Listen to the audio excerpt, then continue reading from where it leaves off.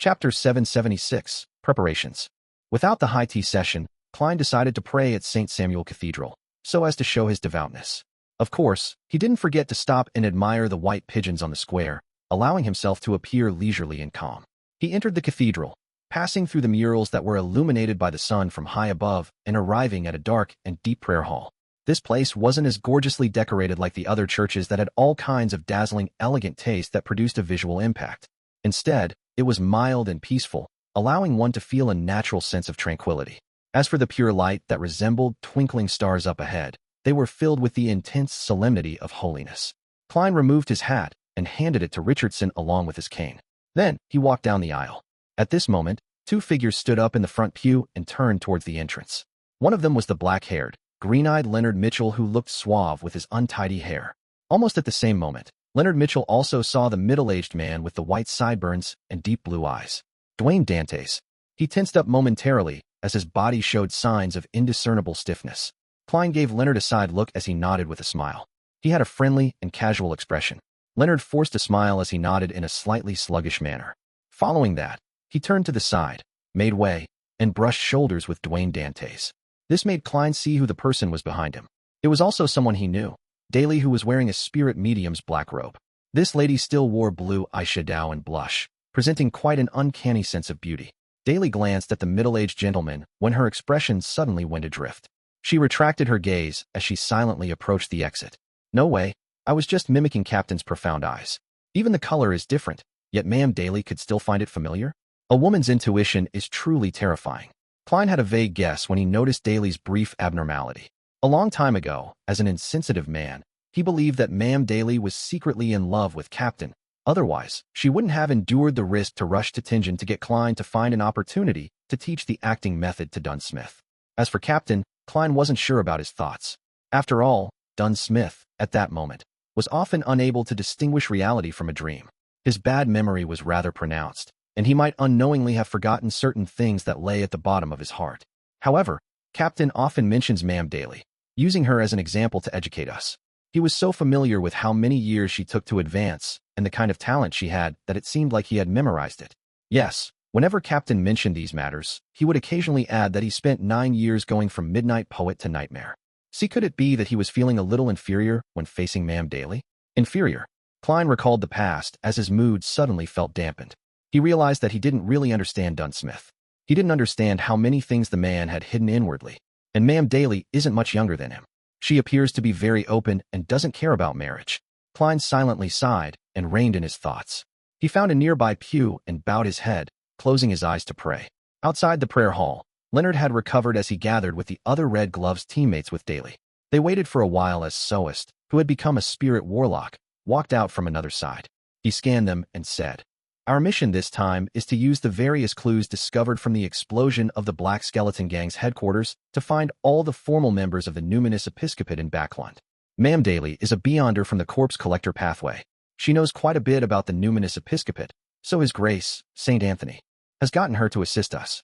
In the evening, Klein, who had dismissed Richardson, took 4 steps counterclockwise and entered above the gray fog. He conjured the World Gairman Sparrow and made his blurry figure pray. "Please inform Miss Magician that she needs to reserve a hotel room before Friday night. It's best that it's far from the place where Mr. X holds the gathering. Pass me the stone and spell book ahead of time. I need to make certain preparations. On Friday night, she needs to stop her friend who participates in Mr. X's gathering and also present to me that person's external appearance when in disguise. If there's anything else, I'll inform her in time." With only 2 days left before the assassination attempt on Mr. X, Klein undoubtedly needed to prepare ahead of time. And there were many things that needed preparation. Dwayne Dantes wasn't able to do everything, so he had to rely on Miss Magician. His preliminary plan was to use the powers of a faceless to disguise himself as a participant in Mr. X's gathering. He would enter directly with the passcode, and then he would employ different plans based on the situation. According to the experience he had in engaging in combat and controlling his marionette, Klein had a feeling that a marionettist's principle was try to hide behind the scenes, covertly directing a script. Unless necessary, a marionettist had to avoid engaging in direct combat with others. Currently, the most troublesome point is that Mr. X's gathering is at 8. And usually, at this time, Dwayne Dantes clearly wouldn't have fallen asleep. He won't be able to escape the notice of his butler and servants and secretly head to East Borough. Of course, On the contrary, it can also create an alibi. But the problem is, what method should I use to fool everyone in his house? If only I had a faceless partner who can act as Dwayne Dantes. Miss Justice's necklace can do it, but she's not in Backlund. Klein leaned back into his chair as he rubbed his temples. He had even considered directly summoning and responding to himself, using his identity as Hero Bandit Black Emperor to carry out the operation, but doing so would cause him to lose the ability to change his physical appearance. It also made it difficult for him to possess others and disguise as Furz's friend to participate in the gathering. Unless Miss Magician's friend is a part of this, allowing me to possess him or her. That wouldn't do either. First, it will expose some of the Tarot Club's secrets, and second, Mr. X might have the means to discover a wraith. Of course, traces of this can be concealed using a series of seals with a gold coin, the paper angel, or the iron cigar case. Klein considered for a while before deciding on a method he was very proficient in from his previous life. Feigning sickness. I'll begin acting sick tomorrow. I'll eat very little and sleep before 8. This way, the butler and servants wouldn't disturb me. But if there's an emergency, what do I do when Walter and company knock on the door? A magician's illusion creation can only fool the eyes. It isn't some artificial intelligence. Artificial intelligence, right? I can fix the illusion onto a mirror, letting it look like Dwayne Dantes. Then, I'll get a Rhodes to answer remotely. With this in mind, Klein's thoughts suddenly opened up. I have to say that a Rhodes can be quite useful at times. After a poignant comment, Klein returned to the real world. He walked to the desk, took out pen and paper, and began drawing a picture comprising of symbols that implied secrecy and mystery prying. Just as he finished his final stroke, the room's lighting dimmed suddenly. The full-body mirror first turned deep black before silver light surfaced. Loanese text appeared one after another. Great Master, your loyal and humble servant, a Rhodes, heard your summoning. Was I late? There's something new every time. Klein shook his head in amusement. No, how tolerant you are of me, Great Master. You can ask your question. Words neatly appeared on the mirror. Klein thought for a moment before saying, I plan on eliminating the Aurora Order Oracle, Mr. X. Do you have any suggestions? The full-body mirror's words froze for a few seconds before changing. It's best you do it after Thursday. It's in line with my divination. Angel of Fate Ouroboros or a saint of the Aurora Order might be around Mr. X tonight and on Thursday. Klein smiled and said, Rhodes, I have something that requires your help. This is my honor. You are giving me an opportunity. Words quickly emerged, fully professing what it meant to be excited and delighted. May I ask what the mission is? Klein nodded and said, This Friday night, I will be using a mirror as an illusion prop, changing it to look like my present identity. If any emergencies happen, you're in charge of controlling the mirror to answer without letting anyone discover any abnormalities. Can you do it? The air around the full-body mirror suddenly gushed around, and a toady voice belonging to Dwayne Dantes sounded. Great Master, I'll try my best to complete anything you command. Although it won't be able to last long, and it doesn't match my usual habits, it's enough to deal with everyone here. If you wish, I can simulate any voice. You're more talented than I expected. It's not easy being a mirror these days. However, why does that final statement sound odd? Klein's facial muscles trembled as he said, When dealing with them, hide the nature of the question-and-answer game. Don't let others notice it. Rhodes immediately presented a new sentence on the full-body mirror. I will play your identity well. Very good. Klein nodded. He was truly worried that Rhodes would begin asking butler Walter and valet Richardson embarrassing questions. Questions like, have you fantasized about ladies you shouldn't have any urges for? Or who do you think of late at night when resolving your physical needs? He believed that with the magic mirror's way of doing things, it might very well carry out such an act without any forewarning. Back then, Danitz nearly broke down thanks to its questions. Without speaking any further, Klein switched to saying, That will be all for today. I'll contact you again on Friday night. Yes, Great Master. Your humble servant already looks forward to serving you. Rhodes first conjured a single line before producing a drawing of a hand waving. Chapter 777, Sick and Crazy Setup. On Friday afternoon, Klein, who had skipped a literary salon because of his feigned sickness, arrived above the gray fog once again. In front of him was a hard-covered, palm-sized notebook which was bronze green in color. It was Lamino's travels which the magician Furs had provided. After flipping the item which was closer to a spellbook over to a certain page, Klein looked at the yellowish-brown page, raised his hand, and summoned the sea god's scepter from the junk pile. As he injected some of his spirituality into Lamino's travels, making it light up with a faint luster, he made the blue gem on the scepter's tip emit a bright light. A sizzling sound was produced as bolts of silver lightning appeared out of thin air. They were thick and menacing as they zapped about, meshing together to form a hurricane. At the same time, Complicated symbols and labels quickly outlined themselves on the page of Lamino's travels. They overlapped each other and fused together, slowly taking shape. Just as the page was about to be colored in silver, bolts of lightning snaked out from it, causing all the patterns to be destroyed. It failed again. Klein sighed silently as he repeated the same process. This wasn't his first attempt. Ever since he obtained Lamino's travels on Wednesday night, he would head above the gray fog from time to time, using this spellbook to record the powers produced by the sea god scepter. He repeated it until his spirituality was nearly drained, forcing him to return to the real world to take a break. During this process, there were successes and failures. Klein relied on repeated attempts before completing the final step, recording the lightning storm spell which he had eyed for a very long time. This was a demigod power of the sailor pathway. Before that failure, Klein had failed nearly 20 times. It could be said that his luck was terrible.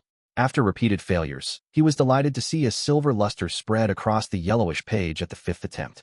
An ancient, mysterious, complicated, and indescribable symbol contracted, forming a fancy diagram that made anyone who placed their eyes on it feel as though they were being struck by lightning.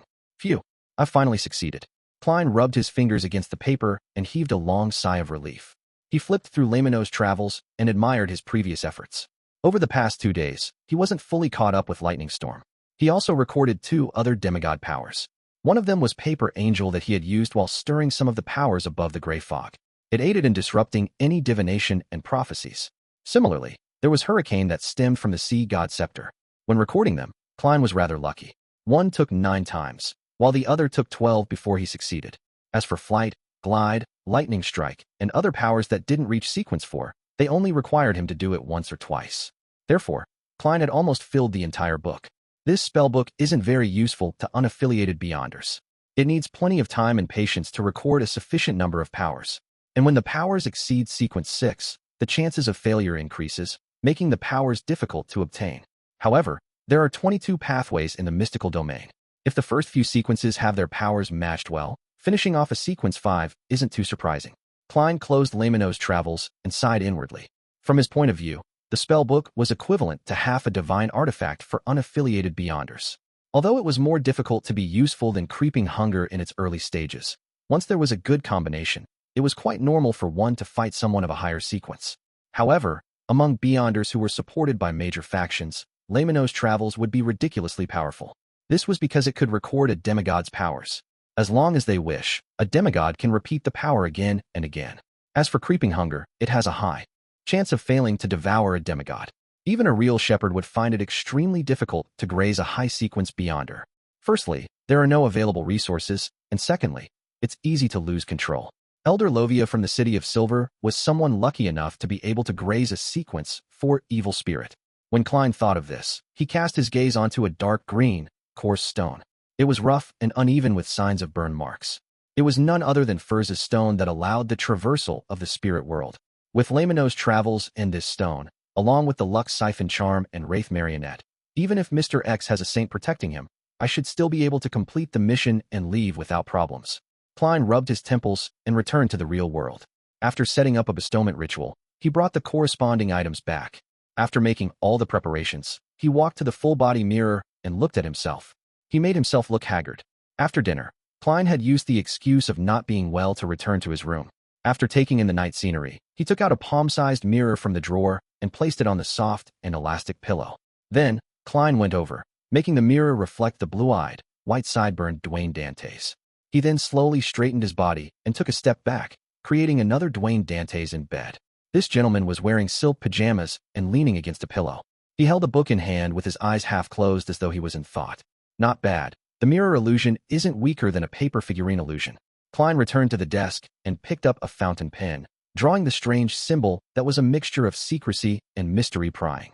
After a brief silence, the Dwayne Dantes in bed suddenly opened his eyes and gave a toady smile. Great Master, your loyal and humble servant, Rhodes, is here. I have to say that even with Dwayne Dantes' face, there's no way he can look normal with that kind of smile. Klein silently sighed and nearly turned to look to his side. Very good, he praised with a nod. He didn't give any other instructions. With a half-top hat, he slid down from the balcony to the first floor. He followed the secluded garden trail and flipped over the corner perimeter wall of 160 Buckland Street. During this process, he hadn't forgotten to close the windows. Pressing his right hand on his hat and landing his feet on the streets, Klein slowly looked up. At some point in time, his facial features and outline had changed. He had black hair and brown eyes, with a thin and angular face. This was the crazy adventurer, Gehrman Sparrow, who had a bounty of 50,000 pounds from just a single country. The hunt was about to begin.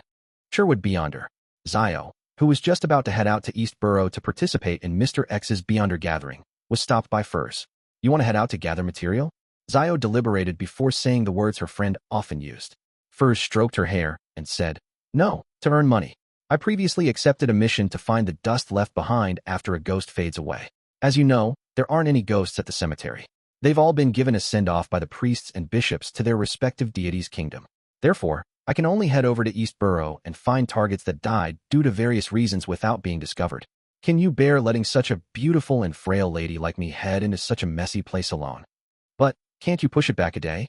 Zio said hesitantly. I'm planning to participate in Mr. X's gathering. Furs immediately shook her head. No, I need to complete the mission tomorrow.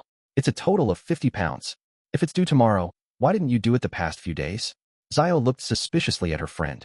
Furs chuckled. Is this your first day knowing me? Don't you know I have a severe case of procrastination? Besides, you have no money. What's the point of going to Mr. X's gathering? You don't even know what Beyonder ingredients you need. That's true. Zio was convinced before she smiled. Does every author have a sickness of procrastination? Probably. As Furs perfunctorily replied, she secretly heaved a sigh of relief. In the East Borough, inside a cheap motel, Klein entered the room which Miss Magician had reserved for him under a fake alias. Here, having a room and a bed for one person was an extravagance, but even so, such rooms only cost 12 pence a night. Of course, many of the cheap motels in East Borough didn't have any single rooms. The best of them were some compartments that cost 5 pence a night.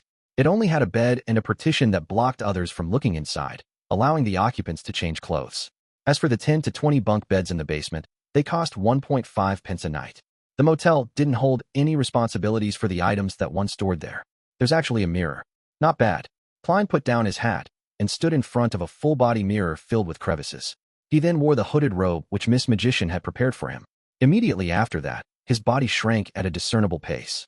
His skin gradually turned pale with a tinge of malt colors. The Adam's apple at his throat vanished as his hair grew long and turned blonde. Klein instantly recognized the image of Furs's friend, even though the disguise didn't show her looks. It was Miss Zio. However, because there was a hood to conceal himself, he didn't really transform into a woman. All he did was handle the easily noticeable spots. I can't do anything about the height of 150 centimeters. I'll need to digest the entirety of my potion before I can reach this limit. Thankfully, Miss Zio disguises herself by raising her height. I don't have to vex over this. Klein looked at the 160-centimeter tall figure in the mirror, switched to a pair of leather boots that looked to be and was flat-soled. After donning the disguise, Klein hooded himself and silently left the single room from the window. He came to an alley in East Borough, taking a detour until he arrived outside the building where Mr. X was hosting the Beyonder gathering. After recalling the passcode which Miss Magician had provided, Klein rapped the door with his fingers, 3 light taps and 3 heavy taps, separated by 2 long and 3 short intervals. After 10 seconds, the door silently opened. An attendant wearing an iron mask first observed the visitor before making way. Klein calmly walked past him and entered the building without showing any signs of panic. Chapter 778, 1 + 1 > 2. While passing through the living room, Klein's spiritual perception was triggered. He felt that there was an invisible gaze scanning him from an unknown location. He feigned ignorance as he entered the activity room ahead. He surveyed the area and found a spot that wasn't too far or close to the host's seat. And at the moment he passed through the activity room's door, all the attention on him vanished. If not for the wraith having 3 seals to isolate it, it probably would have been noticed. Mr. X doesn't appear to be as bold and crazy as he seems. Klein sat down and moved his hood, hiding his face deeper in the shadows. After about 10 minutes, when most of the members had arrived, a brass mask-wearing Mr. X appeared by the door without causing a commotion. He walked in and headed towards his seat. He was dressed in a black classical robe with a pointed mage hat. As he walked, he had a converged aura, but it was enough to make everyone present bow their heads without realizing it. Turning around and slowly taking his seat, Mr. X surveyed the room and said in a deep voice, "Let's begin." He's within 4 meters. Klein wasn't in a rush to take action. He retracted his gaze and patiently watched as a few gathering members exchanged information about people with abnormal luck for money. Occasionally, Mr. X would reply. Time ticked by as the gathering's focus went from Mr. X's act of handing out rewards to the transactions between the members. Klein didn't hesitate as he tapped his left thumb on the first segment of his index finger twice, activating his spirit body threads vision. Illusory black threads immediately surfaced before his eyes as they emanated from the bodies of different people out into the void towards some boundless distance. After making a simple distinction of the threads, Klein began to secretly control Mr. X's spirit body threads. There were two difficulties to this mission according to his plan. The first was that having astrologer as one of the earlier jobs in his pathway, Mr. X, or the other hidden Aurora Order saint might be able to sense the danger when he began controlling the spirit body threads, acutely sensing some abnormality. Klein wasn't sure about Mr. X's spiritual intuition because back when Miss Sharon existed in a wraith state, she failed to notice marionettist Rosego's controlling of her spirit body threads. However, for a saint who was a demigod, a high-sequence beyonder who had obtained godhood, no special trait of this being would surprise Klein. It wasn't surprising if that being's spiritual intuition was triggered due to the changes in another person's spirit body threads. For other marionettists, they were probably helpless regarding this. But Klein was different. He had another identity as the Fool. He had the powers of the mysterious space above the gray fog to aid him, allowing him to rely on paper angels to produce interference and eliminate any hidden problems. The gathering continued without any abnormalities. More than 10 seconds passed as Klein was close to gaining initial control of Mr. X. There was only 3 seconds left, but this Aurora Order Oracle didn't notice at all. He continued observing the completion of another transaction with a deep look in his eyes, his thoughts a mystery. At the critical moment, Klein stopped. He barely maintained his progress as he extended his hand, reaching into the pocket of the hooded robe and touching the iron cigar case, which had been sealed with a wall of spirituality. Klein moved his fingers, prodding it gently to remove the wall of spirituality, allowing it to disperse into a swirling wind inside his pocket. He pulled back his palm and waited for a few more seconds until Mr. X's gaze looked to the side before he continued controlling the spirit body threads. 2 seconds. 1 second. 0. Mr. X's thoughts turned sluggish as though someone had poured stirred cement onto him. An enemy. Danger. Slow thoughts appeared in his head as he quickly made his decision. He planned on seeking help from his subordinates and the entity who was watching in secret, and put up an effective resistance. At this moment, coldness drilled into his body, preventing his limbs and mouth from answering his will. Admiral of Blood Seigneur. A wraith's possession. There were many flaws to a marionettist's control of spirit body threads. The biggest problem was the target immediately realizing that there was a problem once initial control was attained. They would then have the ability to carry out any contingencies. If it was one-on-one, without anyone around them, Klein could naturally use the target's increasingly impeded state to effectively disrupt and interfere with any resistance they put up. But if the target had any aids, it was very difficult for a marionettist control to fool others. It required help from the environment or partners to conceal the matter without exposing it. And on this point, a wraith who was able to possess a target and forcefully control them was the best support for a marionettist. The reason why Klein didn't directly enter a state of initial control was because he needed to release the wraith.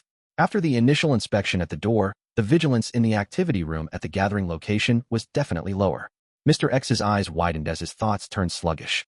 His instinctive attempt to shout was blocked by his throat and mouth, silencing him completely. His attempt to raise his hands also slowed down as they reached for a porcelain teacup by his side. This completely violated his will. It was because of the cold aura that occupied every corner of his body. Wraith. Marionettist. No. If this continues, I'll die silently. Mr. X immediately controlled his spirituality as he constructed complicated symbols and labels in his mind. He was just about to open a traveler's door, which was also the door of teleportation, to escape the marionettist's control range. Compared to that, a wraith's possession was relatively less dangerous. But amidst his sluggish thoughts, the illusory symbols and labels failed to appear all at once. Instead, they appeared one stroke after another in a discontinuous manner and at an insufficient speed. Seizing this opportunity, Wraith Seigneur, who was possessing Mr. X, under marionettist Klein's control, simply moved Mr. X's head, changing his seating position. Such an action instantly interrupted the formation of the traveler's door. Oh no, my reaction is too slow. It will be interfered by the wraith. Use mystical item. Mr. X's eyes filled with blood, but none of his subordinates around him noticed it. Even the one watching in secret didn't notice any abnormalities. As for the gathering members who were interacting and trading, they lowered their voices because of his change in seating posture. At that moment, the activity room was filled with people. Although there were beyonders everywhere and many were his assistants, Mr. X found himself in extreme solitude and was helpless. He didn't even know who was attacking him or where the attacker was sitting. As the thoughts went through his mind, Mr. X regained control of his spirituality as he directed it towards the golden ring with an embedded ruby on his left index finger. However, going from a thought to a decision, and then going from a decision to an action took too long. It was as though he was acting out his thought processes in slow motion. This gave Senior plenty of time to raise Mr. X's left palm, bend his finger, and tap the side of his forehead, which was uncovered by the brass mask, as though in thought. It was a very faint tapping sound, and the strength used was quite significant, but under Klein's control, Senior held back perfectly. It made most of the strength enter Mr. X's mind without spreading outwards so as to hide any commotion. Tack, tack. Mr. X's thoughts of emanating his spirituality were disrupted, and he was temporarily unable to find his train of thought. By the time he recovered, the marionettist's control had deepened. This made his thoughts chaotic and impeded. Even his thinking and decision-making became extremely difficult. With the Wraith using all kinds of tiny, concealed actions to interfere with Mr. X's attempts to use his various beyonder powers and impressive mystical items, he slowly slid towards the abyss of becoming a marionette. He watched helplessly as he marched towards death slowly. Only then did he realize how terrifying and unsolvable the combination of a marionettist and Wraith was. The hunt continued silently under everyone's noses. As Klein's control deepened, Mr. X's actions turned stiffer and sluggish. However, with the Wraith possessing him, no one could notice any problems. To be precise, Mr. X's actions were no longer a result of the sluggish him, but from Wraith Senior.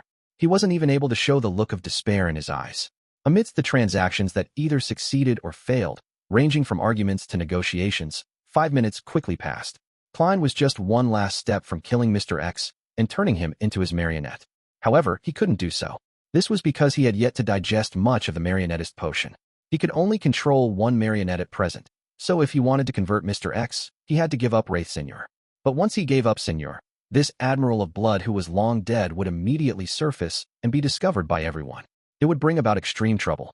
Similarly, if Klein didn't give up his Wraith marionette and assassinated Mr. X while he wasn't able to resist, he needed to consider the Aurora Order Saint who was lurking in the shadows. This was the second most difficult part of his plan. To silently control Mr. X and remove his ability to resist wasn't difficult with the combination of marionettist and Wraith. The way to kill him wasn't difficult as well. Mr. X in his present state could easily be finished off by Klein with an air bullet. The difficulty was in leaving safely after pulling off such a stunt. This actually required sufficient patience. Time slowly passed with Klein appearing calm despite his tense nerves. He pretended that he wasn't interested in the items that appeared as he kept silent the entire time. Finally, when the gathering came to an end, Mr. X said in a deep voice with complete normality, "The end." His words were succinct, just like the way he ended the previous gathering. This was what Zhou described to Furs. As the gathering's members stood up one by one, Klein mixed in among them, looking inconspicuous. At the same time, he reached his hand into his pocket, and he flipped open Lamino's Travels based on his sense of touch. Chapter 779, One Shot. The 3 types of paper in Lamino's Travels clearly had different textures. The white paper that could only record sequence 7, 8, and 9 powers was thin, smooth, and flat. The yellowish-brown goatskin, which could record sequence 5 and 6 powers, were very pliable, like tanned leather. The 3 charred yellow pages that could record godhood powers were thick and textured. Together, they allowed someone to quickly distinguish between them simply from touch. Klein's fingers quickly found the thick and textured 3 pages as he gently pinched the middle page. Although his pocket wasn't large enough, preventing him from fully opening Lamino's Travels, the hooded robe was personally modified by Furs herself. The pocket had plenty of space, allowing the palm-sized spellbook to be flipped to a right angle. As Klein used his palm to prevent Lamino's Travels from closing, he used his finger to slide across the corresponding page's surface. The surface had slight bumps and depressions, making the strange patterns and symbols that were filled with mystery and ancient vibes be directly presented in his mind. He injected his spirituality into it. This charred yellow page recorded a demigod power of the storm pathway, Hurricane. Klein wanted to use it to create chaos, so as to interfere with the Aurora Order Saint who was lurking in the darkness. By doing so, he could seize the opportunity to assassinate Mr. X and escape with the help of the wind. Aside from this goal, the chaos could also effectively hide his tracks. By letting the members of the gathering scatter, and with everyone's identity being a mystery, doing so made everyone be a suspect. The Aurora Order would then find it difficult to pinpoint Zhou. As his thoughts whirred, Klein locked his gaze onto a spot, and he slowly pulled out Lamino's Travels. Meanwhile, Mr. X took 2 steps to Klein's side, standing near him like he was a friend he hadn't seen in years. Following that, There was a loud buzz as a terrifying hurricane spiraled out of control in front of everybody. It was where Klein had targeted his spirituality at. The tables, coffee tables, sofa, and high-back chairs in the room flew up as the violent hurricane ripped through the walls, carrying the roof away as it headed for the alley. Some of the gathering's participants were in the way of the hurricane and were thrown far away, while others fell forward due to the wind pressure as they ran in another direction. If Klein hadn't purposely controlled the timing and direction of the hurricane, not only would Mr. X's old house be destroyed, but even the series of condominiums around it would suffer damage. As for the gathering participants, they would have been swept up in the hurricane, having their survival depend solely on luck. The buzzing sounds quickly intensified as the hurricane that reached into the sky was like a terrifying giant. It stomped across the alley towards the street, leaving nothing behind in its wake. Klein was similarly swept up as he and the possessed Mr. X were thrown onto another street. During this process, as both of them were standing close to one another, along with how a wraith could float, these could control the target's body to a certain extent even with the hurricane. Therefore, the distance between Klein and Mr. X ultimately stayed within 5 meters. His control of the spirit-body threads had never been terminated. In midair, with the howling winds in his ear, Klein suddenly yanked at his chest with his right hand, tearing away the hooded robe's surface, reached under his arm, and drew death knell. Although in Mr. X's current state where just air bullets alone could finish him off, Klein decided to be cautious. He was afraid that certain mystical items on his body would suddenly be triggered, just like Admiral of Blood Seigneur's necklace. When hunting, it was necessary to do his best. Klein's vigorous action of drawing his revolver had obviously affected his control of the spirit-body threads. If it wasn't because Mr. X was on the brink of being fully controlled, just this alone was enough to recover his usual lucidness. However, even so, Mr. X's thoughts were no longer impeded as his mind sped up. He attempted to resist, but with Wraith Seigneurs possessing him, it had forced his efforts to be in vain for a brief moment. Then, Mr. X's eyes reflected an enemy who swooped downward. It was a thin face with pronounced facial lines. In his vision, the person coldly cocked the revolver, pointing the black barrel at him. Bang! Klein didn't hesitate to pull the trigger as the gunshot was drowned by the howling winds. Mr. X's head jerked backwards as though an invisible hand had pressed onto it. His head and brass mask shattered into pieces, splattering red and white liquids everywhere. It was a lethal shot. Death knell had sounded the knell for him. Plop!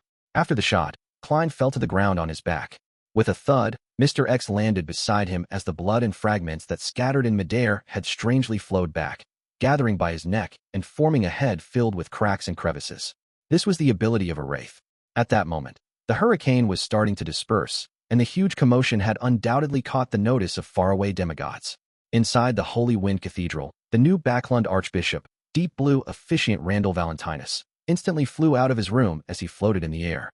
Klein, who had fallen on the ground, noticed that the wind pressure had weakened.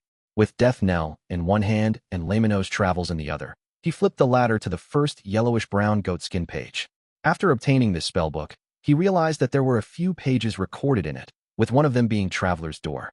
Klein originally imagined that it was a coincidence, but on careful thought, he found it inevitable. This was because Lamino's Travels belonged to the ancient Abraham family. They wielded the apprentice pathway and several corresponding mystical items, so they had the resources to easily record a traveler's powers. After all, this was something very, very useful. At that moment, as long as the Traveler's Door was formed, Klein could leave unharmed with Mr. X's corpse that was being possessed by Wraith Seigneur. He hadn't used it in the building, because it was possible that the Aurora Order Saint might intercept it. Furthermore, Mr. X was also a traveler.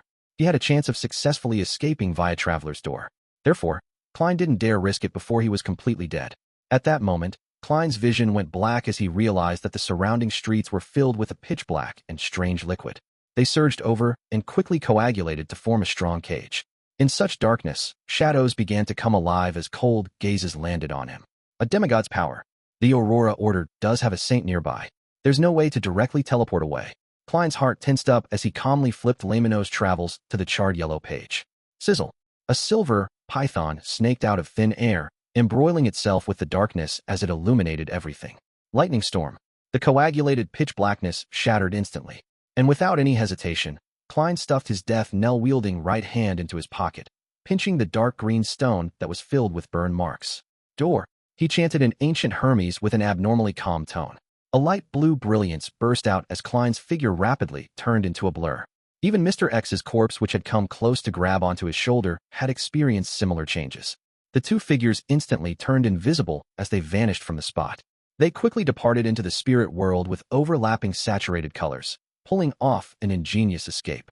In the shadowy alley with the flattened gathering building which had planks, rubble, clothes, and all kinds of random items strewn all around, someone harumphed. Damn it! At this moment, the other gathering members had already fled the street. From far away in the sky, a sonic boom could be heard.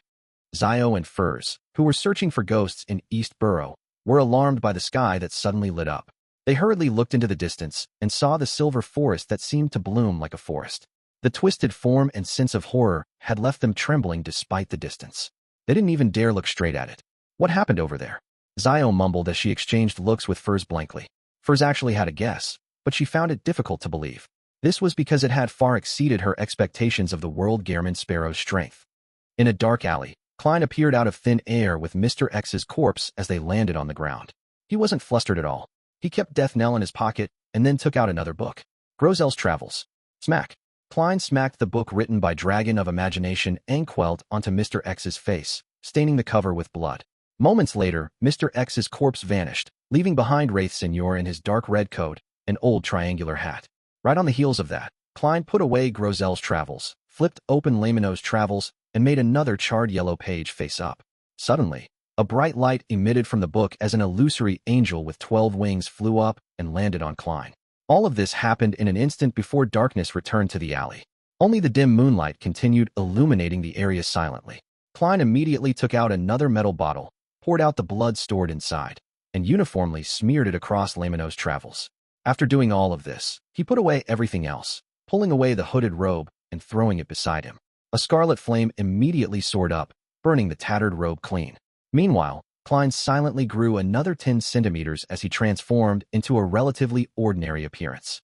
Then, he identified his bearings with the help of the stars, and he picked up a fallen branch to assist him as he quickly toured through the dark and deteriorated streets, returning back to the cheap motel. At this point, he still had no idea what additional weakness he had been given. Inside the single room in the motel, Klein changed into his own clothes, turning back into Gehrman Sparrow. Seeing this thin and cold-looking crazy adventurer in the mirror, he fell silent for a few seconds, picking up the half-top hat and wearing it. Above the flattened building, Church of Storm's Cardinal, Backlund Diocese Archbishop, Deep Blue Officiant Randall Valentinus, who had failed in capturing anyone, looked down in silence for an extended period of time. 160 Backlund Street. Upon seeing the visitor outside, Butler Walter asked in surprise, "Your Excellency, why are you suddenly here? Is there something?" Bishop Electra chuckled and said, "I heard that Dwayne is sick, so I'm here to visit him. Perhaps he will quickly recover under the goddess's blessings." Chapter 780, Extract. Walter came to the third story and rapped on the master bedroom's door. "Who is it?" Dwayne Dantes' slightly weak and hoarse voice sounded. Walter turned the doorknob, opening a tiny crack in the door. "Sir, Bishop Electra is here to visit you. Do you wish to meet him in the living room or activity room, or should he be invited directly to your bedroom?" Usually, visitors weren't permitted to enter the master's bedroom. This was rather impolite, but visiting the sick was an exception. After a brief silence, Dwayne Dantes replied, "Invite him into the bedroom." "All right, sir." As Walter gestured Richardson to urge a maid to prepare some tea, he walked down and invited Bishop Electra of the Church of Evernight up. Soon, Electra entered the bedroom and saw Dwayne Dantes lying in bed, looking haggard. "Richardson, get the bishop a seat," the pale Dwayne Dantes said with a smile. Richardson had already done so. He immediately moved a high-back chair to a spot near the bed. However, Electra took a few steps forward to observe the new tycoon in town and asked in concern, "Dwayne, how are you? Did you consult a physician?" His spiritual perception wasn't triggered, so he didn't make any attempts. He was only visiting a pious believer out of concern. Dwayne Dantes coughed lightly and smiled. "I'm actually almost recovered. I believe I'll be able to head over to church tomorrow or the day after tomorrow to listen to your preachings." "That's good. I was wondering if I needed to pray to Goddess to bless you." Electra chuckled and took a step back before sitting on the chair which Richardson had brought for him. At this moment, Dwayne Dantes glanced at the bishop and chuckled. "Actually, I've always had a question. Are clergymen of the Church of the Goddess allowed to get married?" Electra, who was 2 years short of reaching 40, sighed and smiled. "This question has actually troubled us for the longest time. In ancient times, the archbishops had engaged in intense debates about this on several theosophical meetings. One side believed that servants of the goddess need to maintain their purity, be it men or women, otherwise it would be sacrilegious. The other side found words from the goddess in the revelation of Evernight and other books, believing that the goddess encouraged marriage. She encouraged equality between both sexes and for them to have normal contact. Hence, clergymen should be an example of this, and not be a negative example. By doing so, that would be the greatest respect towards the goddess. In recent times, this question has basically been shelved. The church doesn't ban or encourage it. The only request is that married clergymen are not to let their families live in the cathedrals. Dwayne Dantes nodded slowly as he curled the corner of his lips. Your Excellency, do you have a wife? Although Bishop Electra was thin and not very good-looking, he was pleasant to the eyes. He sighed and said, hardly hiding his smile. 2 years ago, I walked down the aisle under the goddess's watch. I happened to have a child this year. I originally imagined that I would remain single my entire life in order to serve goddess, but, as he spoke, he gave a self-deprecating laugh and shook his head. Without waiting for Dwayne Dantes to probe deeper, Electra asked, you seem to be single as well. Are you considering the problem of marriage? He seemed to imagine that Dwayne Dantes had such thoughts, and he directly asked, imagining that the answer was certain as he continued, what kind of lady do you like? Perhaps I might be able to help introduce you to someone. Dwayne Dantes coughed lightly and said with a smile, I often chose adventures to amass wealth in the past, so I wasn't willing to get married, afraid I would drag her down. I like many types of women and am not picky. I like those older than me, ones who can give me warmth and make me feel at ease. Before he finished, his valet, Richardson, wore a stunned expression. He hurriedly turned his head aside and lowered it. He felt his face burning for some baffling reason. Dwayne Dantes didn't seem to sense it as he continued. I also like those younger than me, those who are pure and lively, making anyone who sees them feel as though it's dawn because of the radiance they aren't aware of. Bishop Electra's face suddenly froze as he raised his palm and clenched it into a fist as he held it to his mouth and coughed twice. Yet, Dwayne Dantes didn't stop. He shook his head and said with a sigh, I also like those who were once in love or were married so that people wouldn't dare approach due to their status, women who can only be viewed from afar. They are so charming that each action of theirs are so intoxicating and irresistible. I often dream. Butler Walter, who was standing nearby, trembled. He felt as though he had experienced a dream that he didn't wish to wake up from despite opposing it greatly. He had no idea if it was a good or bad dream. Dwayne Dantes was about to continue to describe further, but he stopped producing any sound after opening his mouth. He then chuckled softly. That's all very normal. When humans are at their limits and are under the influence of their senses, they often have some abnormal thoughts. As long as they're repressed while acting in line with one's will, it wouldn't feel like torture. One would still be a husband, a good father, a good man. That's very reasonable. When I'm incensed, I often have irrational thoughts, but few people will turn them into reality. Bishop Electra ingeniously changed the subject. As for Butler Walter and Valet Richardson, they revealed looks of contemplation. The bishop didn't stay long. After drinking a few sips of the marquis black tea that the maid delivered, he got up and bade farewell, leaving Dwayne Dantes' residence. The room quickly turned quiet as the window at the balcony silently opened. Klein, who had changed back into Dwayne Dantes, agilely leaped inside. Thankfully, I returned in time. If I allowed a Rhodes to continue speaking, Bishop Electra would probably renounce a pious believer like me. Perhaps I'll even discover Walter and Richardson hanging from their rooms tomorrow morning, and the streets would have rumors of Dwayne Dantes being a pervert. Klein looked at the fake Dwayne on the bed and sighed silently. That final response had been personally formulated by him, and he got a Rhodes to read it. Of course, this was his contingency plan for the worst possible scenario. He had believed that a Rhodes wouldn't have made the situation develop that far. Welcome back, great master. The Dwayne Dantes in bed bowed and greeted. Did your loyal and humble servant, a Rhodes, do well? Hearing the mirror stammer the question, Klein sighed and said, it's still all right. You did pretty good. However, try not to agitate others when chatting. I will take note.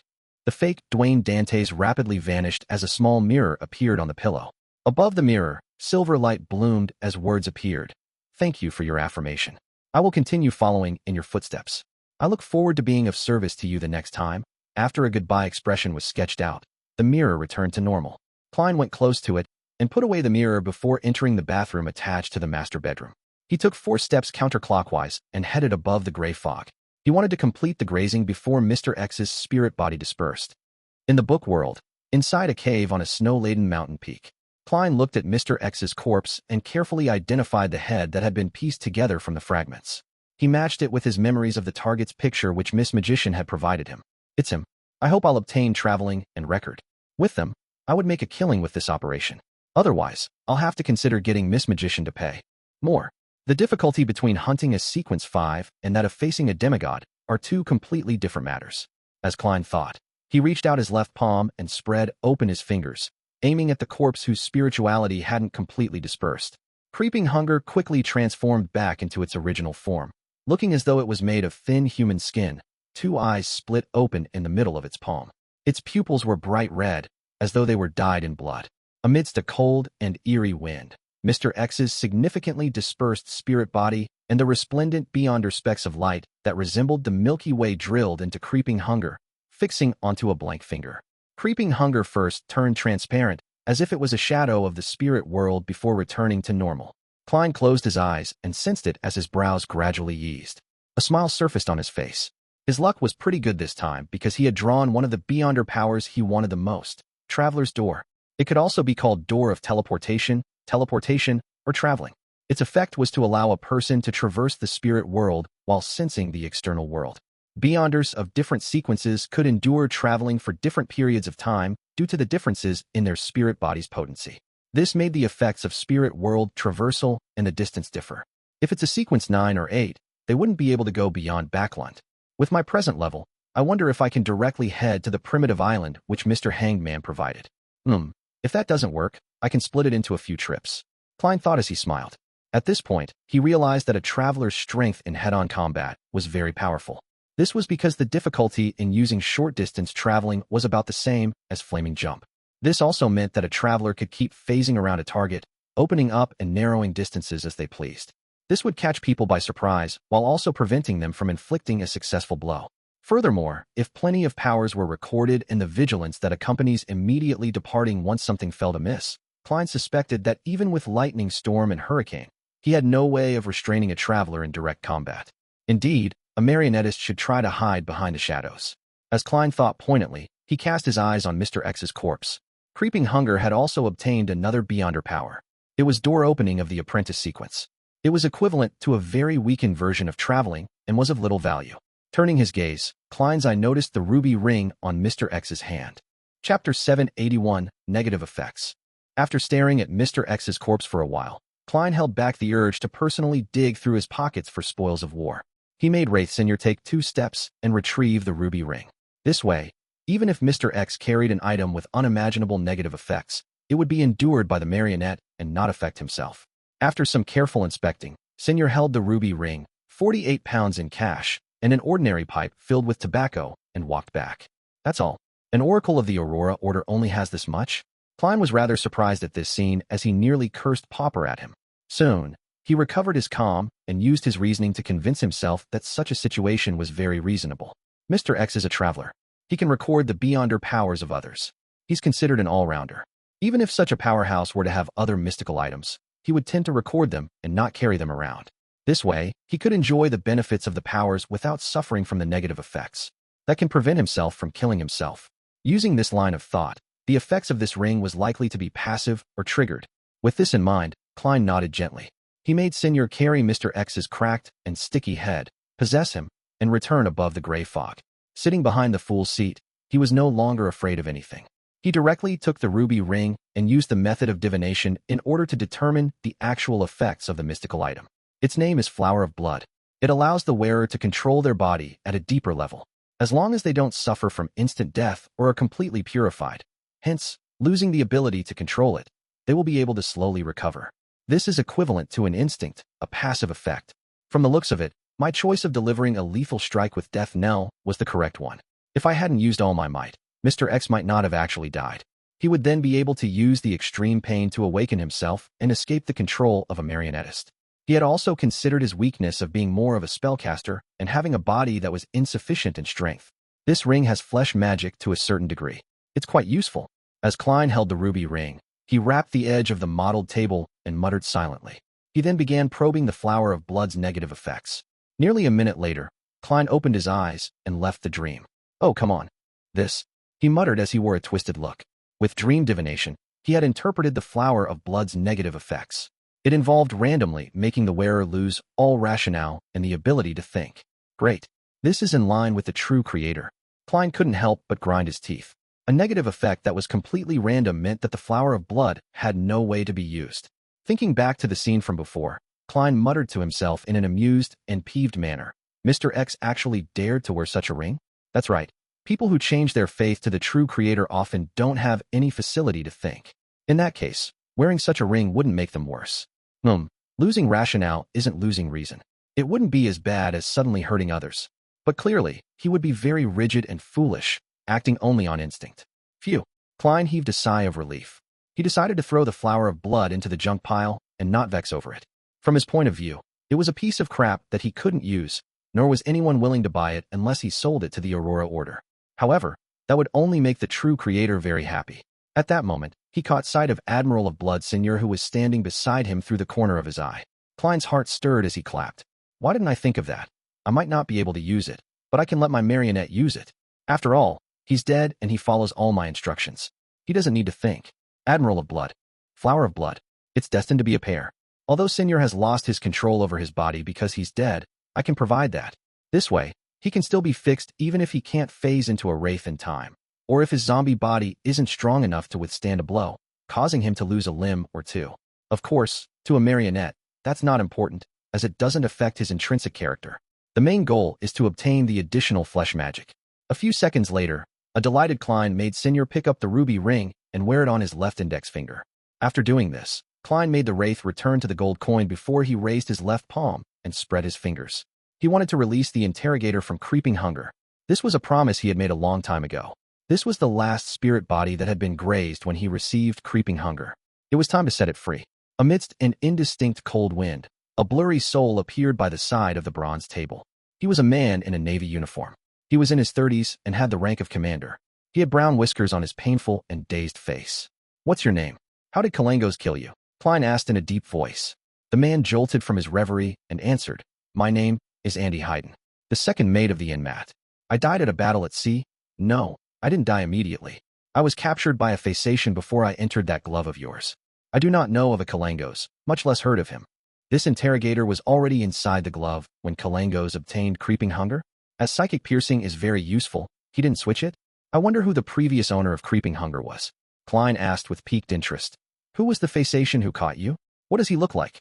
Andy Hayden thought seriously and said, I don't know his name.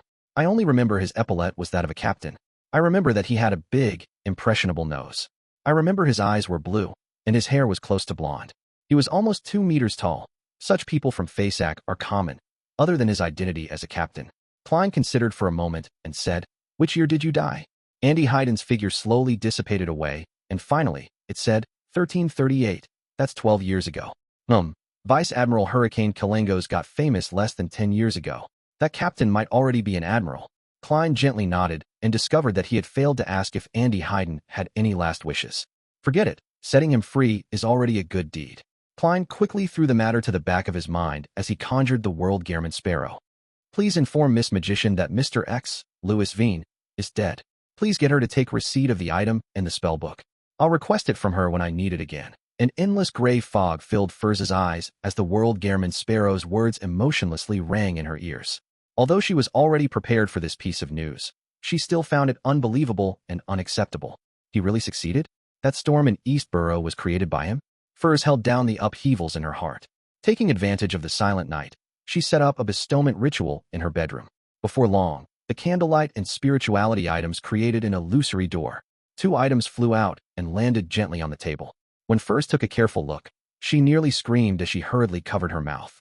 She took 2 steps back and kept close to the wall of spirituality. One of the 2 items was her Laymanos travels, while the other item was a hideous head covered in cracks. It was stained with blood as if they had pieced together, as it seemed to shimmer with what appeared like reflected light on glass. As a graduate of med school, and having worked as a doctor at a well-known clinic, Furz had seen her fair share of corpses, but never had she seen such a disgusting, creepy, and terrifying head. After composing herself, Furz looked at the head again, identifying it to be Louis Veen's. She carefully used astromancy to make a final confirmation. Following that, she muttered with a slightly twisted expression, Mr. World shattered the target's head and then pieced them back together. At this moment, Furz couldn't help have a scene surface in her mind. It was of the cold Gehrman Sparrow sitting in front of a table, piecing together the bloody head fragments together, as though seriously putting a jigsaw puzzle together. This made Furz involuntarily shiver. She had an inexplicable feeling that the world was a psychotic killer with a serious mental illness. Moving her gaze away, she took 2 steps forward and picked up Laymanos Travels and casually flipped through it. Her gaze gradually froze because there were more spells in the spellbook, most of them seemingly related to wind and lightning. This made her recall the lightning storm that quickly passed in East Borough. She was convinced that it was created by Mr. World. Furs hurriedly flipped to the 3 charred yellow pages in Layman's Travels and found them blank. She immediately had a guess, believing that the World Gairman Sparrow had likely gained Mr. Fool's help to record beyond her powers at the demigod level. I just realized that if I have enough money and resources, I can hire the Tarot Club members to help me record different beyonder powers. This way, Layman's Travels will become extremely powerful, but I don't have the money or resources. I can request for a reward from teacher this time. I can say that I paid quite a price to help seek revenge for him. First thought and first thanked Mr. Fool before asking him to pass on the message to the world. I'm very sorry that my payment isn't proportionate to the difficulty of the mission. After I receive a reward, I'll provide compensation. After the prayer, Furs ended the ritual and hurriedly hid the head. If Zio discovers this, she'll definitely imagine a horror story. After she was done, Furs clapped her hands as she thought leisurely. When Furs replied, Klein had already returned to the real world. All he heard was a vague female's voice. But even so, he couldn't help the fear and horror he felt. This was because Death Knell had given him an additional weakness, the fear of women. Chapter 782, Saturday Night. On Saturday morning, Klein, who was wearing pajamas, rubbed his head and got out of bed. He didn't sleep well, as different women would inevitably enter his dreams, scaring him awake. He needed to spend several seconds to calm his emotions before returning to sleep again. Thankfully, this weakness only lasts 6 hours, and there's no need for me to head out in the middle of the night. I didn't have to face the maids. Klein sighed as he pulled the rope beside his bed. Richardson, who had been waiting outside, immediately entered with the clothes his employer needed to wear. I've no idea what a road said. Richardson seems to try to avoid me when facing me. Was it the kind of ladies he mentioned he likes, and that it happens to also be at odds with how society views it? Klein happened to only hear the magic mirror mention the kind of women that Butler Walter liked when he rushed back. He wasn't sure what had happened prior to that. He didn't use dream divination to obtain the corresponding information, as he didn't feel that it was necessary. After all, with Richardson's personality, he wouldn't have the courage to take action no matter who he liked. It wouldn't have had any additional effects. After changing into his clothes, Klein headed to the second story and walked to the dining room. Walter was wearing white gloves as usual, waiting by the entrance. Upon seeing Dwayne Dante's approach, he took a step forward and bowed politely. Good morning, sir. You have 2 lessons today. In the evening, you will be participating in the banquet at Mr. Portland Moment's place. Portland Moment lived at 100 Backlund Street. He was a full-time professor at Backlund University's Department of Engineering, a fellow at the Lone Kingdom Imperial Science Institute. As he had discovered a few metal alloys, he had received the Light of Machinery Award, and he was just second to people like Tirani von Helmessoin in the world of academics. Furthermore, the few metal alloys were widely used in ship and steam engine construction. Just the licensing patent was enough to make him a tycoon with a wealth of hundreds of thousands of pounds. Upon hearing Walter, Klein casually glanced at him, realizing that he had some dark eye circles. His eye bags were a little puffy, making him look different from usual. It was as though he hadn't slept well the entire night. If not for a faceless powers, Dwayne Dante's would probably look the same. Klein retracted his gaze in pity and didn't speak further. As he nodded gently in response to Walter's greetings, he entered the dining hall.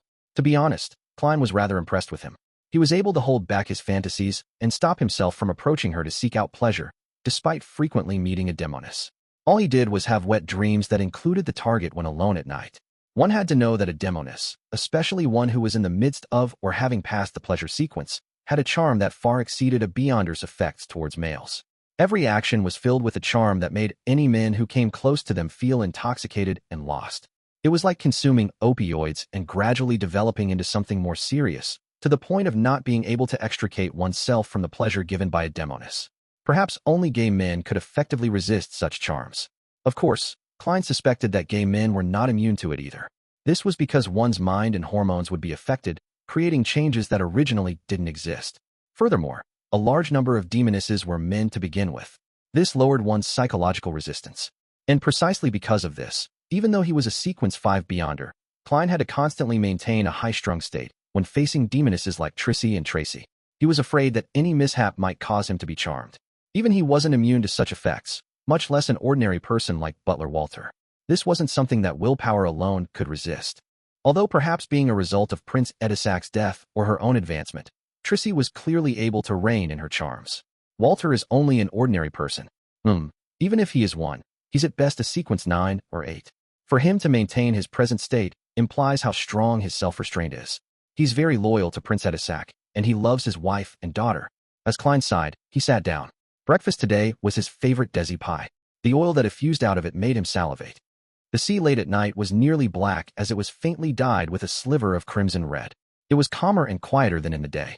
The Blue Avenger was ebbing up and down in the waves like a ghost as it cruised towards the crimson moon.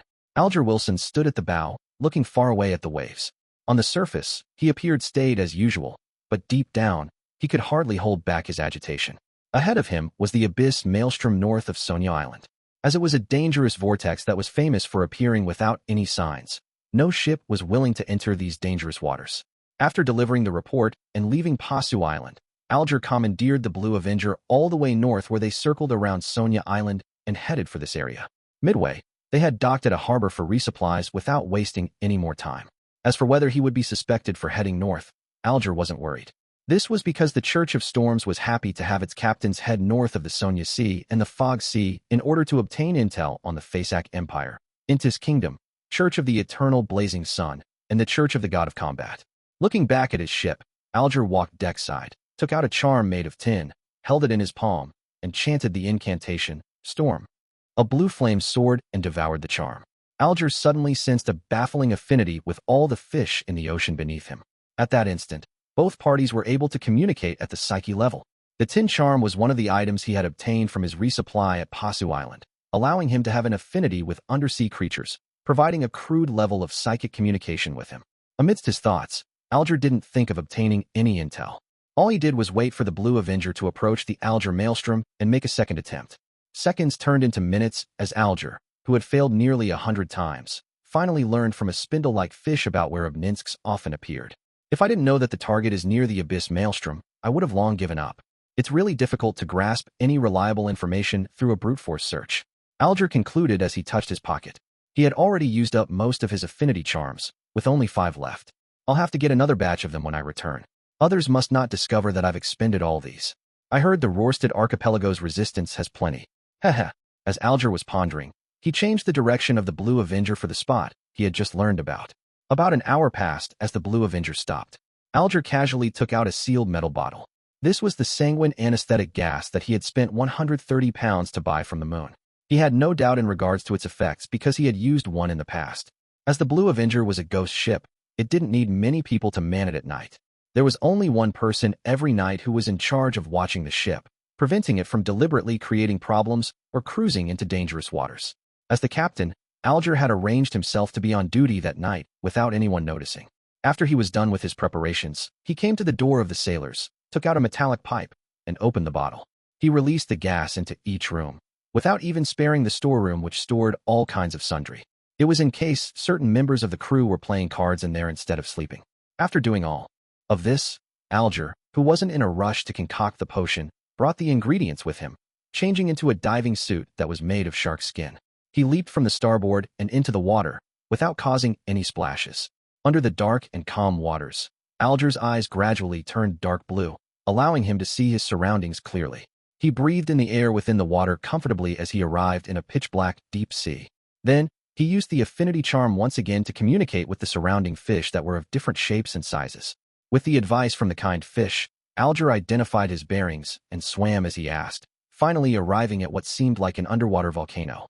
The fish actually didn't know that an Obninsk stayed here. They only knew that their own kind and a number of top deep-sea hunters often disappeared in the vicinity. With his beyonder powers, Alger looked far ahead and saw the huge, black cave in the undersea volcano. Tentacles that were thicker than pythons found in a southern continent primitive forest gently flailed outwards. The huge suckers and patterned skin, as well as the cave that was several times the size of the Blue Avenger, left Alger apprehensive as he didn't dare approach. An Obninsk is at least a powerful sequence 5. Furthermore, it has a terrifying body. I can confirm that it's my target. Alger carefully swam over and stopped at a distance from the threat. After careful identification, he used the affinity charm once again. Following that, he allowed his spirituality to pass through the water and reach into the cave in an attempt to communicate with the powerful psyche force that was huddled inside. The massive psyche slowly relaxed as countless thoughts were released. It was taken aback for a moment before its psyche suddenly erupted like a volcano. Roar! Amidst a terrifying sound, the cave produced a ludicrous vortex that sucked the surrounding water, trash, as well as Alger towards it. It's filled with animosity. Alger's pupils constricted as his body turned slippery as he was driven by a formless wind backward in an attempt to escape. He used several beyonder powers before escaping the influence of the vortex. He didn't dare stay near the undersea volcano, and he quickly surfaced before opening up a gap. Almost a minute later, Alger, who had escaped the dangerous area, spat out bubbles as he heaved a sigh of relief. That obnance can actually resist the influence of charms that increase in affinity with sea creatures. Does it hate items with the Lord's aura? After some thought, Alger, who didn't wish to waste this opportunity, steeled his resolve since he had already come this far. He began using Elvish to pray amidst the seawater. The fool that doesn't belong to this era. Chapter 783, The Trick to Communication. When he heard the illusory pleas, Klein was attending a banquet at Portland Moment's place due to the time difference. The banquet began from 7:30, and it continued all the way to 9:30 and even 10. This was because the appetizers, soup, side dishes, main dishes, staple food, vegetables, fruits, and desserts had numbered a total of 10 to 20 dishes. The footmen would serve the dishes one after the other, removing and changing dishes in unison to prevent the dining table from turning chaotic, and also providing an interval between the dishes in order to allow the guests to chat. Gentlemen would take the initiative to talk to the ladies to their right. In short, it's rather troublesome and exhausting. I even have to take note of which dish matches with which alcohol. However, it's quite tasty. Taking the opportunity when the roasted lamb was being switched out, he said to Ma'am Willis to his right, "My apologies. I'll need to use the washroom." He got up, pressing his right hand to his chest and bending over slightly as a gesture. Then, he left the dining hall and headed for one of the washrooms on the second story. Upon entering, he locked the door and immediately took 4 steps counterclockwise to head above the gray fog. Mr. Hangman's prayer. He wishes for me to help him in gaining the goodwill of an Obninsk, and he's willing to find 15 pages of Roselle's diary, or help me do something of equal value. His progress isn't slow. Klein sat at the fool's seat as he emanated his spirituality and touched the constantly burgeoning and contracting crimson star. After pondering for a few seconds, he said, "Investigate all FASAC captains who participated in the Konotop Sea Battle in 1338. As a historian, Klein immediately knew which sea battle it was when he learned that the interrogator had died at the hands of a Fasation in 1338. In 1338, the relationship between Lone and FASAC was tense with occasional conflicts. However, there was only one battle that resulted in the death of someone that was at the level of a commander. It was a sea battle that happened in East Balam's Konotop. And on a Fasation fleet, there were definitely not many captains.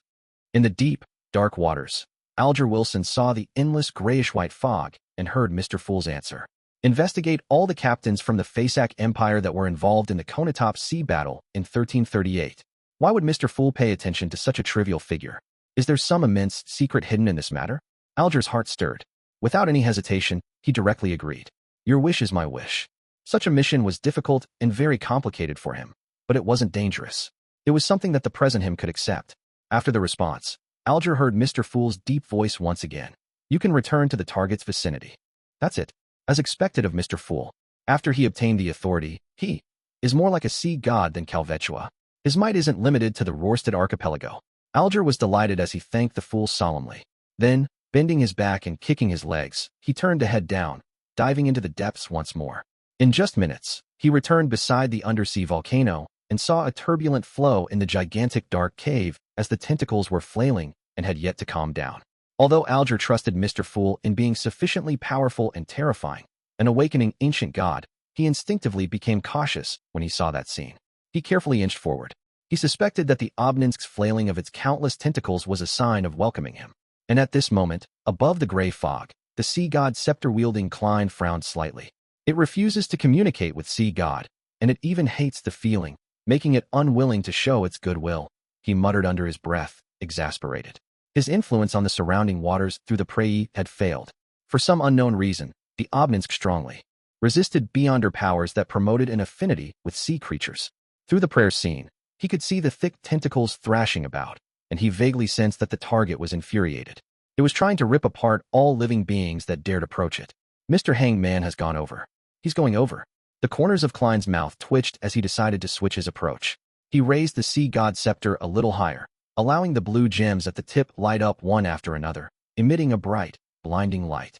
Right on the heels of that, he directed the violent aura of lightning storm over, casting it on the Obninsk. The thick tentacles that thrashed about at the bottom of the sea suddenly froze before falling down. They clung close to the seabed as countless green points of lights appeared in the dark cave. Amidst a jarring rumbling sound, a terrifying monster that could devour a sailboat crawled out. Its patterned black body was massive and distorted. It had a total of 3 heads, and each head had more than a dozen eyes. All of them were emitting a green light. The monster then prostrated, appearing as obedient as a trained hound. Indeed, tricks are needed in communication. Klein nodded in satisfaction and once again used the Beyonder affinity powers to make the Obninsk open the mouths of its 3 heads via a psychic connection. This made Alger instantly see 3 dark caves, each of them large enough to provide a sailboat passage inside. Praise be to Mr. Fool. Alger looked at the magnificent scene before him as he couldn't help but mutter inwardly. He didn't waste any time, and he chose the middle head by quickly swimming towards it. A spiraled and warped passage quickly appeared in Alger's vision as the walls were made of flesh. The width was comparable to the bow of the Blue Avenger. Whoosh! Water flowed into the passage, heading right for the deep depths. Alger took the opportunity to let his body go with the flow. Suddenly, he felt as though he was back as a sailor, engaging in combat amidst waves, groggy from being tossed around. It couldn't be sustained. By the time Alger used his Beyonder powers and got a hold of himself, he had already left the tunnel of flesh. He was in a dark, spacious world, with a sticky sensation by his feet. There was a putrid stench everywhere around him. In just a second, Alger realized that the liquid inside was corroding him. He hurriedly produced a water membrane as he made it swell into a transparent sphere. He knew that he was already inside the Obninsk's stomach. Without any hesitation, he took out all the bottles he had long prepared and began concocting the potion. As the supplementary ingredients were thrown into the wide-mouthed metal bottle, they mixed into a dark blue liquid. Following that, Alger carefully threw in a jellyfish that enveloped azure blue seawater in its translucent membrane. The distant and ethereal singing grew in intensity before calming down. In the bottle, there wasn't any ripples or bubbles. The liquid was dark, just like the ocean before a storm. Alger calmed his mind, entered cogitation, and picked up the metal bottle before cleanly downing the ocean songster potion inside. The liquid was cold as it brought about a numbness that slid down his gullet and into his stomach. It then spread throughout his body cells at an unimaginable speed. At that instant, Alger vaguely heard countless voices. They came from all life at sea, but the Obninsk's body blocked most of it, leaving a relatively screened-out version. Plop, plop, plop. Alger felt his heart beating violently as it spewed blood outwards.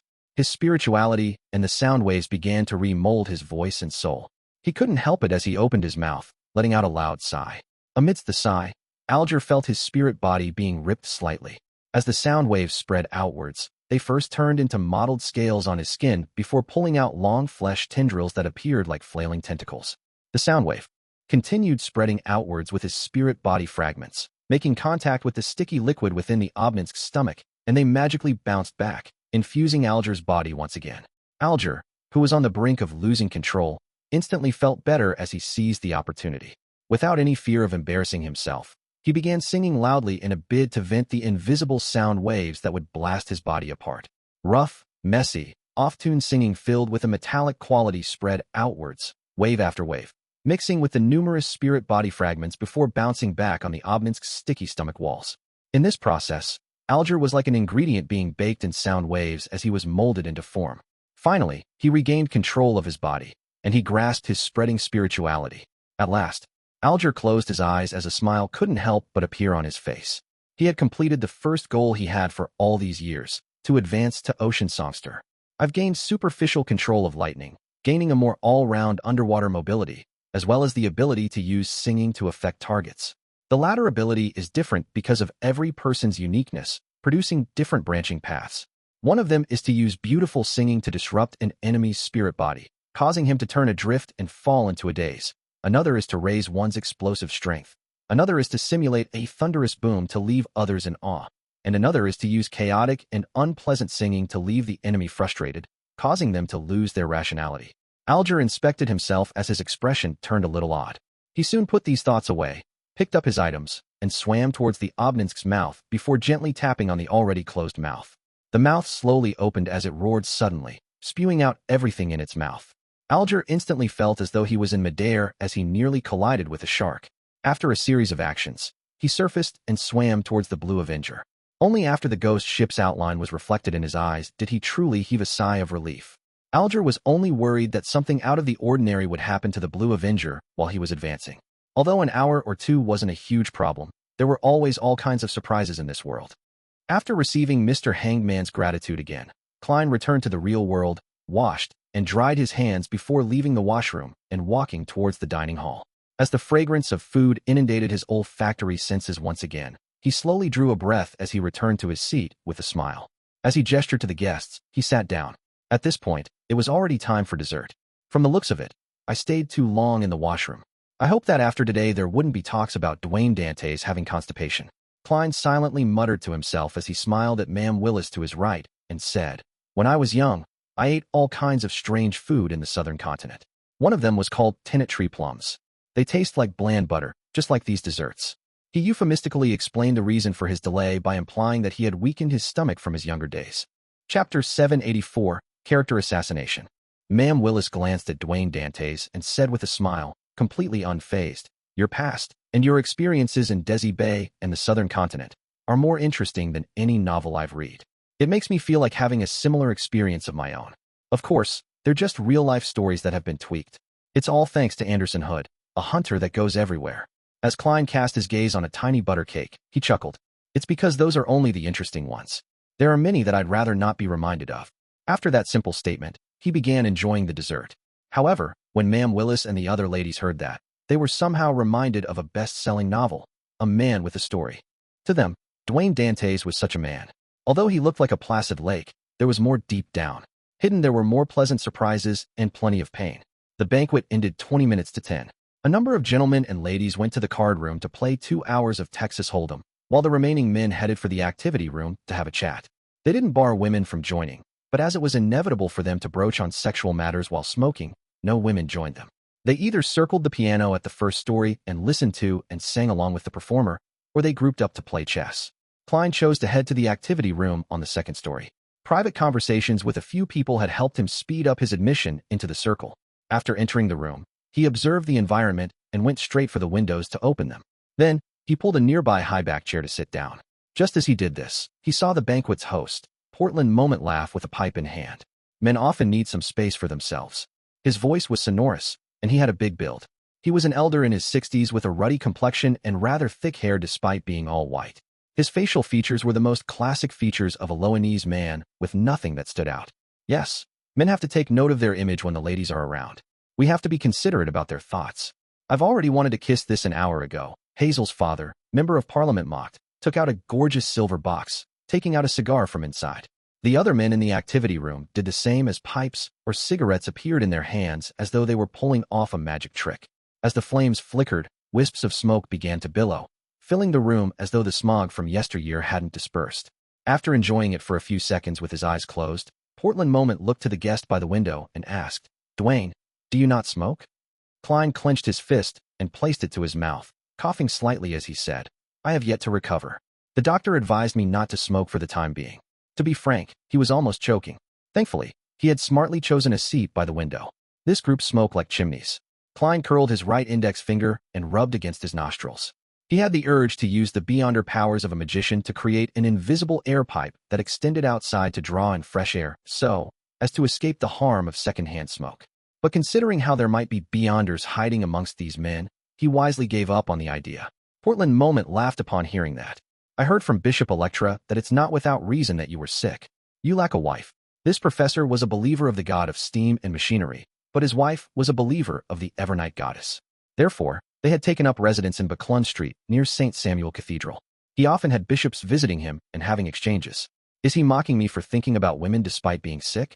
I really couldn't tell that Bishop Electra is actually a man who likes spreading gossip. It's all a Rhodes's fault. Klein lampooned and shook his head. With a smile, "I place great importance on marriage. I'd rather remain single if there's no one suitable." At this moment, the high-ranking employee of the Backlund Municipal Office, Mr. Willis, spewed out smoke and said, "Actually, I envy Dwayne's single status. It allows him to be able to pursue any kind of woman that he likes." He had deliberated and enunciated "any kind," causing ambiguous laughter to sound out. The matter of Dwayne Dantes' wide preferences and him never rejecting any charming woman has already spread across this street. Klein held back his right hand to prevent himself from subconsciously rubbing his temples. He felt that the deep, dignified, handsome, gregarious new tycoon's image was undergoing a subtle change. He first suspected that it was the loudmouth, Bishop Electra, that had spread the news, but later believed that it was butler Walter who had proactively gotten the servants to spread the gossip. This was because a nearly flawless, charming gentleman would often be unknowingly ostracized by members of the same sex in a circle. But when a blemish surfaced, with a topic that could be used in jest, it made it easier for him to build closer ties. Klein wasn't angry about such treatment. Instead, he deliberately gave a wry smile in a rather gentlemanly manner. That's why I have difficulty choosing, causing me to remain single to this day. Haha. Portland moment, and company laughed in unison. Member of Parliament Mock then said, "What you need is to be a little more decisive. A good marriage and a good family aids a man greatly." He stopped teasing him and gave serious advice. From the looks of it, no matter which world you're in, you can't escape the fate of being pressured into marriage. Klein nodded gently and glanced out the window, taking in the night scenery of Portland Moment's garden. At this moment, he saw a figure. It was Hazel Mocked, who was dressed in a black-green gown, following a trail going deeper into the garden, pausing from time to time to look around as though she was looking for something. Wasn't this lady playing the piano just now? Why would she suddenly be in the garden? When Klein retracted his gaze, Hazel's figure was blocked by flowers. When guests attend banquets or balls, leaving the hall to head into the garden isn't something impolite. After all, it's a very stylish habit to take a stroll under the moon and take in the flowery aroma of the night winds. However, this often implies a rendezvous. Who's Hazel rendezvousing with? No, it doesn't seem like it. No one that came today is truly her equal. Although she doesn't appear as arrogant after the fright she suffered in the sewers, making her occasionally look depressed, she still seems to belittle ordinary people deep down. She's dealing with the negative effects of the mystical item? That doesn't make sense. Entering a lounge or the washroom would be better than the garden since there's more privacy. Furthermore, back at the ball held at her place, she also went to the third story and not the garden.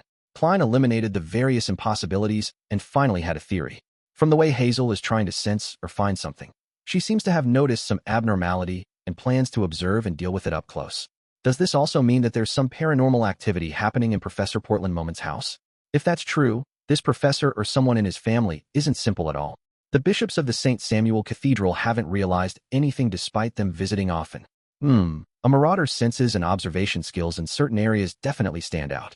Klein didn't have any thoughts of intervening in the situation outside. After all, something that Hazel could sense was definitely nothing too dangerous. Besides, St. Samuel Cathedral was nearby. If there were any hidden secrets, no one would attempt to escalate matters and would instead try to lay low. At this moment, Mock finally calmed down from an untasteful joke and looked towards Portland Moment.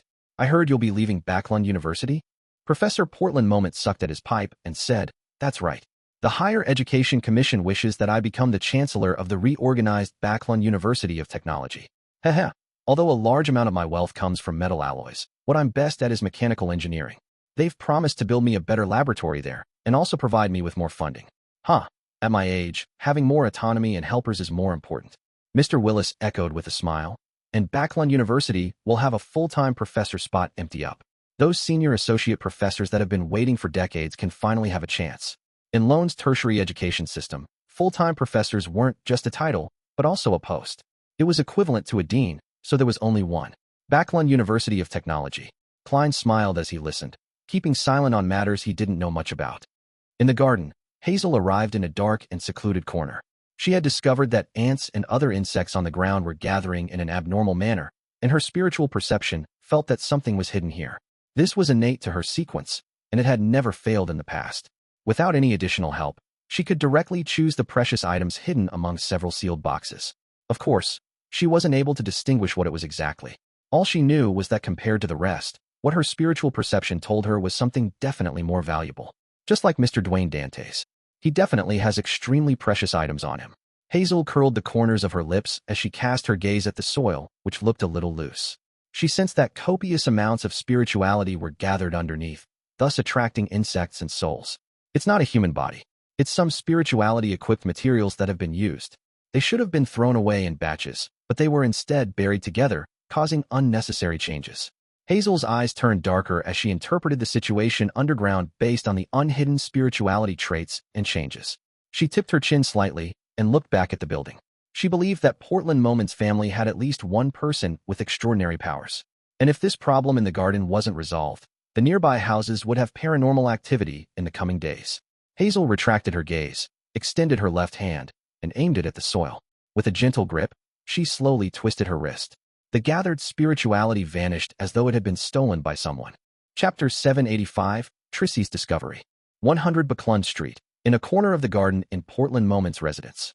The many ants and worms that were gathering there slowly dispersed as the cold, creepy sensation faded. That person with extraordinary powers likely doesn't have any experience.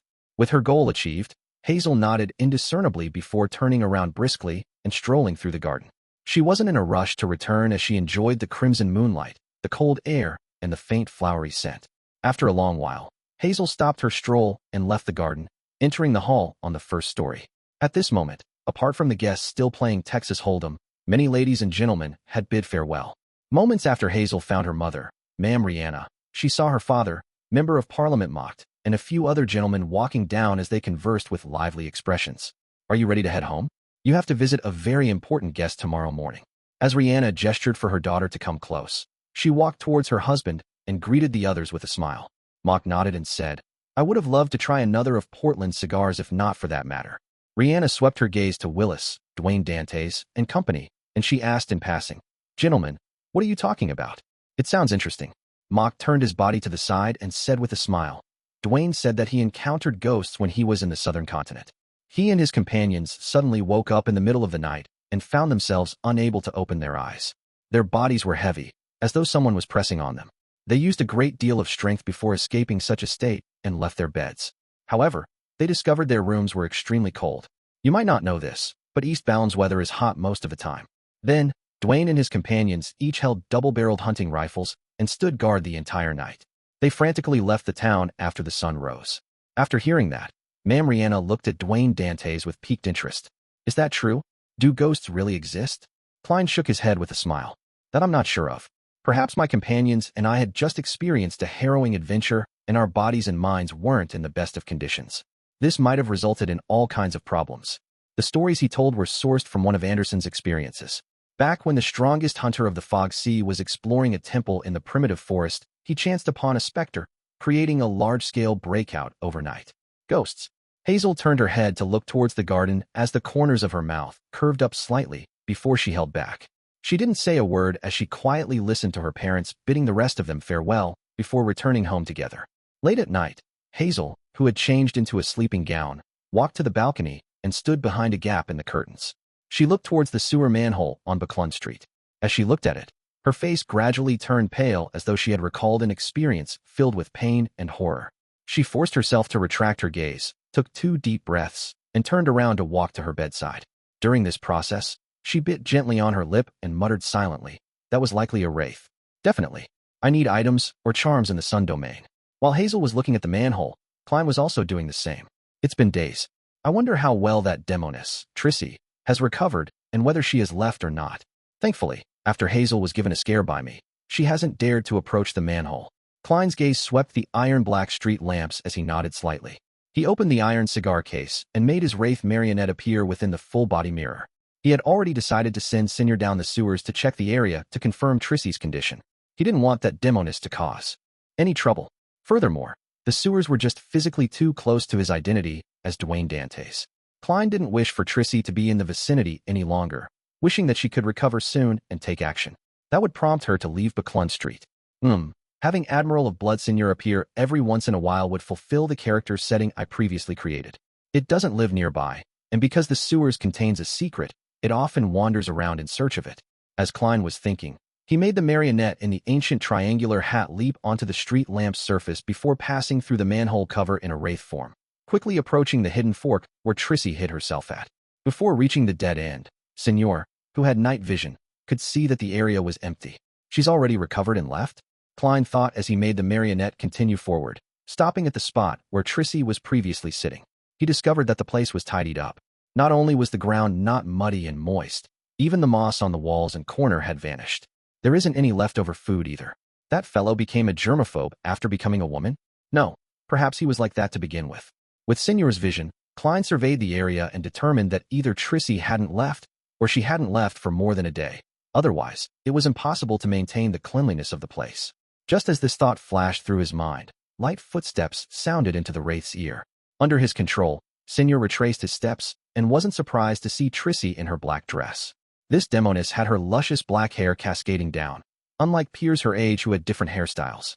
It was simple and neat, matched with her pale face that had just recovered some of its ruddiness. Trissy looked like a dreamy flower that was silently blooming in the night, as expected of a demoness. Thankfully, there's a marionette in between us. Otherwise, I would just end up staring at her. Haha, a dead person won't be enticed.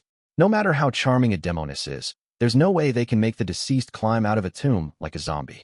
Klein lampooned as he looked at Trissy, who had a blank expression but was secretly wary, having released the invisible threads. Where did you go? Trissy pricked up her brows and said, would you like to relieve yourself where you sleep? I thought a demoness wouldn't need to use the washroom. Klein gave a self-deprecating comment and made Senior chuckle. Are you referring to pissing and shitting? He had deliberately made the marionette say such words, as it matched Admiral of Blood's persona of a boorish pirate. Trissy indiscernibly frowned and said, is there anything else? Senior didn't continue on the topic as he said, you look like you've almost recovered. Trissy smiled. Not bad. I'll be leaving tomorrow. She paused as she slightly narrowed her slender eyes. To be frank, I doubt whether you're the real Admiral of Blood at times. Of course it's real. You should ask if he's alive or dead. With his interest piqued, Klein made Senior ask, why do you say that? Trissy's gaze swept over the wraith's face and said, it's said that Admiral of Blood is someone who indulges in his desires, and he has no resistance towards beautiful females and males. Yet, I don't see any sparks of desire when you face me. I believe the real Admiral of Blood would have added the condition of doing something I wouldn't want to in the agreement. Klein deliberated for 2 seconds and made Senior give a self-deprecating smile. I'm afraid of finding myself lost to pleasure and ending up being controlled by you. Trissy's expression instantly changed. This was indeed one of the reasons why she had raised the topic. To a demoness of pleasure, beyonders who habitually indulged in their desires were natural prey. Klein actively ignored the topic and made the marionette say, you're seeking out the target tomorrow? Very clearly, the Royal Guard captain knows you and knows what you look like. After all, you were arranged by them to be by Prince Edisac's side. Klein silently added. Trissy lowered her head and looked at her toes before chuckling. Rest at ease. I have the perfect plan. As she spoke, she turned her body sideways and casually looked deep into the sewers. If you set off from here, at the end of the 6th left fork is a hidden passage. It has signs of prolonged human activity. Haha, I discovered it while walking around in the past few days. I believe it has something to do with that girl, right? It's also the reason why you're here. Hidden passage? Klein didn't confirm or deny it. He made Senior smile and say, did you discover anything? Trissy shook her head. There was nothing at all. Perhaps only a certain pathway, or someone with a specific item, can find the clues. A marauder's intuition, or something on Hazel's person. Klein didn't make Senior continue on the topic as he pressed his hand to his chest and bowed with a smile. Since you've recovered, I can be at ease. The moment he said that, he suddenly vanished. Trissy focused her eyes into a stare, but it was to no avail. Only when the invisible thread she had released was hit by a breeze did she retract her gaze, confirming that Admiral of Blood had really left. At that moment, Klein had brought the wraith back to the manhole without attempting to explore the spot which Trissy had mentioned. There were 3 reasons for his decision. First, it had exceeded 100 meters. Second, he suspected that he wouldn't find anything since he wasn't from the marauder pathway, nor did he have the corresponding items. Third, Trissy was still around. Furs woke up naturally on a Sunday morning as she got up to wash up. As she chewed on a fresh piece of toast, she retrieved a stack of items from her mailbox. As she walked to the coffee table with a cup of coffee on it, she casually flipped through the items and discovered a reply letter she had been looking forward to. Throwing down the papers, bills, and other letters, Furs tore open the envelope. Teacher is already in Backland? Furs quickly read through the letter as she muttered in surprise. At the same time, she saw the toast in her mouth plunge to the ground. Chapter 786, Accounting Fraud. Hat trick in on Sherwood Burrows 22, Hope Street. Just as the attendant at the front desk was about to drink some water, she saw a lady walk in.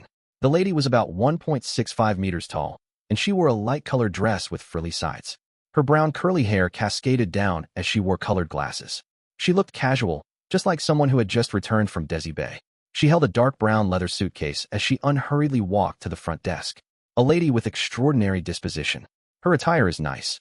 How I wish I could see what she looks like without her glasses.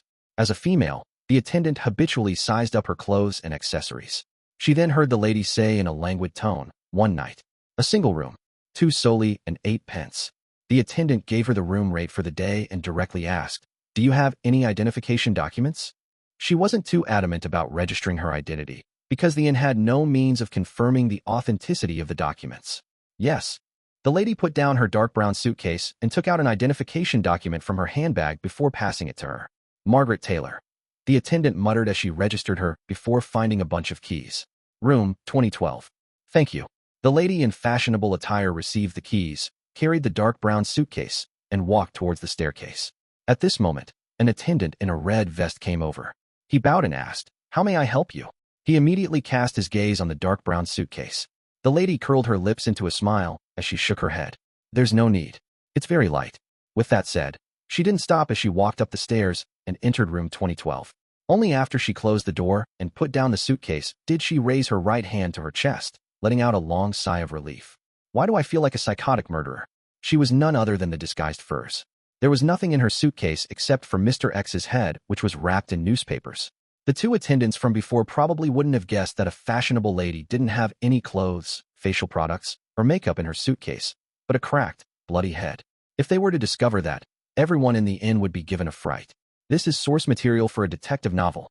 Furs calmed her feelings of anxiousness and picked up her suitcase again and opened the door. She observed the corridor and saw no one walking through it. She hurriedly walked out and headed for room 2016 and rapped on the wooden door. Her teacher, Dorian Gray Abraham, was living in the same room he previously used. After sensing someone sizing her up through the peephole, Furs heard the doorknob twist as the gears unlocked. Dorian Gray was dressed in a black suit with very broad shoulders. He looked to the left and right warily before making way, allowing his student to enter. "No one noticed you, right?" Following that, he closed the door and asked cautiously. Furs put down the suitcase and removed the colored glasses that hid half her face. "No, I used a fake identity. As a Beyonder in Backland with rather rich experience as a low-sequence Beyonder, having a few fake identification documents was necessary. Furthermore, she had Zio's expert help in such matters. The only problem was that it was ultimately a fake identity that couldn't stand up to police scrutiny. However, Furs had heard that there were places where real identity documentation could be obtained. Furthermore, they were documents which the police department had a record of, with the pictures swapped. Of course, the price was much more expensive. Dorian nodded gently and silently exhaled. As he got Furs to sit, he brought a chair over and said, "You mentioned that someone is paying to find the direct descendants of the Abraham family at a Beyonder gathering in Backland, and the goal is to find information on Mr. Dor." "Yes, teacher." Furs said nothing but the truth. "I don't know much about the family, so I thought of asking you to see if you knew anything." She hid 2 points, namely the Beyonder gathering being called the Tarot Gathering, and that she long knew that her teacher was a member of the Abraham family. Dorian sat down and drank a sip from a white porcelain teacup. He asked with a calm expression, "Who was the one asking?" "I'm not sure. I can only confirm that it was a woman. She had concealed her appearance. She seemed very powerful and must have quite a strong backing." Furs described her impression of Ma'am Hermit. What she didn't say was that this woman had close ties with Queen Mystic Bernadette. Dorian Gray pondered for a few seconds before saying, "I don't know much either. All I know is that Mr. Dor is the ancestor of the Abraham family. He vanished during the War of the Four Emperors. You can try using this piece of information to get some of the bounty." "Mr. Dor is the Abraham family's ancestor?" "Mr. Dor, who made the Abraham family suffer the curse of the full moon, causing many members to lose control, is actually the Abraham family's ancestor?" Furs was alarmed. Having already learned some of the problems of the Abraham family from Mr. Fool, she couldn't believe that the cause of all of this was the source of the bloodline. Does Mr. Dor not know the consequences of his actions? Furs muttered silently, as she couldn't help but frown. Dorian Gray noticed his student's abnormal reaction as he asked, somewhat puzzled, "Is there a problem?" "Oh no, I didn't manage to hide my expression." Furs deliberated and said, "I just don't understand. It's been more than 1,000 years, so apart from the Abraham family's direct descendants, who would wish to gather information on Mr. Dor and why? Perhaps they're trying to find Mr. Dor? All right. Queen Mystic is Emperor Roselle's daughter, and Mr. Dor has appeared in Emperor Roselle's diary. Therefore, the Queen is trying to find Mr. Dor to figure out the truth of the past. That's normal. However, Mr. Dor vanished in the War of the Four Emperors, more than 1,000 years before Emperor Roselle's era. How did they manage to contact each other? Could it be that Emperor Roselle could also hear the full moon ravings? I remember Mr. Dor making a remark that Mr. Dor might be calling for help. If that's the case, it's really. As an author, Furs was momentarily at a loss for words to describe her feelings. Dorian revealed a wry smile and said, "Certainly, I'm also puzzled about this problem. Remember to tell me if you find the answer." Furs didn't harp on this matter, afraid that Dorian Gray would notice anything amiss. She then said, "Teacher, why did you suddenly come to Backland?" Dorian smiled and picked up a cigarette as he raised it to his nose to give it a whiff. Without lighting it, he said, "I happen to have some matters that need me to be in Backland. I also decided to check on your digestion progress." In fact, he had been alarmed by Furz's letter. He couldn't believe that anyone in the world would still be asking about Mr. Dor. One had to know that even the Abraham family had given up such attempts. He was the only one who kept at it, teaching students on his own accord. This also made him recall a prophecy that was passed around within the family. The Abrahams were increasingly approaching their destruction. When he connected the two matters together, he rushed over to Backlund to confirm his student's situation. He wished that she could advance as soon as possible, leaving some hope for the Abraham family. I just grasped the various astrological knowledge, Furz replied, feeling a little guilty. Due to her lack of money, she hadn't bought the high-quality crystal ball needed by an astrologer. To not continue on this topic, Furz began asking Dorian Gray about the acting principles needed for astrologer, obtaining advice such as astrology isn't all-powerful. Towards the end, Furz glanced at the dark brown suitcase beside her and said, "Teacher, there's one more matter." "What is it?" Dorian leaned back into his chair as he leisurely drank a mouthful of black tea. Furz followed the script she had prepared and said, "After knowing that Louis Veen betrayed the organization, inflicting a great deal of harm upon all of you, I've always had the thought of finding him and exacting revenge for all of you." "Give up that thought." Dorian sat up straight. "Even if you have Lamino's travels, you are no match for him, much less able to kill him. I'm very glad that you have such thoughts, but there's no need to take unnecessary risks. I'm definitely not able to do it alone." Furz mumbled silently before saying, "I got to know a very powerful bounty hunter. I spent about £10,000 to seek his help. She wasn't able to estimate the cost of the job, so she had used the price that Miss Audrey paid when previously entrusting them to kill the Intis ambassador. That might be a cheat. Louis Veen is likely a traveler, and he has the support of the Aurora Order." Dorian didn't hold any hopes of any bounty hunter being Louis Veen's match when he heard his student say, "He has already succeeded." Cough, cough, cough. Dorian choked on his saliva as he broke out into a fit of coughs. He dropped the teacup to the ground, but it bounced up like magic, firmly landing on the coffee table. "He has given me Louis Veen's head." Furz held up the dark brown suitcase and opened it, taking out the spherical object which was wrapped in newspapers. With the newspapers unfolded bit by bit, Dorian saw that face he would never forget. The smug smile on Louis Veen's face back when he attacked the Abraham family's headquarters was gone. His head was covered in cracks, as though it had been glued together piece by piece. It was gruesome, filled with pain and despair. As an astrologer, Dorian Gray's spiritual intuition told him that it was undoubtedly Louis Veen's head. "Good. Very good." Dorian muttered in excitement before looking up at his student. "Who was the bounty hunter? I can't imagine Backlund having such a powerful bounty hunter." Furz hesitated for a moment before saying, "Gehrman Sparrow." Chapter 787, Dorian's Warning. Gehrman Sparrow. Dorian felt the vessels on his forehead pulse when he heard that as he held his hands together, tensing up without realizing it. Situated in Pritz Harbor, he inevitably learned of the various news at sea, both actively and passively, knowing far more than the residents in Backlund who relied on the newspapers. In recent months, he often heard from different channels of information about Gehrman Sparrow. From killing Steele Mavady to severely injuring Vice Admiral Ailment Trissy, to successfully hunting Admiral of Bloodseigneur, all these stories were colored with mania. He left the sea and came to Backlund? He hasn't changed his trait of craziness. Dorian held back the horror and wariness that subconsciously rose in his heart as he looked at his student and said in a deep voice, "It's best that you minimize your communication with that bounty hunter. He's bound to get into big trouble one day, and it wouldn't take long for that to happen. Teacher is indeed experienced and has great acumen. He instantly saw through Mr. World's intrinsic nature. Unfortunately, I'm already a member of the Tarot Club, so it's impossible not to communicate with him." Furz adjusted her state of mind and sincerely nodded. "Yes, teacher." Dorian composed himself and once again looked at his former student and current enemy, Louis Veen. However, this traveler could no longer speak. He didn't even have an iota of spirituality left. After a few seconds of silence, Dorian leaned back slightly and looked at Furz. "You mentioned paying £10,000 for the job?" He wasn't aware of Furz's financial situation, other than knowing that his student was a best-selling author who likely earned quite a bit from her royalties. Furthermore, she seemed to be doing quite well in the few beyonder circles with transactions that rewarded handsomely. Therefore, it wasn't too surprising or unacceptable that she could save up £10,000. Furz fidgeted, feeling a slight guilty conscience as she said, "Is it too expensive?" She deliberately asked a question in order to hide the fact that she had mentioned a fake number, so as to show that she didn't have much experience in such matters. Dorian shook his head. "No, it's too cheap. It's so cheap that I suspect whether Gehrman Sparrow has other motives." As a member of the Abraham family which had suffered numerous setbacks, he often maintained a relatively high level of wariness. In the professional terminology of various clubs and gatherings, That's called a membership fee. Furs lampooned as she frankly said. There were other conditions, including everything on Louis Vine's person belonging to him, as well as the requirement of me providing him help. Also, I promised that if he's in need of cash in the future, I will compensate him an additional £3,000. That's reasonable, but just barely. Dorian nodded gently and said, usually, assassinating Louis Vine, who had the Aurora Order backing him, would cost at least £30,000. And if there are other situations, the price will be higher. Back then, Mr. World had used demigod powers recorded in Lamino's travels. He probably encountered something else. An Aurora Order saint? Having had an edifying experience exerted on her by the Tarot Club, Furs wasn't unfamiliar with the Aurora Order's structure.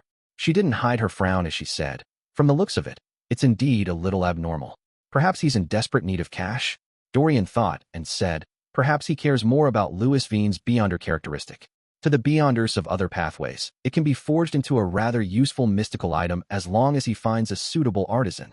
Dorian paused for 2 seconds before adding, there's no need to worry about that. Just stay away from him in the future. Perhaps he had long targeted Louis Vine, and he was just using the information you provided to carry out the assassination while still getting an additional bonus. Dorian didn't continue on the topic as he took out a fist-sized pure crystal ball from his pocket. It's made of star crystal, and it can effectively raise your astromancy. The light shone in from outside the window as resplendent waves surfaced within the crystal ball. Without waiting for Furs to reject, Dorian chuckled. Louis Vine is my enemy. The payment used to get rid of him should be paid by me. I don't have that much cash at the moment, and I can only use some items to deduct from the payment. No, there's no need. Furs shook her head, partially genuine, but partially in contradiction to her will. It was genuine because she only wanted to seek revenge for her teacher back when she thought of getting rid of Louis Vine without considering the possible reward she could later receive. It was in contradiction to her will because she couldn't reject the reward. Dorian said with a stern expression, do you wish for me to be ashamed and uneasy? Don't worry. I still have quite a bit of wealth. Furs nodded in response. All right then, Dorian smiled once again. Also, I brought you the scribe potion formula. You can gather the corresponding ingredients as you digest the astrologer potion. Heh, I'll prepare one of the main ingredients for you. The brain of an Asman. You'll have to rely on yourself for the rest. An Asman was said to be a monster that existed in ancient times. It looked like an unprotected human brain that could fill a room. Not only could it create terrifying illusions, but it could also make its attackers die from their own attacks. As he spoke, Dorian took out a yellowish-brown goatskin and passed it to Furs. Furs received it in gratitude and quickly scanned the list of main ingredients. One complete brain of an Asman, cursed artifact of an ancient wraith. I hope I can gather the remaining ingredients before I finish digesting the astrologer potion. Just as Furs rolled up the goatskin, she saw Dorian take out a pure golden box from his suitcase. After removing the wall of spirituality, Dorian opened the box as he said, without the gold enclosing it, the brain of an Asman will constantly affect you, causing you to hallucinate until you lose your mental facilities. Inside the squarish box was a blob of grayish-white, translucent, and wrinkled object. It was about a fifth the size of Louis Vine's head. As expected of a family with a long history, Furs sincerely thanked him once again and received the golden box and skillfully closed it and used a wall of spirituality to seal it. Dorian didn't stop and instead gave an excuse for Furs to stay back. He set up a ritual and summoned the void creature Malmouth, who enjoyed music. He then took out 2 documents from the creature's spherical body. He had prepared the 3 items for Furs when he received the shocking news regarding Mr. Dor. Therefore, he had it on him. These are 2 pieces of property in Backland. One of them is in Hillston Borough, and the other is in Sherwood Borough. They're in excellent locations and should have a total valuation of about £6,500. The amount you can sell them for will be yours, Dorian said with a smile. Although the Abraham family was in a state of decline, as a former angel family with a long history, it still had quite a bit of resources, including land, tree farms, property, manors, and mines. However, Dorian only had control over a few, with most of the remainder belonging to the various smaller families. The place I'm renting costs £2,500 and in an okay district, but an average location. What teacher gave me today does add up to about £10,000. Furs couldn't help but sigh inwardly. In the Holy Wind Cathedral, deep blue officiant Randall Valentinus looked at the mandated Punisher deacon and said, any findings? The new Backlund archbishop was a middle-aged man with a domineering demeanor. His dark blue hair was thick, and he had large earlobes. His eyes seemed to constantly hide lightning and storms within them. The mandated Punisher deacon standing before his desk was a thin middle-aged man wearing a modified captain's hat. His looks didn't stand out, but there was an anchor tattoo on his neck. The man answered reverently. Your Eminence, we've already caught some of the members who participated in the gathering. However, they have no idea who the rest are, much less know of the person who assassinated Mr. X. According to their description, the assailant was about 1.6 meters tall and likely female. We can't rule out the possibility that it's a short man. Randall held back his anger and asked, what do you plan on doing next? As we are temporarily unable to know who Mr. X invited to the gathering, and 1.6-meter tall women are common, our plan is to relax our stance on the surface as we target a few suspicious targets and convert those we've caught into informants. Without us exerting any danger, those bunch of lunatics from the Aurora Order will definitely seek out the murderer themselves in order to avenge Mr. X. They'll likely do a carpet search, and this way, not only will we find the assassin, but we can also discover more clues to the Aurora Order, the thin middle-aged man explained in detail. Randall nodded in thought and said, Roy, when taking action, remember to apply for a Grade 1 sealed artifact. The situation is clear that the Aurora Order has at least a saint in Backland, and the assassin's strength is greater than the typical Sequence 5 Beyonder, and they similarly have a demigod backing them. Yes, Your Eminence. Roy Wellesley struck the left side of his chest with his right fist. Dwayne, you often exceed my expectations. It hasn't taken you long to finish studying the revelation of Evernight's Book of Wisdom. Inside St. Samuel Cathedral, Bishop Electra closed the Bible in his hands and smiled at the pious tycoon with gray sideburns and deep blue eyes. Klein laughed and replied, this is expected of a believer. Next up is the study of the letters of the saints. Yes, which saint do you wish to begin with? Electra asked. Klein looked to his sides and chuckled. Let's do St. Samuel then. Electra wasn't surprised at that as he seriously introduced, St. Samuel was a Backland archbishop during the fourth epoch of the Trunsoist Empire. He contributed greatly to the spreading of the goddess's faith and entered her divine kingdom before dying, becoming an angel. As he spoke, he flipped to the corresponding letters of the saints. At this moment, Klein's spiritual perception was triggered. He felt a deep sense of evil and diabolical will spread above him. Following that, a cold and quiet feeling extended from underground, leveling everything and restoring the cathedral to its former tranquility. Bishop Electra snapped out of his daze and said to Dwayne Dantes, who didn't seem to detect anything, sorry, I just recalled something. Chapter 788, Hidden Passage. It's fine, Klein replied with a warm smile. Although he didn't seem to notice anything, thoughts were flying through his mind. He began considering what the anomaly that happened during that instant meant. Previously, the keepers would head upstairs along the nearby staircase. It can be preliminary determined that they live there, coinciding with the area where the anomaly happened. The keepers aren't in the best of conditions, so the chances of them losing control are greater than ordinary Beyonders, causing them to suddenly release a sense of an evil and diabolical will. And this was suppressed and quelled by the core seal deep behind Cheney's gate? If that's the case, there are two possibilities. 1. The core seal behind Cheney's gate can sense all the anomalies in St. Samuel Cathedral and then react instinctively. 2. During the keeper's watch over the years, they are constantly corroded by the core seal's powers. In a certain sense, they are a part of it, or they bear the weight of the corresponding traits. Once any abnormalities happen, their bodies will immediately intervene. If it's the former, that means that when I knock a keeper unconscious and replace him, it will easily be detected by the core seal behind Cheney's gate. It will produce an anomaly like before, causing my plan to fail right at the beginning. If it's the latter, I'll definitely be repelled when entering Cheney's gate, even when disguised as a keeper. I need to figure out the problem before coming up with a direct countermeasure. It's really difficult to steal sealed artifacts from the various churches. It's no wonder almost no one is willing to do so. As Klein's thoughts wandered, he superficially paid attention to Bishop Electra's explanation of St. Samuel's experiences and letters that he left behind. When it was almost time, he politely bade him farewell. After returning to 160 Buckland Street, he saw his butler approach just as he handed his hat and cane to Richardson. Sir, do you plan on holding a ball or banquet next weekend and invite the neighbors? Walter wasn't using a suggestive tone, but a tone of inquiry. However, Klein knew very well that since his butler had raised the matter, it meant that it was almost time. He nodded gently and said, Saturday night then. A ball. I'll have to trouble you and Tanaja to make the preparations. Is there enough money? When saying the last statement, Klein looked to his housekeeper. Tanaja sternly nodded and said, There's enough. The various alcoholic beverages in your wine cellar is enough to handle several banquets. When moving into 160 Buckland Street, Klein had handed her £1,000 in cash for the household expenses. From the looks of it, even with the need to replenish fine wine, tea leaves, and coffee beans, it wasn't something that could be spent in a month. The gold pound is rather strong after all. Klein nodded and smiled. Let's not use wine that's too expensive for our first ball. It's common to be reserved and loan. Yes, sir. Although Walter was very aware of how to run a ball, he still paid serious attention to his employer's instructions.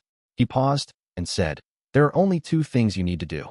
First, it's to settle the guest list with our help, thinking up some small talk for each guest, matching the person's corresponding status and experience. Second, it's to order a suit for the ball." How troublesome. When greeting Hazel, "Can I say that the sewers here are cleaner than the squares in the southern continent?" As Klein sighed and lampooned, he nodded slightly. "No problem." Deep into the night, the crimson moon hung high in the sky. The smog which had significantly thinned made Backlund have an additional sense of tranquility. In Dwayne Dantes' master bedroom, Klein set up a ritual to summon himself. He planned on entering the sewers tonight to confirm that Trissy had left. He then planned on heading for the fork she had described, to explore the so-called hidden passageway to see if he could discover anything. Klein didn't have extravagant hopes of gaining anything. He was only worried that the secret hidden in the sewers would pose a hidden risk that would one day explode. This could easily involve Dwayne Dantes, who lived nearby, spoiling his plans and stealing the Antigonus family's notebook. On this matter, I can't be an ostrich that buries its head in the sand and pretend not to know anything. I should discover the problem early and destroy what needs destroying or report what needs reporting before it completely erupts. That's the most effective solution. Of course, I also need to be sufficiently careful. I mustn't let my exploration end up lighting a fuse. Klein's spirit body tore out of the candlelight, and with Azek's copper whistle augmenting him, he possessed the physical body of Dwayne Dantes, controlling him to walk to the boundary of the wall of spirituality and sit in the reclining chair. To the external world, it looked as though the tycoon had dozed off reading the papers. Summoning my soul to possess my own body feels different from returning to my body. There's an obvious barrier in between. Klein did a comparison of the experience and floated to his desk, cleaning up most of the items on the altar and leaving behind the candle that maintained his summoning to burn silently. After doing all of this, Klein wore creeping hunger, and with Azek's copper whistle, death knell, and the senior gold coin in possession, he flew out of the master bedroom and left 160 Backlund Street, drilling into the sewers. Just as Klein found himself in the moist and dirty environment, he immediately released Wraith Senior and made his marionette open up a distance from him, turning into the hidden fork where Trissy was previously recuperating. This time, he saw that the clean region in the sewers was already stained with dirt containing signs of rats. From the looks of it, Trissy has really left. Klein, who was following far behind, heaved a sigh of relief. As a spirit body, he didn't need to breathe, nor did he need to walk on the ground. Therefore, he didn't mind how disgusting the sewers were. Senior walked out of the area and continued walking ahead and turned on the 6th left turn. Klein constantly maintained a distance of 50 meters, perfectly acting the role of the person behind the scenes. At the end of the fork was a corroded wall covered in moss. At a glance, there weren't any abnormalities to it. If Trissy hadn't mentioned it, Klein wouldn't have gotten his marionette to observe every inch of the area in detail. A few minutes later, Senior suddenly straightened his back and walked forward, entering the wall. Passing through the rather thick obstacle, Klein's eyes opened up. With the marionette's vision, he saw a half-natural, half-artificial cave. It wasn't more than 1.8 meters high and was about 3 meters wide. The ground was littered with tools like shovels which were wrapped in oilskin and large piles of mud and rubble. Right up ahead were 2 hidden passageways that extended downwards. The left one was about 5 to 6 meters deep, while the one on the right was nearly 10 meters deep. However, nothing seemed to have existed in them, as though they were still being excavated. This was dug up by Hazel? In the day, she's an arrogant lady of high society, and at night, she's an excavator in the sewers? Furthermore, she's moving the dirt and rubble one pail at a time? She was loitering around to find the exact spot, and digging was the subsequent step? That wall must have been a secret door. Klein hid himself at the fork's entrance as he made Senior scrutinize the area. Following that, he made the wraith enter the left passage until he reached a completely sealed-off area. Senior's figure slowly turned faint as it turned incorporeal. In this state, he passed through the soil and explored deeper. But even when reaching the 100-meter limit, he didn't discover anything of use. All he saw were ordinary insects and worms. Klein made the marionette switch directions, swimming in the sea of soil without finding anything. Senior soon returned to the cave from before and entered the right passageway without being affected by any obstacles. There's still nothing. It's not without reason that Trissy determined that it will only work for a particular pathway or being in possession of a certain item. She must have probed the area with the invisible threads of a demoness of pleasure. Unfortunately, I've already lost Tinder. I wonder if the gray fog's aura on me would work. It seems to strongly attract beyonders from the Marauder pathway. Klein silently commented, and, using his spirit body state, planned on personally visiting the 2 hidden passageways that Hazel had dug up. However, he curbed his desire because he was now a marionettist. Doing it personally in situations that didn't require it was in violation of the acting principles. It's fine even if I don't use the Grey Fog's aura. I'll just request to purchase a mystical item from the Marauder pathway during tomorrow afternoon's tarot gathering. It doesn't need to be too expensive. It can just correspond to sequence 8 or 9. That badge from Lenevis is only a signal receiver, not an item of this pathway. While not aware of the exact situation of what's hiding inside, rashly using my spirit body to explore it might result in me attracting a high-sequence monster. Being careful and cautious will forever be a condition for myself. Klein slowly heaved a sigh of relief and retrieved Wraith Senior. He wasn't worried that Hazel would continue coming in the near future. Any person with normal intelligence wouldn't continue coming unless they had the means to deal with the situation from before. Ignoring how Hazel hasn't had any contact with Beyonder circles, even if she has, getting an item from the Sun domain isn't simple. After all, Backlund is the territory of the Church of Storms. I do have something that I don't use often. Haha, can I find an opportunity to sell it to her, and then let her use it to harm my marionette? Klein jeered at himself before shaking his head with a laugh. He ended the summoning and returned above the gray fog, vanishing from the sewers. On Monday morning, the bright sunlight tore through the thin clouds, shining onto every corner of Backlund. Emlyn White pulled down on his silk top hat. As he left the carriage and walked to the Harvest Church, he squinted his eyes and mumbled, "What terrible weather. Backlund's worst season is coming soon." He was just about to step onto the stairs when he saw a paperboy approach him, handing him a copy of the Tussock Times. "Sir, today's morning papers." Emlyn wanted to reject it when he discovered a small slip clasped in the middle of the boy's fingers. Emlyn maintained his countenance as he took out a penny and passed it to the boy, receiving the copy of the Tussock Times and the slip. Before entering the Harvest Church, he quickly spread it open and scanned it. "There are clues to the people you are looking for. Please come to the Bravehearts Bar." Chapter 789, Each Person's Monday. 9:30 a.m., Backlund Bridge area, Iron Gate Street, Bravehearts Bar. Emlyn White stood rooted to his spot after he got down from the carriage. He stared ahead in a daze, nearly forgetting to avoid the sunlight. At that moment, the bar's main door was shut with no signs of it opening. As a sanguine who seldom left his home and only went to places like bars at night, Emlyn never expected the bar to be closed in the morning. He had left the Harvest Church in a rush via the transportation system after seeing the paper slip, hoping to obtain any first-hand intelligence. To save time, he even tolerated the cramped environment and stench of the metro. At that moment, Emlyn was somewhat peeved, but he knew that he had made the mistake. All he could do was pull a face and circle around Iron Gate Street to not waste his trip. Just as he was about to approach a rental carriage that stood along the street, he caught sight of a familiar figure from the corner of his eye. The person was wearing a brown rounded top hat and an old coat while carrying a ragged haversack. He was none other than Ian, the underground arms dealer and intelligence merchant. Hee, I have quite good intuition. I knew he would appear early. Emlyn was delighted as he stuffed his hands into his pockets and leisurely walked over, blocking Ian's way as he chuckled. "Good morning." Ian looked up and glanced at the handsome man before him, replying in puzzlement. "Good morning, Mr. White.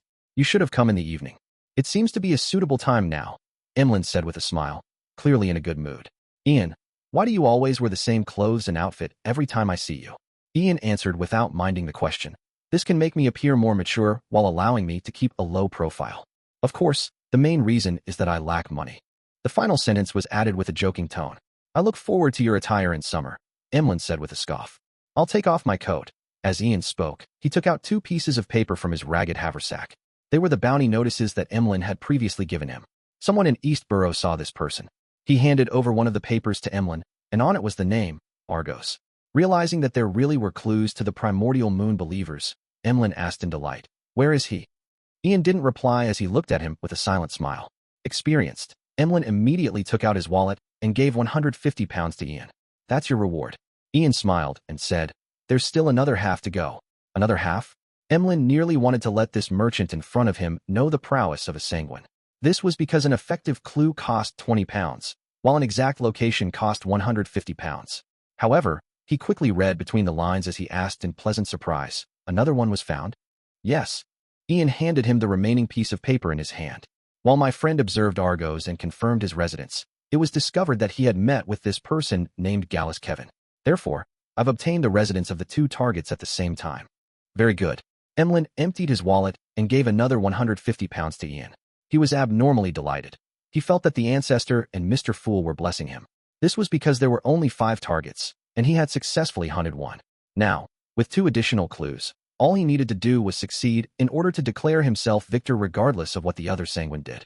Ian seriously counted and checked the notes before saying with a suppressed voice, Argos is on the 3rd story of the apartment block at East Boroughs 6, Limestone Street, opposite the public washroom. Gallus Kevin is similarly in East Borough. He stays in the room beside the staircase on the 1st floor at 19, Beluga Whale Street. I will confirm your intelligence. I believe you wouldn't wish to abandon your business for a mere £300. Emlyn nodded gently as he gave a warning. Following that, he chuckled and said, They were found so easily? Ian's red eyes darted around slightly as he said, First, many bounty hunters are my friends. They have many informants in East Borough. Second, those 2 gentlemen didn't have great disguises. Despite being in East Borough, they wore very different attire from the people around them. If they were willing to wear more ragged clothes and did more than 12 hours of labor work, I believe they would be hard to find in the messy East Borough. Is that so?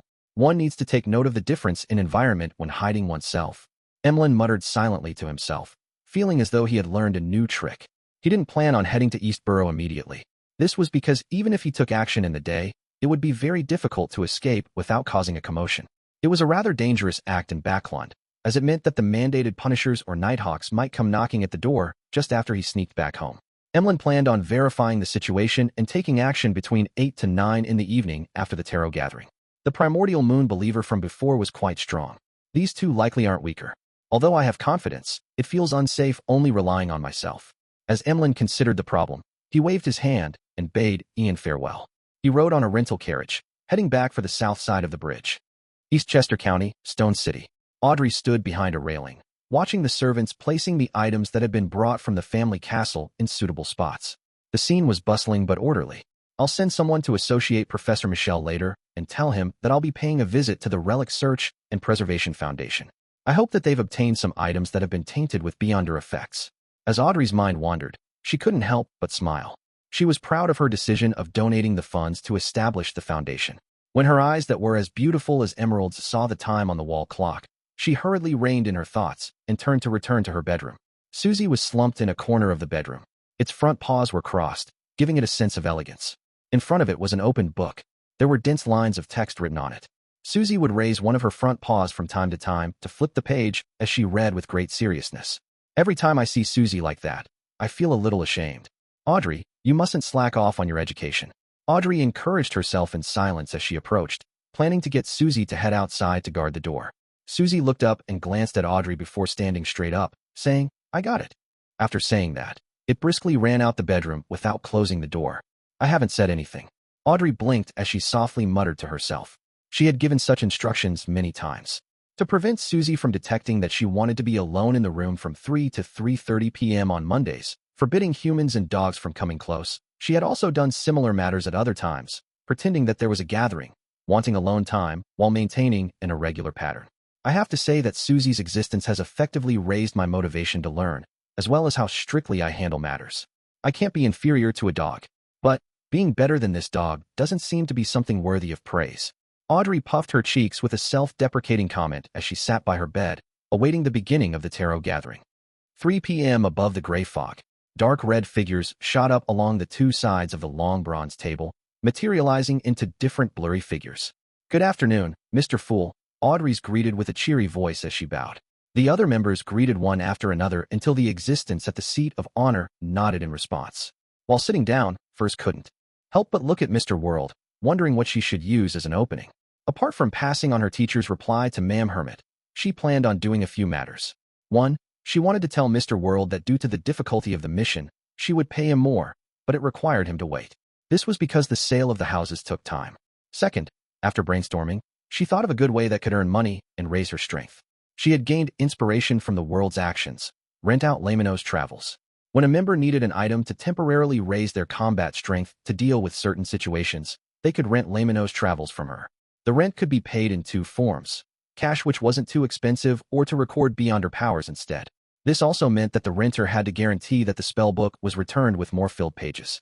Of course, as the provider, Furs would record useful apprentice powers like door opening, providing the renter with relevant help. A problem that could easily happen in this transaction was that the renter might not return it. But with Mr. Fool witnessing these exchanges in the Tarot Club, Furs believed that no one would be blinded by greed. And the death of the renter was a low-probability event for losing Laymanos Travels. But with everyone knowing that they could pray to Mr. Fool in times of danger, death was an even smaller probability. How can there not be any risks when doing business? I will talk to Mr. World about when he will use it so that there won't be any conflicts. Furs retracted her gaze and heard Ma'am Hermit speak. Honorable Mr. Fool, I have 2 pages of Roselle's diary this time. Ever since contact was made with Queen Mystic, the receiving of diary pages has stabilized in a rather terrifying manner. Klein nodded slightly and chuckled. Very good.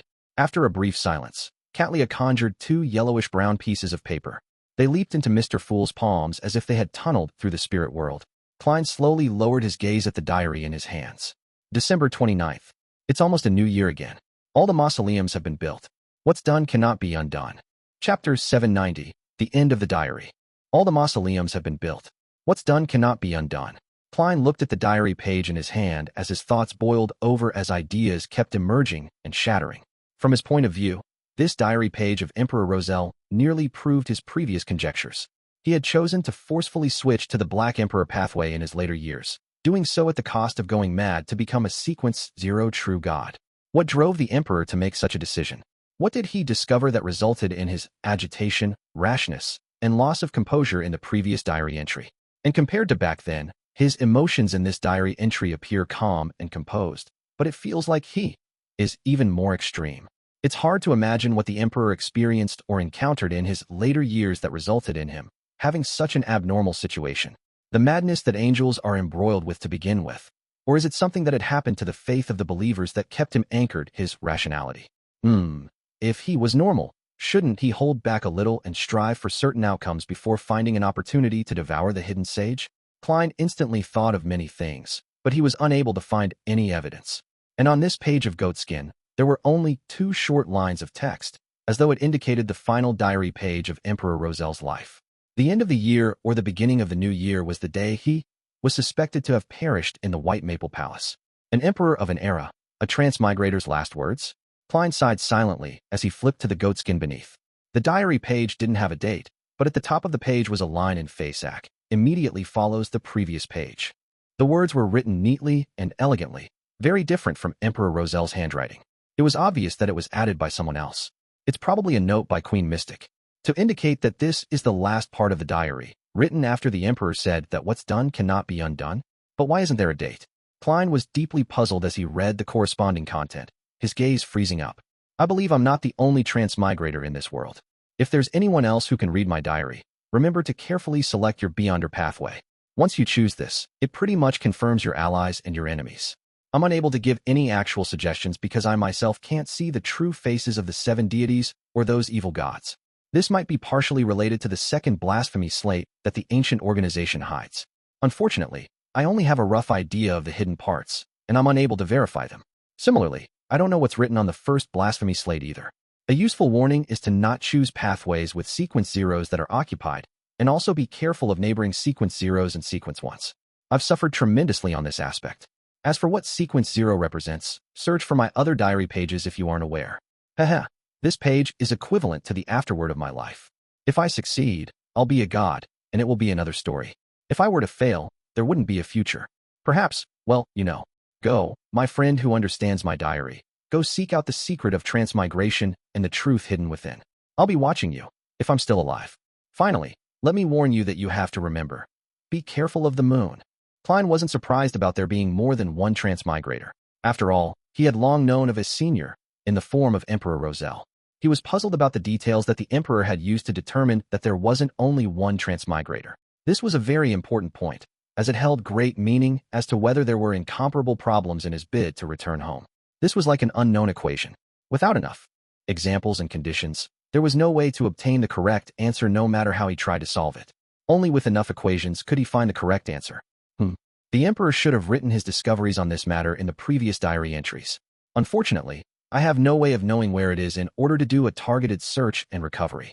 Klein silently sighed before considering the other contents in the afterword.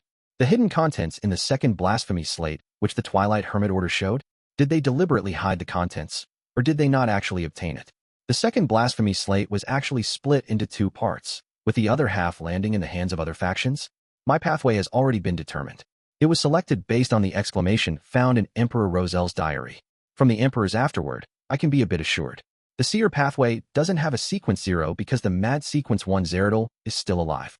And according to the law of beyonder characteristics conservation, this subdivision part can probably be called the law of incompatibility. If there's a sequence 1, there's no sequence 0. I need to be careful of Zeratul, Mr. Dor, Blasphemer Amon, and Palaz Zoroast, as well as the other sequence 1s who exist in these 3 pathways. What does being careful of the moon mean? Be careful of the primordial moon? That could be said directly. Wait, the Emperor apparently had thoughts of exploring the crimson moon before. Could it be that he finally committed himself to do it and discovered something on the moon, which is why he warned other transmigrators to be careful of the moon? The moon has something to do with transmigration? Yes, the Emperor's tone indicates that he still has some contingency plans, and he might not completely perish. He might be watching me. There should also be clues to such matters, and they should also be written in the earlier diary entries. As conclusions and puzzlements flashed through Klein's mind, he finally turned solemn. He made the diary in his hand vanish and looked towards Katlia. Do you have anything you want to ask? Katlia nudged the heavy glasses on her nose and politely bowed her head. Honorable Mr. Fool, I wish to know if Emperor Roselle is still alive. This question snapped the other members of the Tarot Club out of their own thoughts as they looked towards the end of the bronze table in agitation. Although Emperor Roselle being alive wasn't directly related to them, nor would it bring any obvious influence, this topic was enough to stir the thirst hidden deep in the hearts of people regarding rumors and gossip. I thought I would be immune to such matters after advancing to a psychiatrist. Sigh, I'm really curious. Audrey looked at Mr. Fool with bright eyes as she waited for him to give the answer. Only Derek was uninterested in the matter. The reason why he looked at Mr. Fool was solely because everyone else had done so. Indeed, Queen Mystic's questions are basically targeted at the diary pages she provides. Klein didn't feel stumped as he skillfully chuckled. Perhaps, by using the answer, perhaps, he was expressing that Emperor Roselle had the hope of saving himself. As for whether he eventually succeeded or whether there was an accident, it wasn't in the scope of the question that might not have an answer. Perhaps, Mr. Fool is implying that Emperor Roselle might still be alive? Katlia and company felt as though they had heard the greatest secret in the world as they felt a little agitated and excited. However, they could also sense the underlying tone in Mr. Fool's words. Due to the lack of diary entries, and with him having just awoken recently, he was unable to determine if Emperor Roselle had seized an opportunity. To determine that would require more clues and evidence in the future. Regardless, Emperor Roselle was likely mentally prepared for the assassination. Without giving justice, the hanged man, and company to think of the related problems, Klein leaned back and said with a calm tone, "That's all from me." Furs hurriedly snapped out of her fantasizing of Roselle's late years as she looked to the end of the bronze table. Honorable Mr. Fool, I wish to communicate privately with the world. It will end quickly. What does she want to communicate with Gehrman Sparrow about? Isn't Mr. X's matter over? Klein thought in puzzlement as he nodded gently. Yes. Following that, he blocked the senses of the other members and controlled the world to chuckle hoarsely. Is there anything else? Furs deliberated for 2 seconds and said, This is the matter. Mr. X's had allowed me to receive a handsome reward. I believe that I didn't pay enough on this matter to match the difficulty of the mission. Therefore, I wish to compensate you. How much do you wish to receive? Not bad. You actually want to compensate me without any prompting. Although Miss Magician is a little greedy on gaining petty advantages, she's still an honest person. It's very normal to earn some profit while making a transaction. It's not considered greedy. The pleasantly surprised Klein sighed inwardly in praise as he made the world chuckle. How much can you pay? Furs hesitated for a moment and said, £5,000. She had used the £10,000 price she had informed her teacher and planned to split it evenly with Mr. World. Furthermore, she needed the recipe, crystal ball, and beyonder ingredient. Thus, she planned on selling the 2 properties and give him money directly. And as for the reason why Furs was this generous, it had to do with the mission being harder than she had expected, while also paying too low a price. In addition, she was increasingly fearful of the world Gehrman Sparrow. She didn't dare to offend the crazy adventurer and terrifying bounty hunter. The Abraham family gave quite a huge reward. Klein controlled the world to say with a laugh, if you can use large amounts of gold coins in place of notes, you can pay less. It will just depend on how much you can gather. I'll try my best. Although Furs was very puzzled over why Mr. World valued gold coins that much, she didn't dare to ask. He had done the same with Ma'am Hermit's transaction previously. She paused before asking, Mr. World, when would you need to use Lamino's travels? I plan on renting it out before and after that period in order to earn some money and beyonder powers. Rent it out? Rent out a mystical item? Klein was taken aback upon hearing that. He never expected Miss Magician to have such business-oriented mind. Chapter 791, New Model. As a youth that came from the internet age on Earth, Klein quickly understood Miss Magician's idea, how she prepared to do it, and what she was relying on. Isn't this sharing economy? With the Tarot Club and the Fool, there's no technological limitation. Miss Magician is usually lazy and doesn't have a strong presence, but I never expected her to have sharp acumen on such matters. It also stems from me requesting to borrow the spell book. Regardless, to be able to quickly be inspired and set up a business model is pretty good. Klein deliberately made the world Garamond Sparrow hesitate for a few seconds before saying, I might need it this weekend and next week. He was estimating this based on the time it took Mr. Hanged Man to return from the Abyss Maelstrom to the Rorsted Sea, while also allocating time for him to stabilize his spirituality and replenish his supplies. When the time came, they would join forces to explore the primitive island with many Beyonder creatures. Furs hurriedly nodded. All right, I will make the arrangements to prevent others from using it. As she heaved a sigh of relief, she requested Mr. Fool that he bear witness for the subsequent rental agreements. After obtaining a confirmation from him, she indicated that she was done with the private communication. Following that, she conjured Lamino's travels and surveyed the table. Everyone, I have here a mystical item. It has a total of 38 pages. Each page can help the user record Beyonder powers they encounter. They will then be able to release it when needed, but it will be slightly weaker than the original power. Each page can be repeatedly recorded. Each record can only be used once. Amongst them, 3 pages can be used to record demigod-level Beyonder powers, but the chances of success are very low. It might not succeed 1 in 10 times. First, simply explain the traits of Lamino's travels and its negative effects. It lit up the eyes of Audrey and company. With them no longer being novices in the domain of mysticism or the Beyonder world, it wasn't difficult for them to tell the value of Miss Magician's notebook without her making it explicit to them. At the same time, they viewed it as a demigod-level artifact. It resembles a shepherd and the creeping hunger. They allow the use of the Beyonder powers from other pathways, but there aren't as many negative effects. There's also a chance to record a demigod power. Draw my own blood. Audrey suddenly shrank her hand back in fear as she thought over the matter. As a powerful noble's daughter, she had almost never been injured from a young age. Therefore, she had an extreme fear of pain that remained an unknown to her. Taking the opportunity when Furs paused, she raised her hand slightly and asked, Miss Magician, how much do you wish to sell it for? Audrey believed that her father, Earl Hall, would also be able to recognize the value of Lamino's travels, so it was certain that she could be reimbursed by him. Therefore, she planned on fully satisfying Furs's requirements. She must be lacking money recently, or else she wouldn't be selling such an important and useful mystical item. While Audrey thought in pity, she considered whether she should offer to buy it at a premium. Damn it, why can't it be put on sale after I return from the primitive island? Alger had a strong interest in Lamino's travels, but he wasn't able to produce the money or materials needed to purchase this mystical item. £1,300 was money that an ordinary person might not be able to save up even in 10 to 20 years, but compared to an item at the level of Lamino's travels, it was nothing.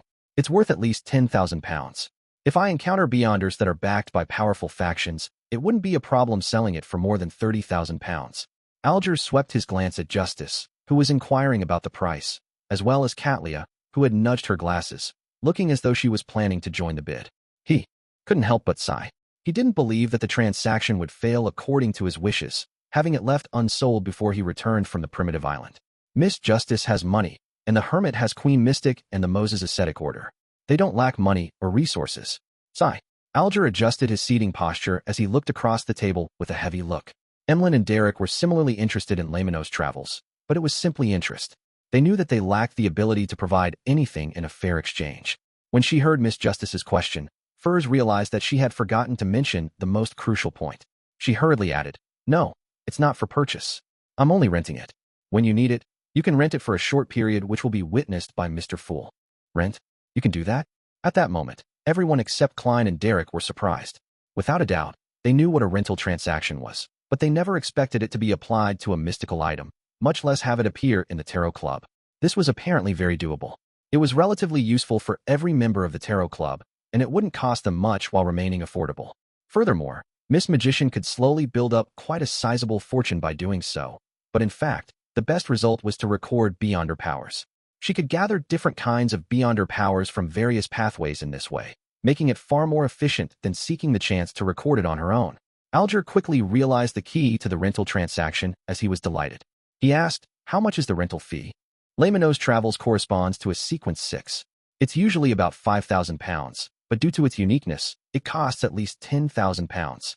Furs had built up quite a bit of experience during her time in the Tarot Club, So after some consideration, she said, each rental basically starts at £300. Every additional day is an additional £50. And when returning it, the notebook needs to have 2 additional pages of beyond her powers than when it was rented out. If there's only 1 blank page or no blank pages when it's rented, one just needs to fill up the full book. Having 2 additional pages didn't mean 2 additional powers. That also meant that they could use any of the beyond her powers in Lamino's travels. One just needed to make up for it later. There was no need for it to be of the same type, as pages were all that mattered. £50 a day, £1,500 a month. If it's possible, I can keep renting it. Audrey did a simple count of the costs. Alger was thrilled when he heard that, as he said with an unperturbed look, I plan on renting it for 2 days, but the exact price needs negotiation. It will be adjusted based on what beyond her powers are recorded in the notebook. He felt more confident towards his exploration of the primitive island. When do you plan to rent it? Furs asked, delighted that she had business right away. I'll be renting it for 2 days sometime between this weekend to next weekend. The exact time hasn't been determined, Alger replied without any hesitation. Furs immediately frowned as she said apprehensively, this period of time has already been reserved for Mr. World. Reserved for the world? When did this happen? Alger was surprised as he looked at the other end of the long bronze tail. He soon came to a realization that it had been agreed upon during their private communication. Why would they come to such an agreement? Miss Magician doesn't need to have informed him ahead of time. They had other transactions during the private communication? What kind of communications and transactions would they have? Miss Magician had commissioned the assassination of an Aurora Order Oracle. The world had accepted the mission, and one of the traits of the Oracle is the ability to record and use the beyond her powers of others once. Haha, this is identical to Lamino's travels. Does this mean that the world has already succeeded? As such, Miss Magician is indebted to him, and she hadn't fully resolved it. Now, she came up with this method to pay off the rest. Alger eliminated the possibilities and finally felt that he had found the truth. Without anyone catching wind of it, the world Gehrman Sparrow had already hunted an Aurora Order Oracle, an oracle suspected to be a Sequence 5. This secretly made Alger feel alarmed because he was about to cooperate with the world soon. Thankfully, there's Mr. Fool bearing witness. As a blessed, Gehrman Sparrow wouldn't violate the agreement he makes in front of a god. Alger consoled himself and retracted his gaze from the world. Meanwhile, Audrey and Katlia had recalled the matter of the Aurora Order Oracle from the transactions involving both Miss Magician and Mr. World, as well as how the oracle's powers were similar to Lamino's travels. Hence, they believed that the world might have already completed the mission. Renting the spellbook was one of the parts to completing the transaction. Emlyn didn't think about such matters, putting his focus on the unavailability of Lamino's travels this weekend and the following week. In other words, I can borrow it for the next few days? If I have help from this notebook, those 2 primitive believers wouldn't be able to pose a threat. Emlyn looked around and turned anxious as he leisurely said, can I rent it for today and tomorrow? £400 plus 2 pages of beyond her powers. Furs directly announced the price. Emlyn nodded gently. Introduce what beyond her powers are recorded first. If they aren't very useful to me, I wish that the price can be lowered because I'll need to waste time recording powers. Furs flipped through Lamino's travels and began to give a vague introduction. Door opening. Black screen. Tumble. Teleport. Lightning strike. Float. Flight. Windblades. Why are there so many beyond her powers in the storm domain? The world has used it before. He recorded the beyond her powers corresponding to See God from Mr. Fool. When I return to the cathedral, I should find out what recently happened in Backland. That oracle couldn't have died without a trace. As Alger listened, he began thinking of investigating the matter. Chapter 792, The Fool's Authority. The hermit similarly thought of the world Gehrman Sparrow from hearing the beyond her powers which were recorded in Lamino's travels. I wonder if I can pay a certain price to get the fool to showcase demigod powers of the storm pathway, as well as his domain. This will be better than seeking the help of the Moses ascetic order. That will make them know of my possession of Lamino's travels. I should first write to Her Majesty. Perhaps she will come to the future to showcase her powers. Katlia was increasingly convinced that the spellbook had a value that exceeded its level and was very regretful that Miss Magician was only renting it. After hearing the description, Emlyn heaved a sigh of relief. This was because the beyond her powers like lightning were very lethal against artificial vampires. Of course, it was the same for Sanguine. Very good. I was still worried about needing to seek the sun's help and passing Lamino's travels to him to get him to showcase purification powers to be recorded.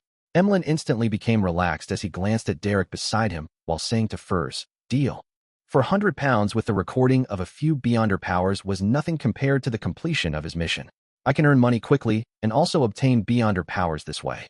Furs suddenly felt that her future was bright as she hurriedly smiled. All right, I'll get Mr. Fool to transfer it to you after the gathering.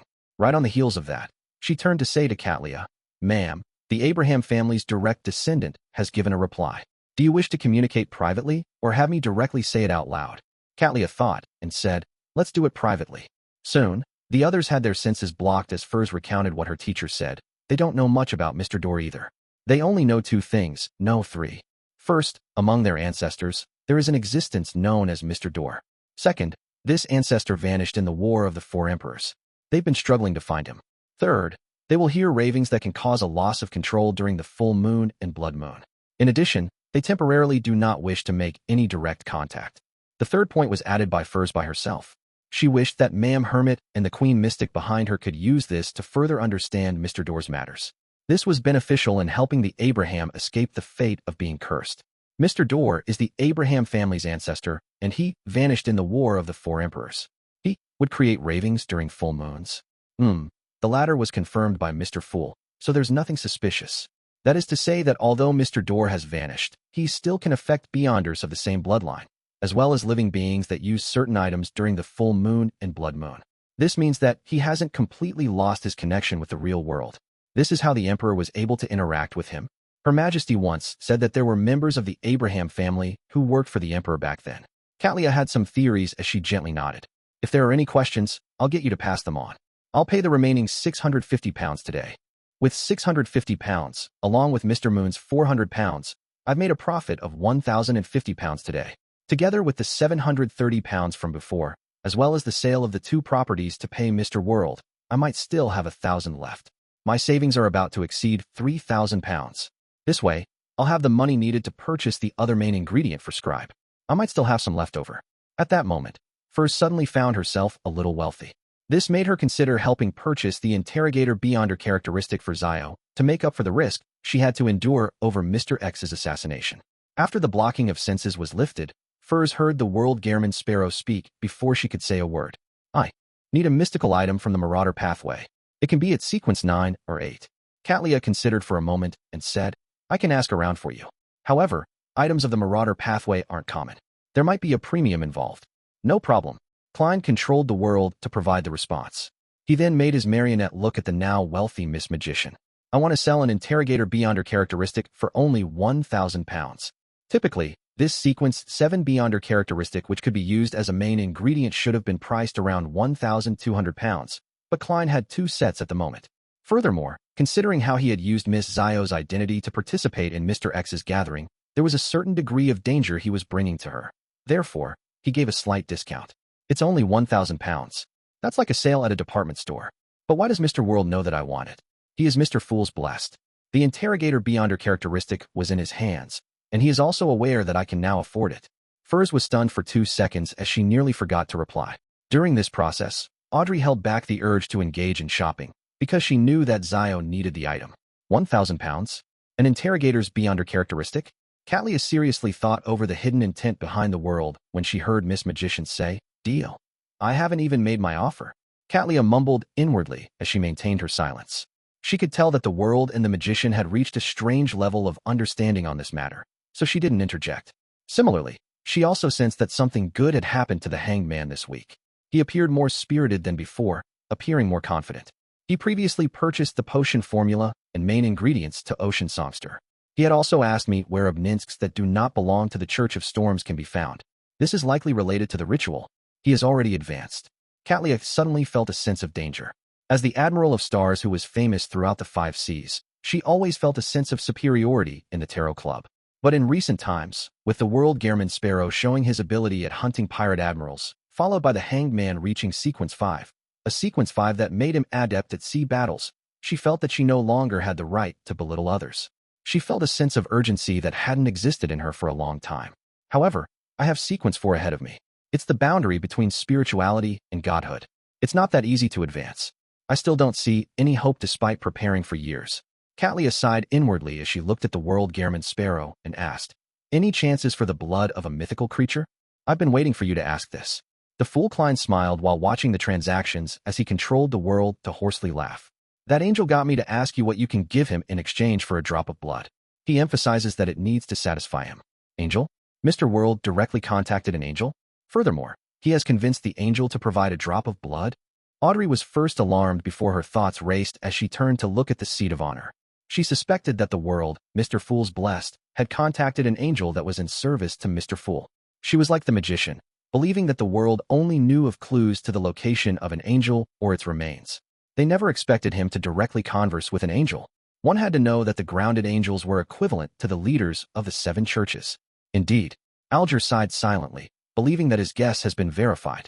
As expected of Mr. Fool's blessed, Katlia held back her surprise and shock as she pondered.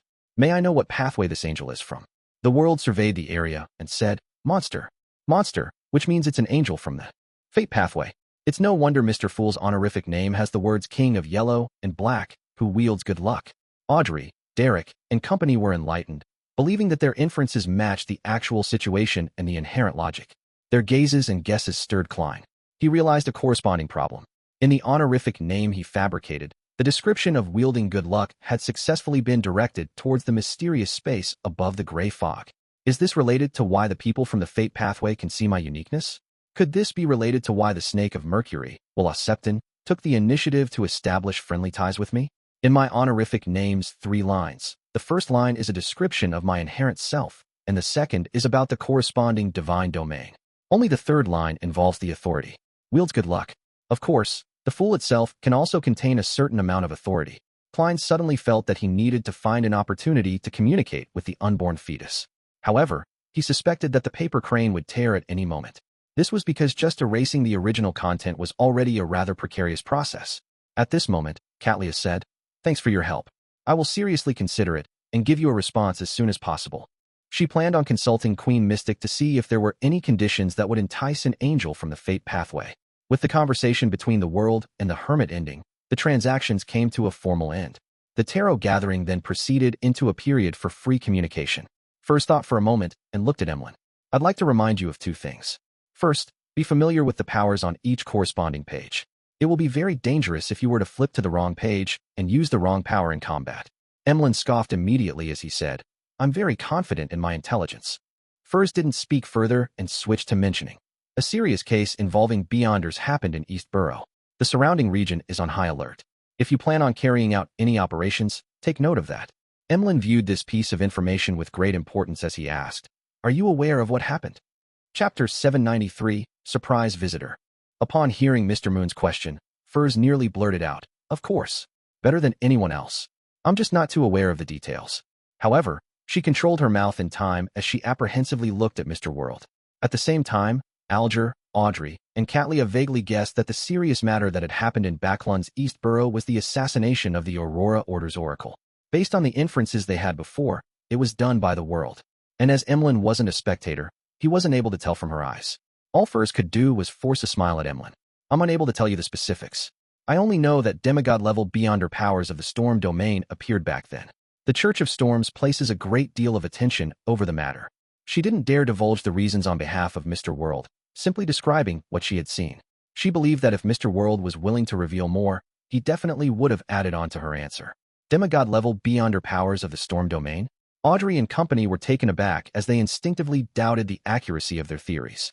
They had previously imagined that Lamino's travels had been created after the death of the Aurora Order Oracle. Therefore, the world had no way of borrowing Mr. Fool's demigod-level powers to record them before the assassination. The serious case involving Beyonders in East Borough has nothing to do with Mr. World? No, Furz's glance is enough proof that it was caused by Mr. World. But why would a demigod-level Beyonder power of the Storm domain appear? One possibility is that Lamino's travels isn't a result of this assassination, but that it originally belonged to Furz. Another possibility is that a cardinal of the Church of Storms or a Beyonder with the corresponding sealed artifact had delivered an attack. If it were the former, needing Mr. World to use the Beyonder powers at the demigod level implies that the Oracle was relatively powerful with the possible existence of a saint backing him. If it were the latter, to have Mr. World still be able to leave safely after such an assault implies his formidableness. Of course, the possibility can't be eliminated that he deliberately lured the Church of Storms to encounter the Aurora Order's Oracle. And while a battle broke out between demigods, he efficiently carried out an assassination during the chaos. Audrey made some guesses based on the details she had observed, and each guess implied one thing. The world had the strength, intelligence, support, and ability, making him one of the top sequence 5 Beyonders below that of demigods. How terrifying. As expected of Mr. Fool's blessed. When I arrive at a cathedral, I should be able to figure out what happened. Alger also made a basic judgment of the situation as he sighed. All he could do was console himself. With such a helper, the exploration of the primitive island would only be easier. As for Catlia, she shared similar thoughts with Audrey. She planned on asking Queen Mystic about the situation. This owner of the Dawn had previously revealed in her letter that she would be in Backlund for the time being. Demigod level beyond her powers of the Storm Domain. Emlyn repeated Miss Magician's words as his head ached. Although he enjoyed staying at home and not heading out, he still needed to head out to get some blood to drink from the hospitals. Being in a big city, he was equipped with common knowledge. Together with his elders' warnings and guidance, he knew a lot about the official organizations like the Machinery Hive Mind, Mandated Punishers, and Nighthawks. He knew the influence that a serious case would bring to the area. If I don't have a good disguise while infiltrating East Borough, I might be caught by the Mandated Punishers before I even approach my targets. Although I have the identity of being part of the Church of Mother Earth, and wouldn't be impounded underground or made into a test subject of sealed artifacts, this also means that my operation has failed. I might even have Laymanos travels taken away.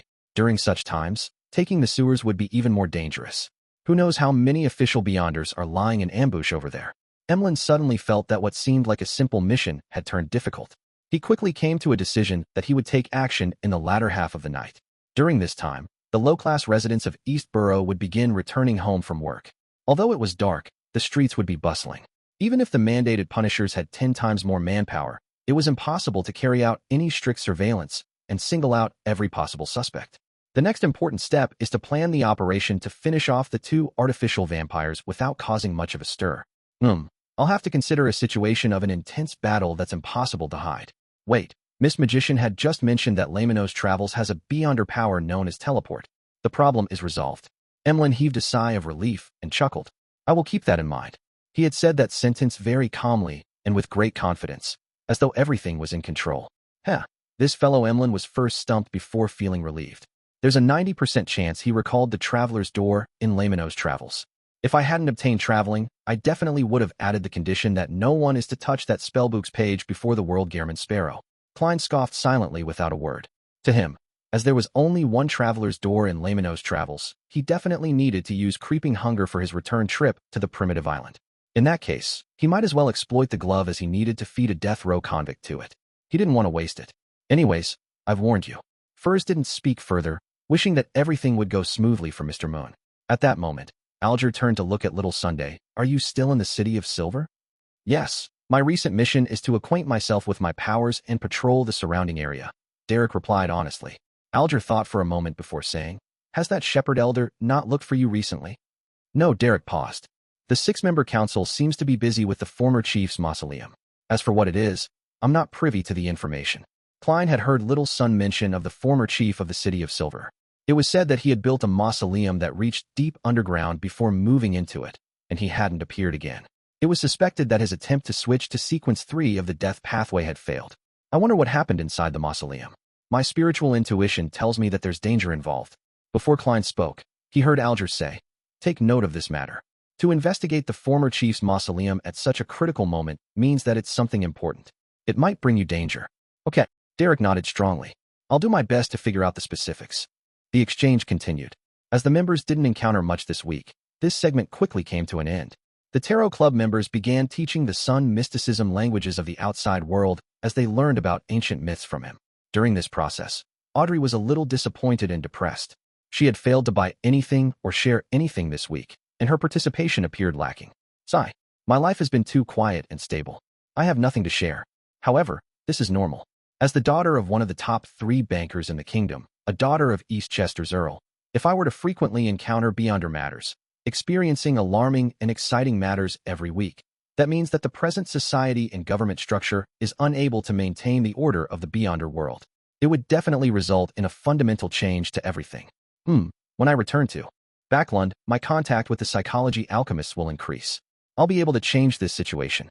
Audrey rapidly became optimistic, and she stood up and bade Mr. Fool farewell.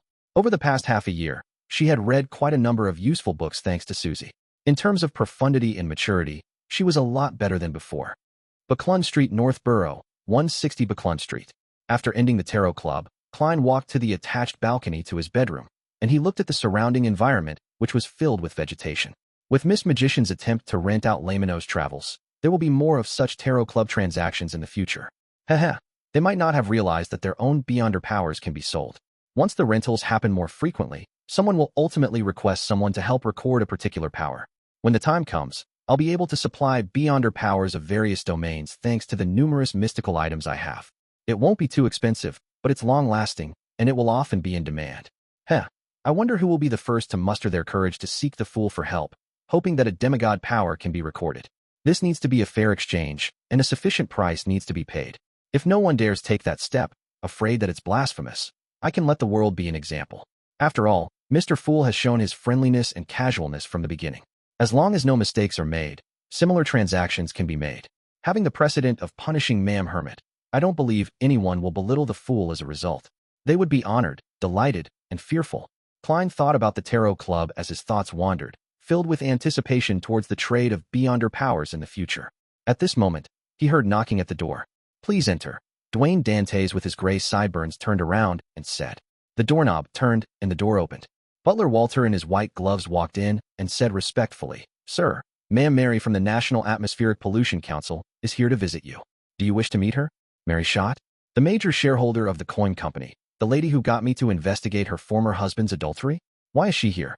Don't tell me that Dwayne Dantes has caught her fancy. Klein was slightly puzzled as he nodded with a smile. It's almost tea time. Let's have it a little earlier. All right, I will invite Ma'am Mary to the activity room on the second story. Walter easily understood his employer's intentions. Klein nodded slightly without saying anything else. With the help of his valet, Richardson, he wore his coat and went down to the second story. Soon, he saw Ma'am Mary with her tall cheekbones in the activity room. This lady was dressed in a dark blue dress with elegant accessories in an ostentatious but restrained manner. Compared to last year, she appeared more classy and with a higher temperament. "Good afternoon, ma'am. I've always been considering finding a time to visit you. I would wish to hear about your investigations on Backlund's atmospheric pollution." Klein took the initiative to speak politely. Mary replied with a smile. "Unfortunately, I didn't manage to wait for it." After exchanging a few words of pleasantries as they talked about the recent weather, Klein sat on a single-seater as he raised his porcelain teacup. "Ma'am, you seem to have something troubling you?" He could tell that Mary was hesitant and deliberating. Mary laughed as she sighed. "I've heard about your experience and wisdom. I believe that you're a gentleman with excellent foresight. This is the thing. Are you interested in purchasing some of the coin company's shares?" "Why? Ma'am, are you in trouble?" Klein asked in a staid manner. Mary shook her head. "Someone else is selling them." Chapter 794, Short-Term Investment. Someone else is selling? Klein ruminated over those words without immediately asking. After the servant placed the silver three-layered tray down for high tea and left, he said with a smile, "Ma'am, why don't you purchase it yourself? Even a blind person knows that loan will place more attention on environmental pollution in the future. Therefore, the coin company, that deal with anthracite and high-quality charcoal, definitely has a promising future. It being worth £500,000 or even £1 million wouldn't be a fantasy. Of course, the premise is that the company's management can keep up with the corresponding expansion. In such a situation, the acquisition of shares in the coin company is definitely a profitable business. If I were you, I'd take it for myself, no matter how much debt I get myself into." Mary used 2 fingers to pick a cucumber sandwich from the bottom silver tray, took a tiny nibble, and slowly chewed before swallowing it down. With this as a buffer, she finally organized her words. Ever since the law to fix atmospheric pollution was passed, the coin company has been rapidly developing. The faces of the shareholders have begun changing. As you know, people who have their sights on money will often have good business sense. And behind them, there are usually some powerful figures at play. If I weren't a member of the National Atmospheric Pollution Council, and had used this to get to know quite a number of nobles and high-ranking government officials, I believe I wouldn't be able to withstand the pressure, and I would end up selling my shares at a relatively good price. I would then leave the stage with a considerably good profit. But even so, most of the shares will quickly concentrate, and I'll quickly lose my status as the highest shareholder, losing control over the company's direction. This is something I inherited from my father. I don't want it to become somebody else's toy. I wish for it to slowly develop into the biggest anthracite and high-quality supplier to Backlund, or even all of the Lone Kingdom.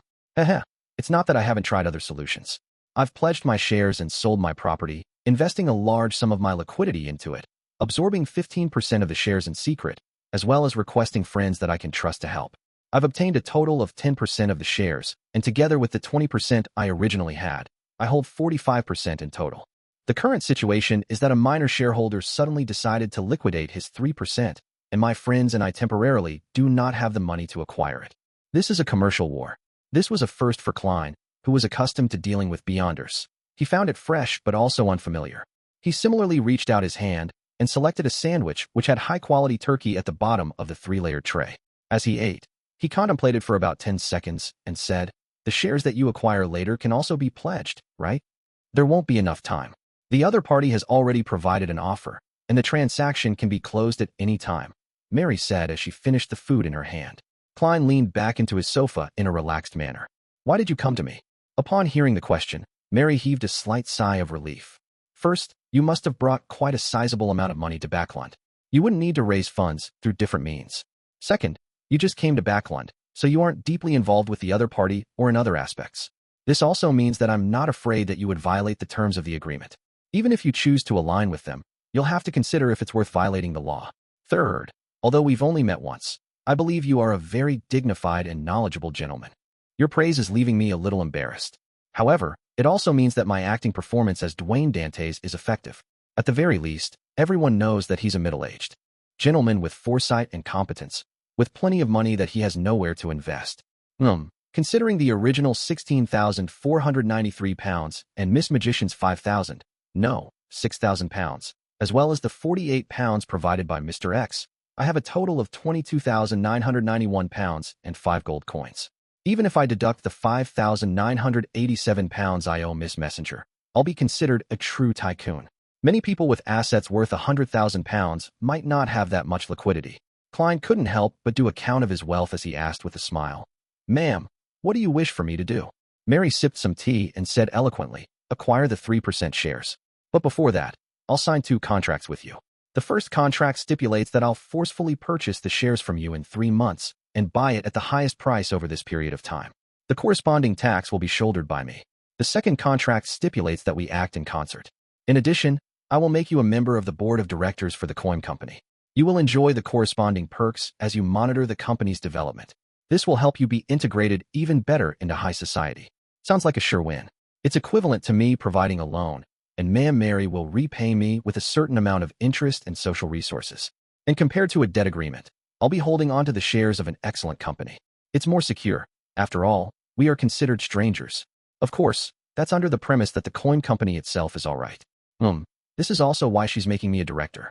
Klein analyzed the conditions proposed by Ma'am Mary and slowly felt enticed by them. From his point of view, Dwayne Dantes needed some investments. Otherwise, he would appear suspicious. Then, selecting the kind of investment was a rather important problem since it had to be considered that Dwayne Dantes might have to give up everything and leave Backlund because of his operation's failure or success. When the time comes, there's a chance to take away the money, but I can forget about the shares. This kind of investment, one that allows me to quickly recoup my investment, meets my requirements. I might even earn quite a bit." Klein contemplated for a moment before warmly smiling.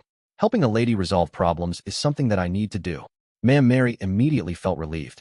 Just as she was about to say something, she heard Dwayne Dantes' attractive voice continue. "However, I'm rather cautious in regards to any investments I make. I will hire a lawyer and an accounting team to investigate the coin company's situation. I'll try to reach a conclusion as quickly as possible, and if there aren't any problems, we can begin our cooperation. Aside from that, I will also do a divination."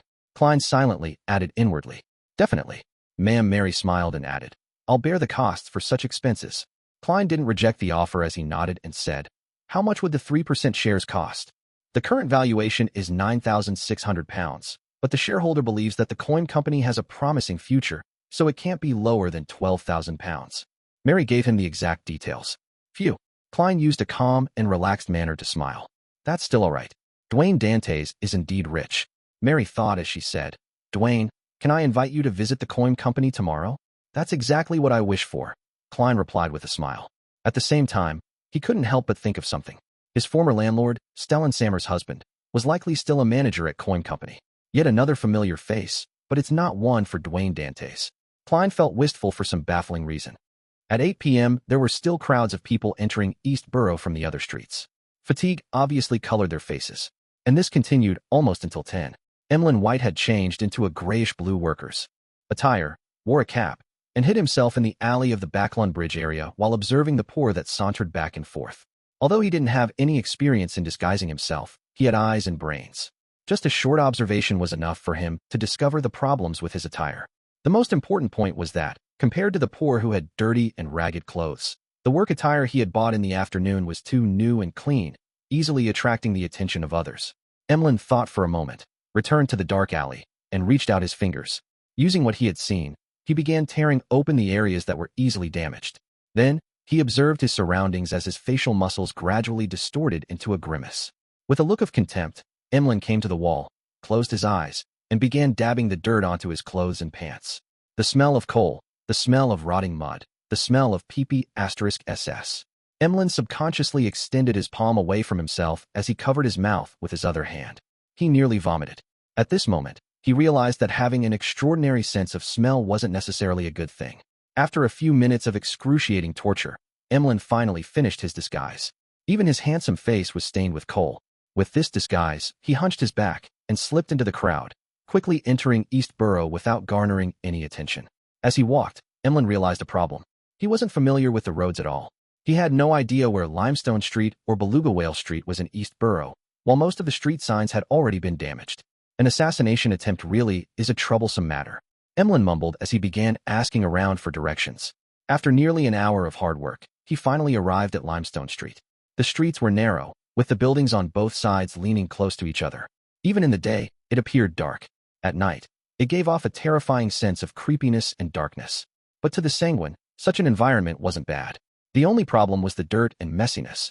After spraying a medicine that eliminated his scent, Emlyn walked into the condominium at Unit 6, went to the third story, and approached the public washroom with his nose pinched before standing outside the room of primordial moon believer, Argos. Emlyn cocked his ears to listen for a while before he stopped pinching his nose in puzzlement. He nearly fainted from the stench wafting over from the washroom. It took him a great bit of effort to focus his gaze on the room. His sense of smell told him that there wasn't anyone inside, nor were there any corpses. He moved away, or he isn't back. Emlyn muttered silently in a daze. He never expected his hunt to be so unsuccessful. After reining in his emotions, Emlyn left the condominium and rushed to 19, Beluga Whale Street. This time, he was delighted to discover that someone was home. Gallus Kevin was home. At that moment, Emlyn caught the scent of another person. It was very identical to Argos's apartment at Limestone Street. Two people. There are two people in the room. Argos isn't home because he came to Gallus Kevin. 2. Emlyn's expression suddenly froze. He wasn't worried if it was one-on-one. But if it was 1 against 2, he was still a little fearful with Lamino's travels. After all, the two of them were artificial vampires with rather significant strength. Chapter 795, Patience. As a sanguine who liked to stay home, the number of battles Emlyn had involved himself in could be counted on one hand. Furthermore, he had never attempted fighting in the state of a numbers disadvantage. Be it his attack on the previous primordial moon believer, or resisting Bishop Utravsky from the Harvest Church, he basically had the numerical advantage in being the worst at one-on-one fights. Thinking back to the failure of his family of 3 attempting to defeat the half-giant bishop, Emlyn's expression turned livid as though he had recalled the torture he suffered back at the Harvest Church. As there weren't many residents living here, and with Gallus Kevin having sharp senses as an artificial vampire, he didn't dare stay outside the door for too long. He quickly walked past the area and walked to the end of the corridor and hid in the shadows. What should I do next?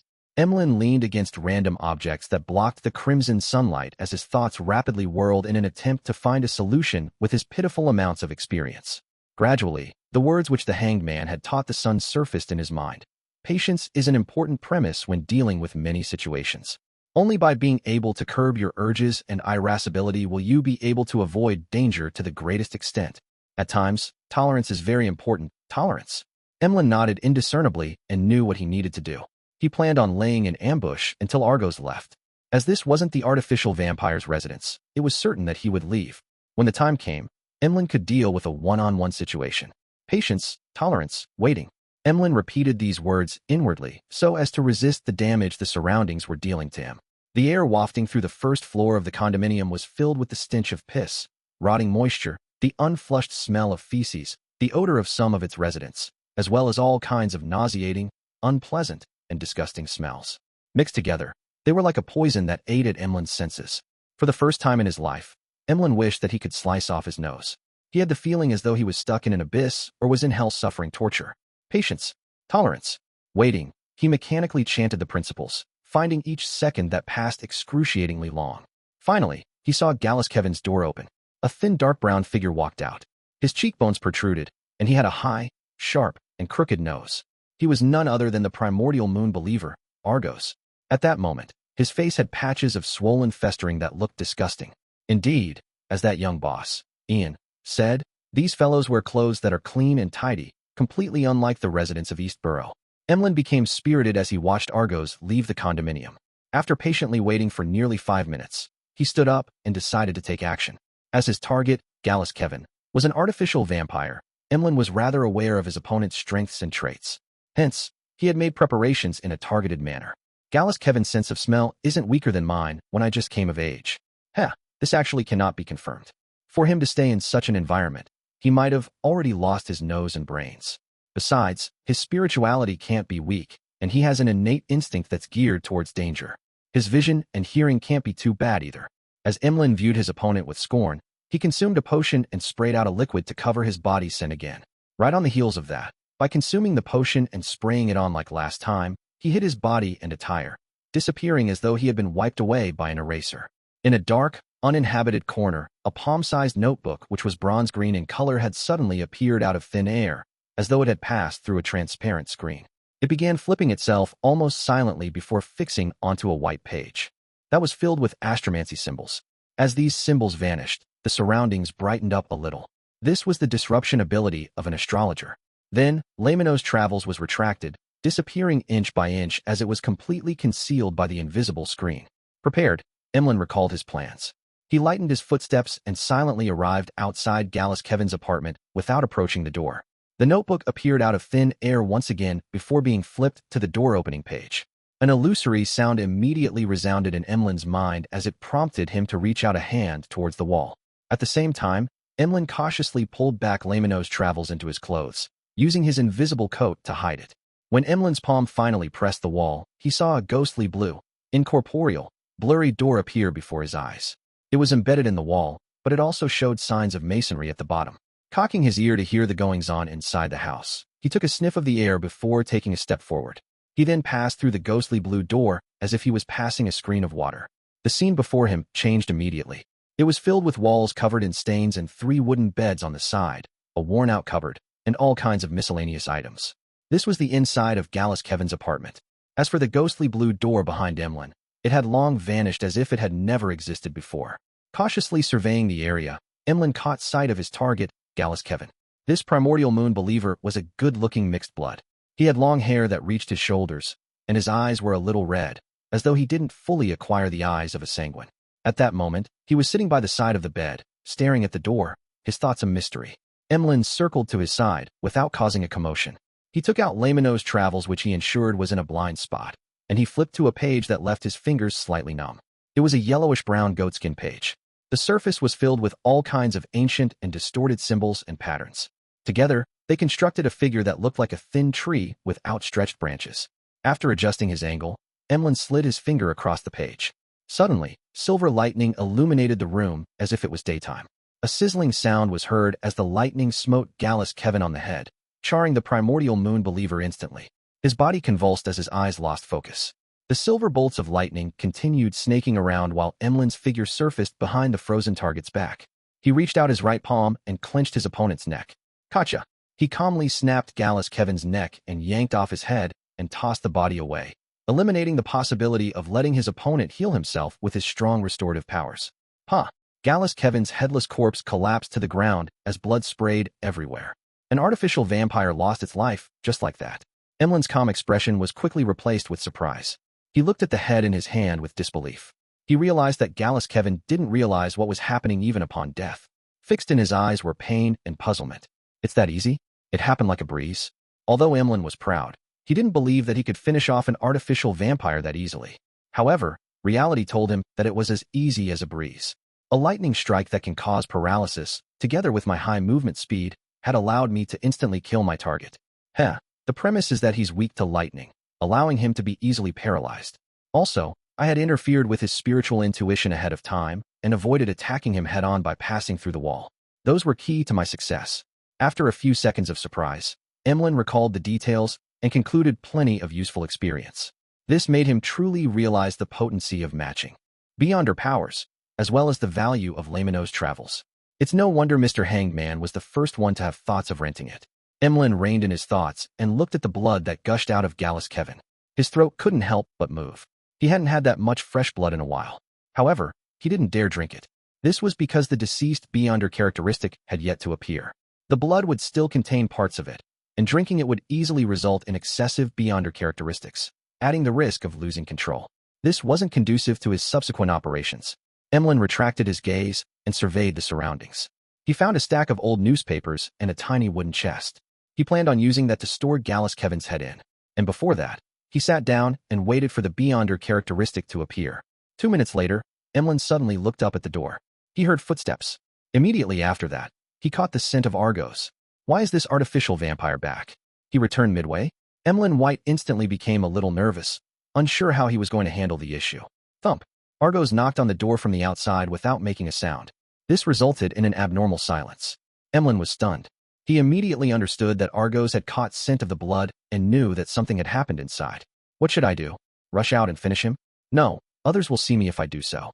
I would then be caught by the official beyonders. Emlyn instinctively took out a potion and planned on hiding himself again. Suddenly, he had an idea. Exhaling silently, Emlyn placed Gallus Kevin on the bed as he drank an invisibility potion and spewed out the corresponding amount of liquid. Slowly and very gently, he moved to a corner of the room and hid there. This way, it made it seem like the assassination was completed and that the murderer had long fled the scene.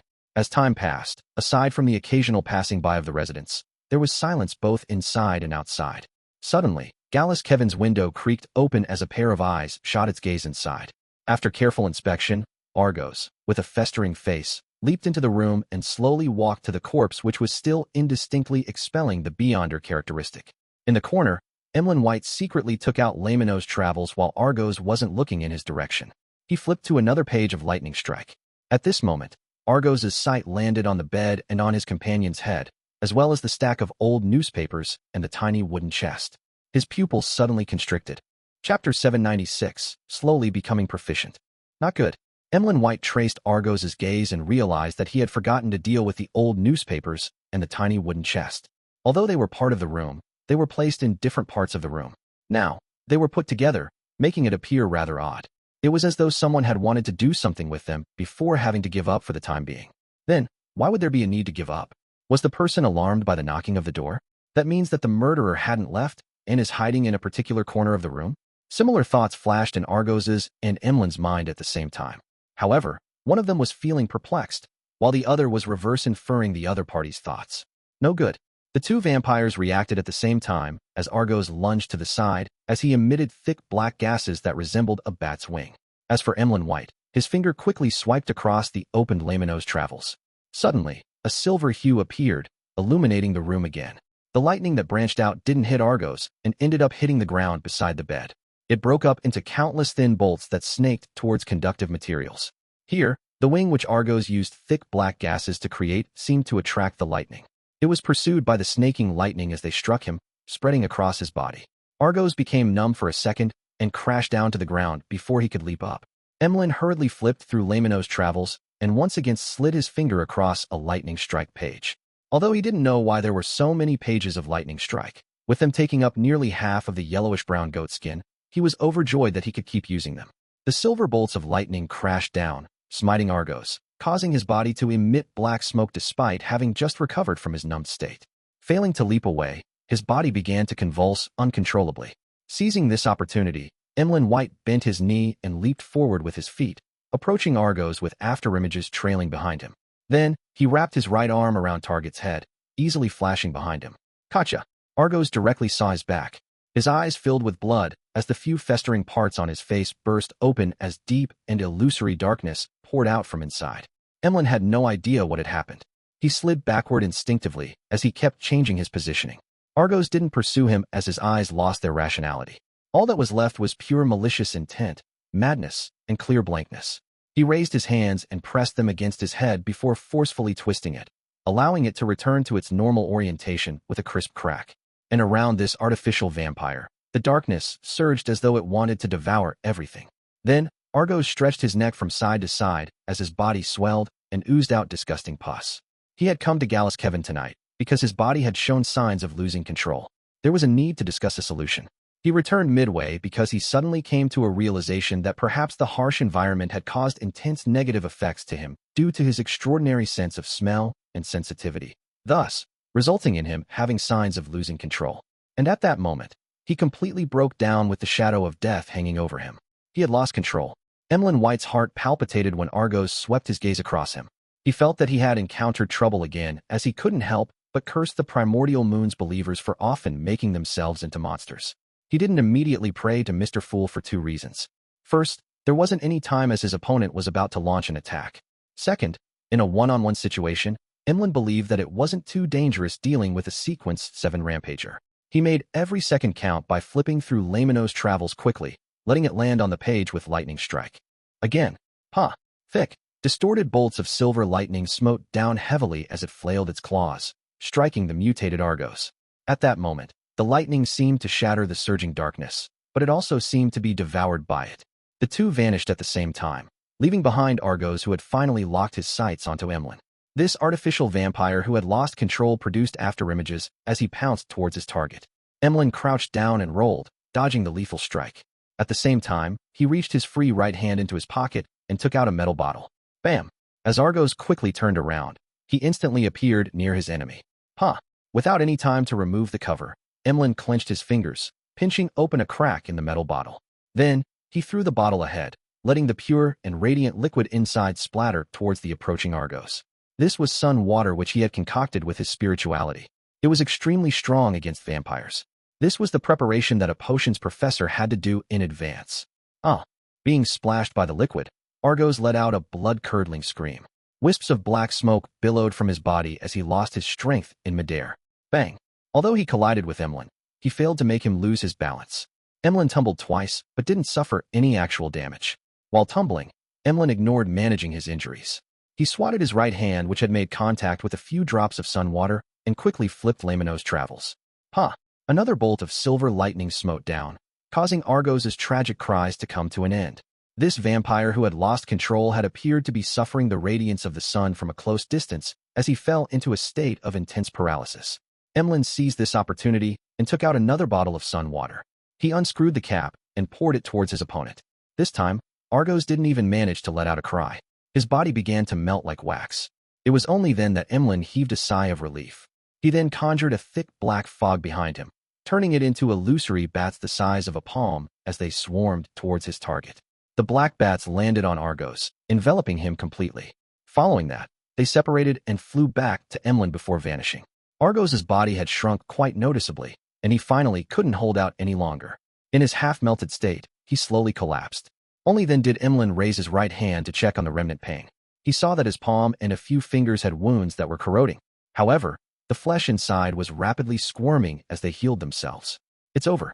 I actually finished him. Emlyn retracted his gaze and looked at Argos's corpse in slight disbelief. Although this hunt had quite a few ups and downs, he hadn't encountered any real danger the entire time.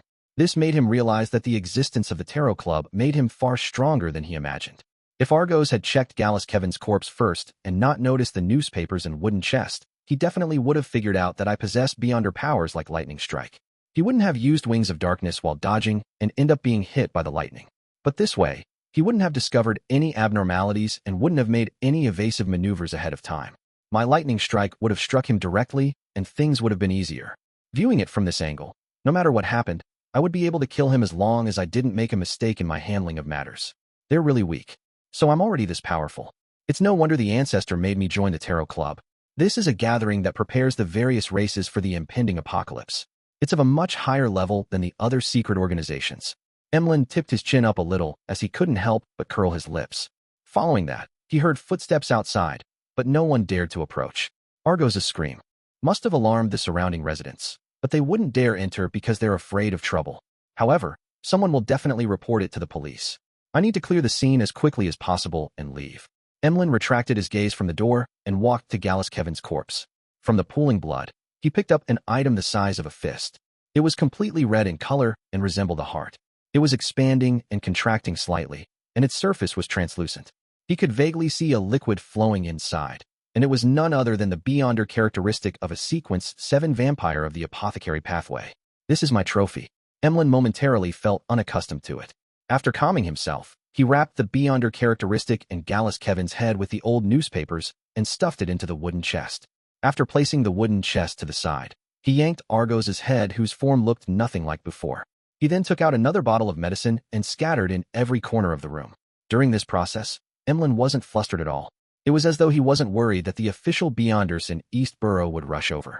A few minutes later, he picked up Argos's mutated Beyonder characteristic, glancing at its surface, which was nearly black in color, and the indistinct human-faced patterns. Behind him, a black gas was emanated. The black gas transformed into countless tiny bats again as they flew within the room. They combined with the potion liquid that had been sprayed earlier, forming a silent black flame that spread outwards. The black flames burned away the blood and corpse, as well as the traces of the lightning strikes. All that was left was a layer of sticky liquid that resembled asphalt covering the different objects in the room. Then, these liquid bodies turned into heavy black bats as they spiraled around Emlyn's body. Emlyn didn't have extravagant hopes that his actions could completely interfere in subsequent investigations. He only had one goal: to make the situation look okay. This made the police or official Beyonders who took on the case write off the matter as something of little value. After a simple investigation, they would file it away and not pay any further attention to it. After doing all of this, Emlyn, with his cap and blackened face, surveyed the room. Following that, he bowed slightly at the crimson moon. Meanwhile, he flipped the pages of Lamino's travels and had it stop at teleportation. Emlyn's figure, along with the heavy bats, immediately turned transparent and formless as he vanished from the spot. After nearly 15 minutes, a few policemen from East Borough rushed in. They crashed through the door, but didn't discover any residents or corpses. They yawned languidly and forced the onlooking residents to admit that they had been hallucinating, thus ending the investigation. This was the efficiency and style of the East Borough police. After leaving East Borough, Emlyn first headed home and hid Lamino's travels. Then, with his spoils, he headed straight for Odora's house in West Borough. He wanted to declare his victory and claim his reward. Chapter 797, Reward. Inside Odora's villa, Emlyn saw Cosme, who was also a baron like he was. This sanguine who seemed like a man in his prime was Nibs Odora's spokesperson. "I'm also a baron, and one that recently achieved adulthood at that," Emlyn mumbled inwardly. He got up from the sofa in the activity room and bowed. "Good evening, my lord."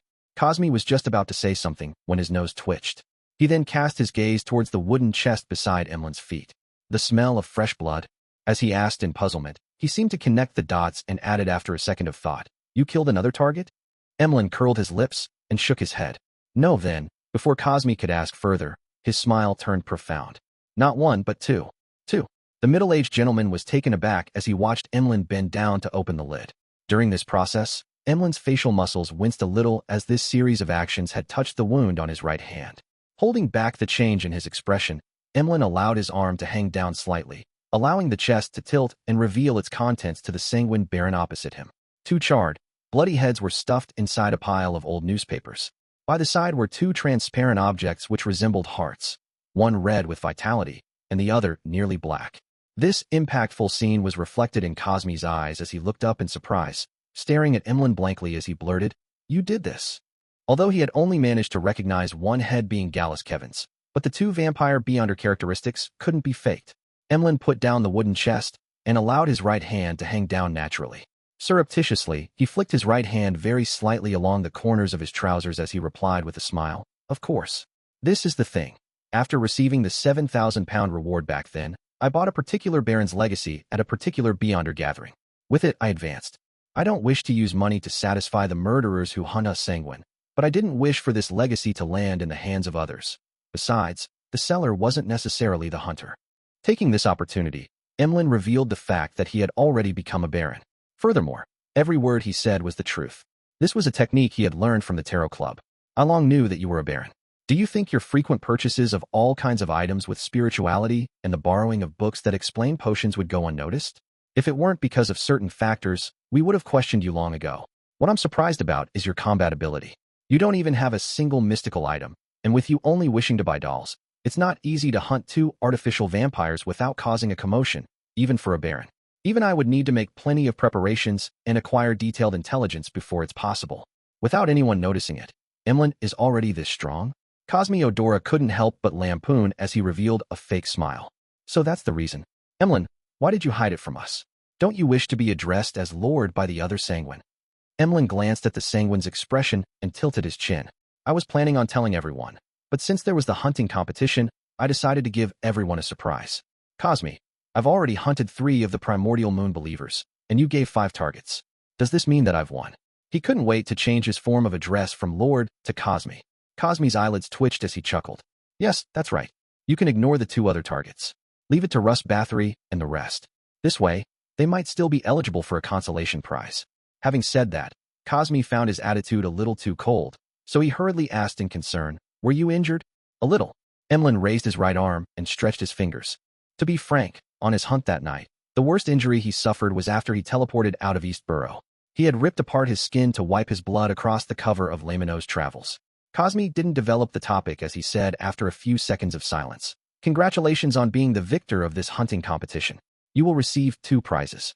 First, if there's a chance to become a Viscount in the future, you will enter the final list of candidates, receiving free help for the ritual. Second, you will obtain a mystical item. It's a ring personally created by the ancestor. Although it doesn't contain any godhood, it possesses potent and very mystical powers. As the ancestor didn't name it, we all call it Lilith's ring. Also, according to convention, these 2 Beyonder characteristics will belong to the entire Sanguine race.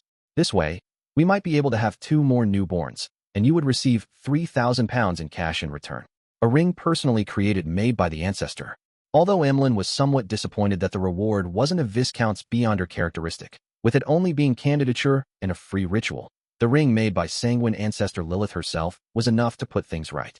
To a proud Sanguine with a sense of racial superiority, this was the highest form of honor.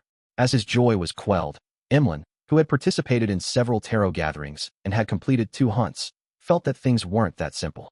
I was sent by the ancestor to Mr. Fool, and now I'm receiving a ring from the ancestor? Isn't that too much of a coincidence? Emlyn thought for a moment and couldn't figure out the answer. He finally decided to pray to Mr. Fool later, describe the entire situation, and see what advice he could give him. Noticing that Emlyn's joy had subsided and that he had remained silent for more than 10 seconds, Cosme cleared his throat. That ring and the cash will be given to you tomorrow.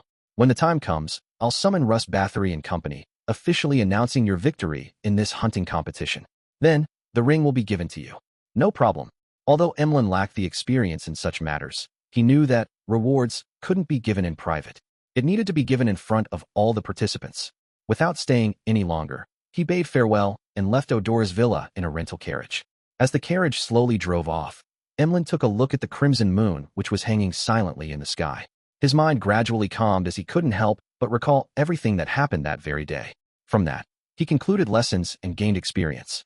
Finally, he began counting how many Beyonder powers he needed to record onto Lamino's Travels. I used all of the 5 lightning strikes. 1 teleportation, 1 door opening, 1 astromancy. A total of 8 times. In addition to that, I need to pay 2 additional powers, making it 10. This will be a little difficult. There are some Beyonder powers that probably can't be recorded. For example, my self-recovery powers. I can only repeat them. After I obtain the ancestor's ring, I can try recording the Beyonder powers it possesses. Lilith's ring? Above the gray fog in the palace that looked like a giant's residence, Klein sat in the high-back chair belonging to the fool as he quietly pondered over Emlyn White's prayer. He had originally imagined that he would be woken up in the middle of the night, having to provide a particular inexperienced vampire help. But to his surprise, Emlyn had finished everything by 11 and had even submitted the mission in. Back then, Emlyn prayed to the fool because of a revelation from the ancient god, Lilith. Now he has received her ring. Regardless of who Lilith is, I need to be wary and observe. Klein seriously contemplated for a few seconds before replying to Emlyn's prayer in a staid manner. When praying to me or participating in the gathering. In the future, take off that ring. After giving his instructions, Klein returned to the real world. Without worrying about being woken up in the middle of the night, he slept till daybreak. After breakfast and taking a rest, it was time for his etiquette lessons with Wayana. It was a special lesson for the ball he was hosting at his residence on the weekend. Wahana's soft black hair flowed as the ends of her dress twirled while she led Dwayne Dantes into familiarizing himself with the opening dance. In the brisk and comforting music, this etiquette teacher suddenly said, "I heard Ma'am Mary visited you yesterday afternoon?" "Yes." As Klein poignantly reflected on how there weren't any secrets in the world of social networks, he nodded frankly. Wayana nodded gently and said after 2 seconds of silence, "I heard that Ma'am Mary has pledged all her shares to the bank to borrow a large sum of money. This is a warning for me to be careful so that I wouldn't fall into a scam. The help I previously provided had not only allowed me to quickly enter the social circles in Buckland Street, but it has also continuously brought me benefits. However, Ma'am Mary's pledging of shares was to secretly acquire more shares." Klein listened in silence before revealing a warm smile. "Thank you." He paused and added, I believe in the character of every friend, but in the field of business, caution is forever the first principle. I've already gotten Walter to hire an independent lawyer and accounting team to perform the due diligence and come up with a proposal that can protect my interests and avoid taxes in the best way possible. Before that, I won't make any decisions. Wynna raised her head a little and looked into Dwayne Dantes' deep blue eyes before suddenly sighing with a laugh. You truly are a wise person. Klein originally wanted to attribute it to maturity, but thinking back to how Wahana's husband had previously been in a scam over his cloth, and he had only managed to reduce his losses thanks to him, such an answer easily made her imagine things and make comparisons. Since it would appear like a mockery, he changed his excuse and said with a chuckle, My wisdom comes from the lessons I've received in the past. It's hard to imagine you being duped. Wynna chuckled as she lowered her head. Is it due to all your experiences that you can appreciate the different kinds of charms for all kinds of ladies?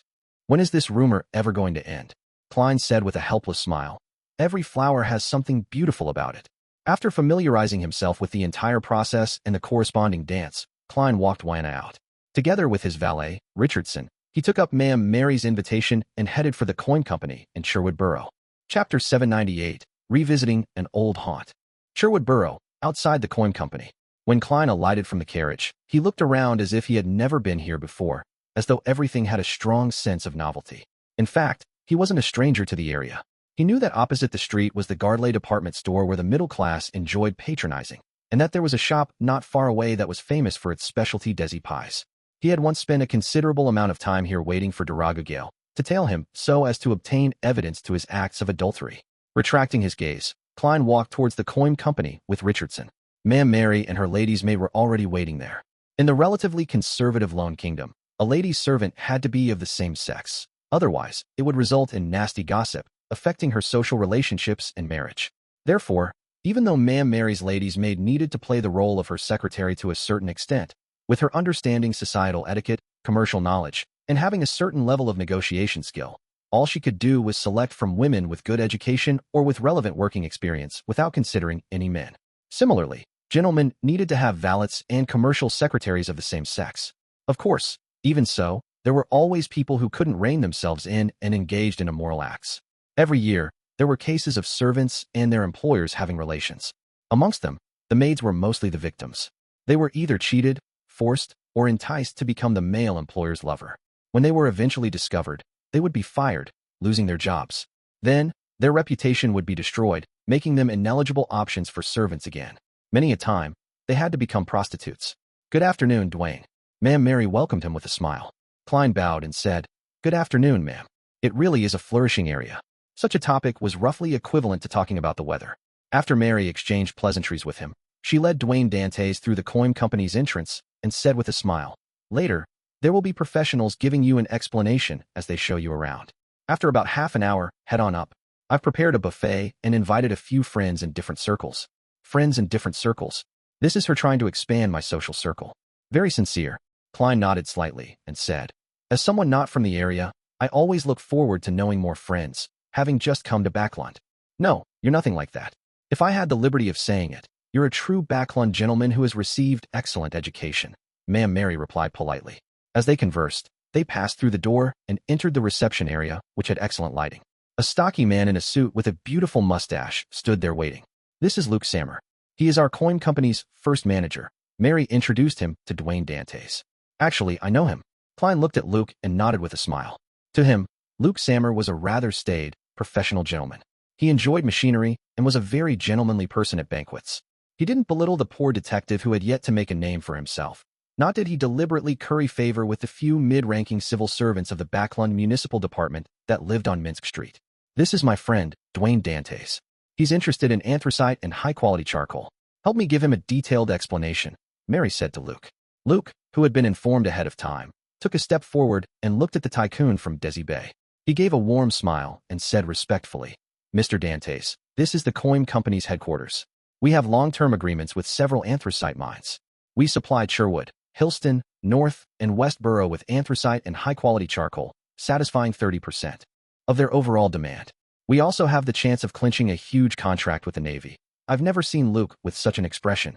Klein followed him around coin company with an unperturbed expression as he listened to Luke introduce the various areas. From time to time, he would inquire without expressing his attitude. Half an hour later, they went up to the second floor and entered a huge meeting room. The place was already set up with tables clinging close to the walls. Plates of food were randomly placed on them, with mainly ham, smoked meat, sausages, bread, salad, cakes, pudding, and other cold dishes. However, there were a few hot dishes. Just as he stepped in, Dwayne Dantes was introduced to two men who were talking close to Mary. This is reporter Mike Joseph from the Daily Observer. This is an excellent surgeon, Dr. Aaron Series. In Backland, you will often need them. As Klein listened to Mary, he smiled at the two gentlemen, the corners of his lips nearly twitching. These are all friends I'm very familiar with. Well, I'm even more familiar with the fetus in the womb of Aaron's wife. Why does that sound wrong?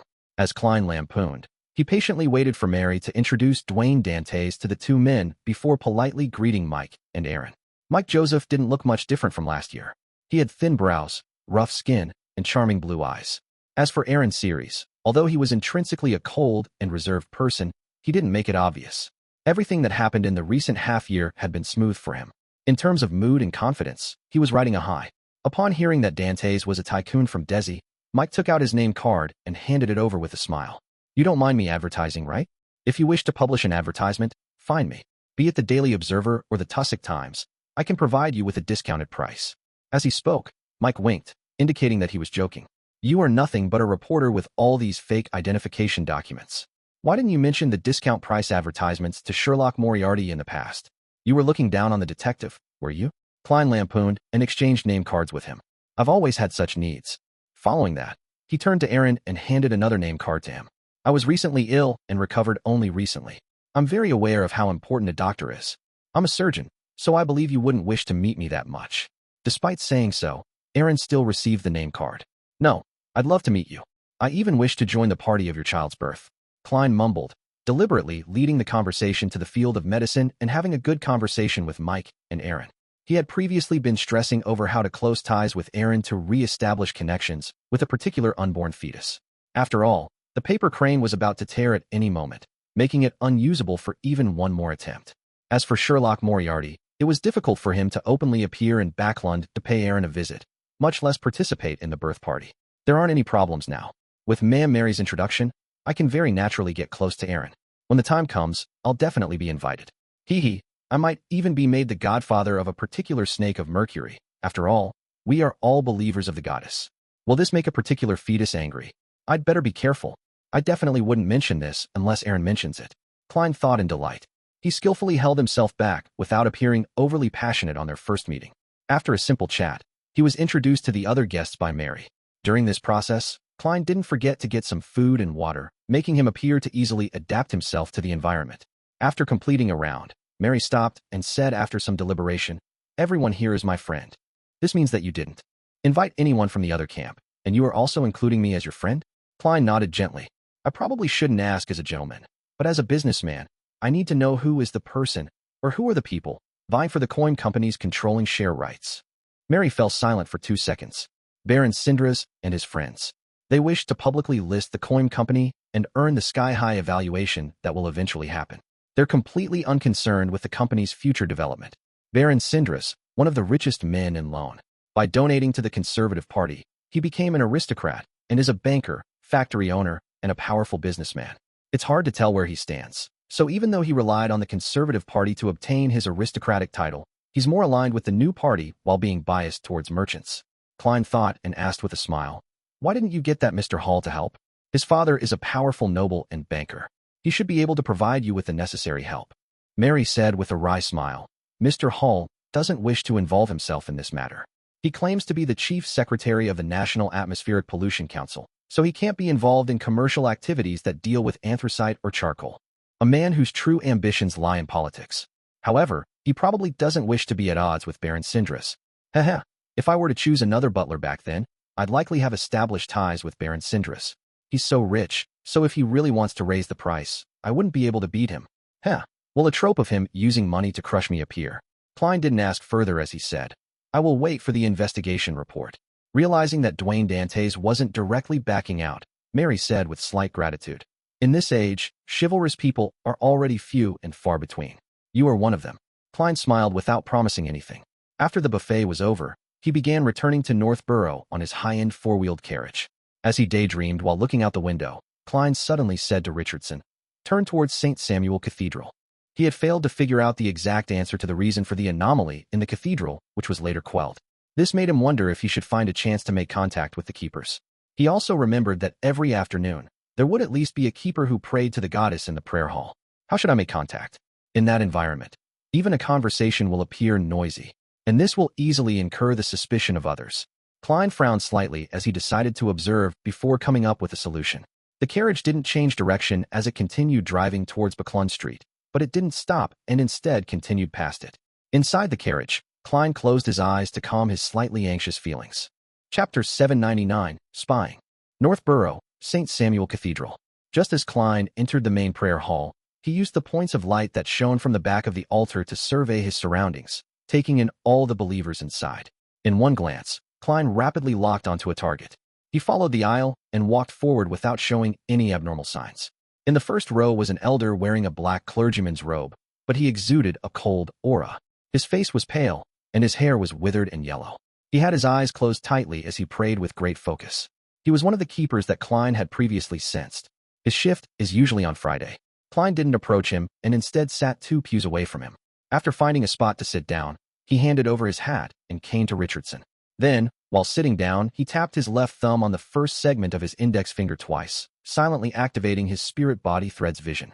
Suddenly, black illusory threads appeared in front of Klein as they densely extended out of different spirit bodies endlessly. Having just taken his seat, Klein shifted his gaze, casting it onto the keeper. He nearly exclaimed from what he saw, but thanks to his self-control as a clown and his ability to expect abnormal situations, he managed to relax and maintain his staid attitude.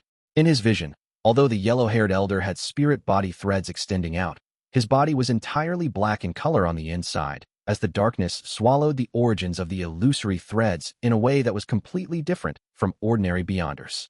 Indeed, they have already been eroded by the core seal, causing a mutation at the level of the soul. From the looks of it, the problem is closer to my second guess. They are, in a sense, part of the core seal. Once they show signs of losing control, they will immediately trigger the item's instinctive reaction that forcefully quells them. It's no wonder the keepers need to be a voluntary role and be advanced in their years. They probably understand the outcome. Klein sighed as he prepared to deactivate his spirit-body thread senses and retract his gaze. At this moment, he saw a pair of eyes. They were black without any emotions within. Beside the eyes, there were pronounced wrinkles that extended bit by bit, as though they were distorted, strange, mysterious symbols. They were the keeper's eyes. At some point in time, he had straightened his body, turned around, and looked blankly at Dwayne Dantes. Klein's scalp instantly went numb as he forced a smile and nodded at him as though it was a normal meeting of eyes. The keeper slowly moved his head as a response. Then, Klein felt as though he was extracted from his surroundings as things turned blurry before turning clear. At that instant, he knew that he had been pulled into a dream. Hence, as he maintained his image as Dwayne Dantes, he sized up his surroundings, only to realize that he was still inside St. Samuel Cathedral. However, all the pews were either damaged or overturned and strewn everywhere. It looked as though it had met with a raid. The altar up ahead was filled with cracks and weeds. The thick layer of dust made it seem like it had been in such desolate conditions since a long time ago. The keeper with yellow, withered hair was in front of the collapsed donation box, coldly staring at Dwayne Dantes, who was suited in black. Upon seeing Klein look over, he widened his mouth to reveal white, sharp, irregular teeth. And these teeth were embedded with blurry, indistinct, and tiny figures. They had complete facial features and limbs, and their expressions were different, but were colored with the same pain as though they were imprisoned there and unable to escape. Grunt. The keeper's throat let out a growl that sounded like a beast as his back hunched over. By his spine and waist, his clothes swelled as 4 blood vessel-covered arms without any skin grew out. Right on the heels of that, they grew fine black hair as the tips of his fingers grew sharp nails with a smacking sound. In just 3 short seconds, the keeper who looked normal had turned into an 8-legged monster that sprawled on the ground. It looked like a spider that had silently woven its web in the night while awaiting its prey, and also like a deformed black wolf that struck intense fear into one's heart. Meanwhile, 2 gigantic palms filled with black hair extended out of the desolate altar without any warning. They pressed onto the sides as black gas condensed into slippery tentacles that extended in every direction. Soon, they filled the entire prayer hall. The aura that left him trembling, the extreme sense of fear, and the huge, illusory figure were penetrating an invisible barrier as they manifested more clearly. He lost control. That keeper lost control. Klein stood there, subconsciously wishing to react and use his uniqueness to forcibly escape the dream, but suddenly, he figured out the series of events that had happened. His expression changed as he wore a terrified expression as he ran to the door, trembling. It looked like he was struggling in a dream. In the time it took to take a breath, a dark chill spread out from the outside world like a tidal wave, inundating the entire dream and quelling everything. Klein snapped his eyes open and realized that he had fallen asleep at some point in time. As for the yellow-haired keeper, he had long turned his head to continue praying. Dwayne Dantes' eyes darted around as he looked around in horror, as though he was still immersed in the dream and unable to escape the horror that had gripped him. After nearly a minute, he took 2 deep breaths and looked at the sacred emblem again, drawing a sign of the crimson moon on his chest. Only then did Klein have the time to recall the experience he had and began speculating as to what had happened.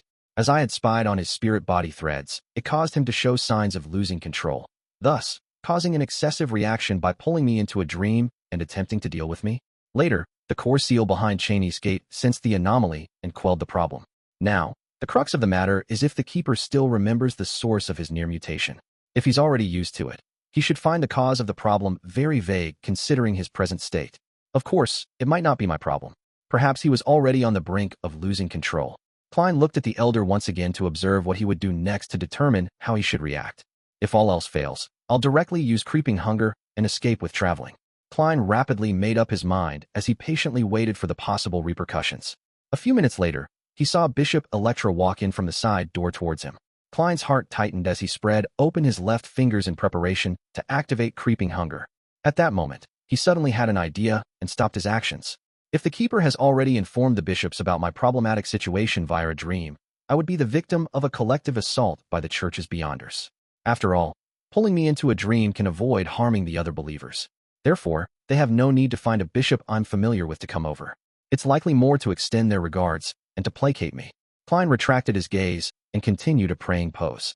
In less than a minute, he finally sensed someone approach as he looked up and saw Bishop Electra softly say, "You don't look too well?" I fell asleep without realizing it and had a nightmare. I still feel a little afraid, Klein said with a self-deprecating smile. Bishop Electra sat beside him and said in a staid manner, "Dreams are sometimes the manifestation of the fear within you.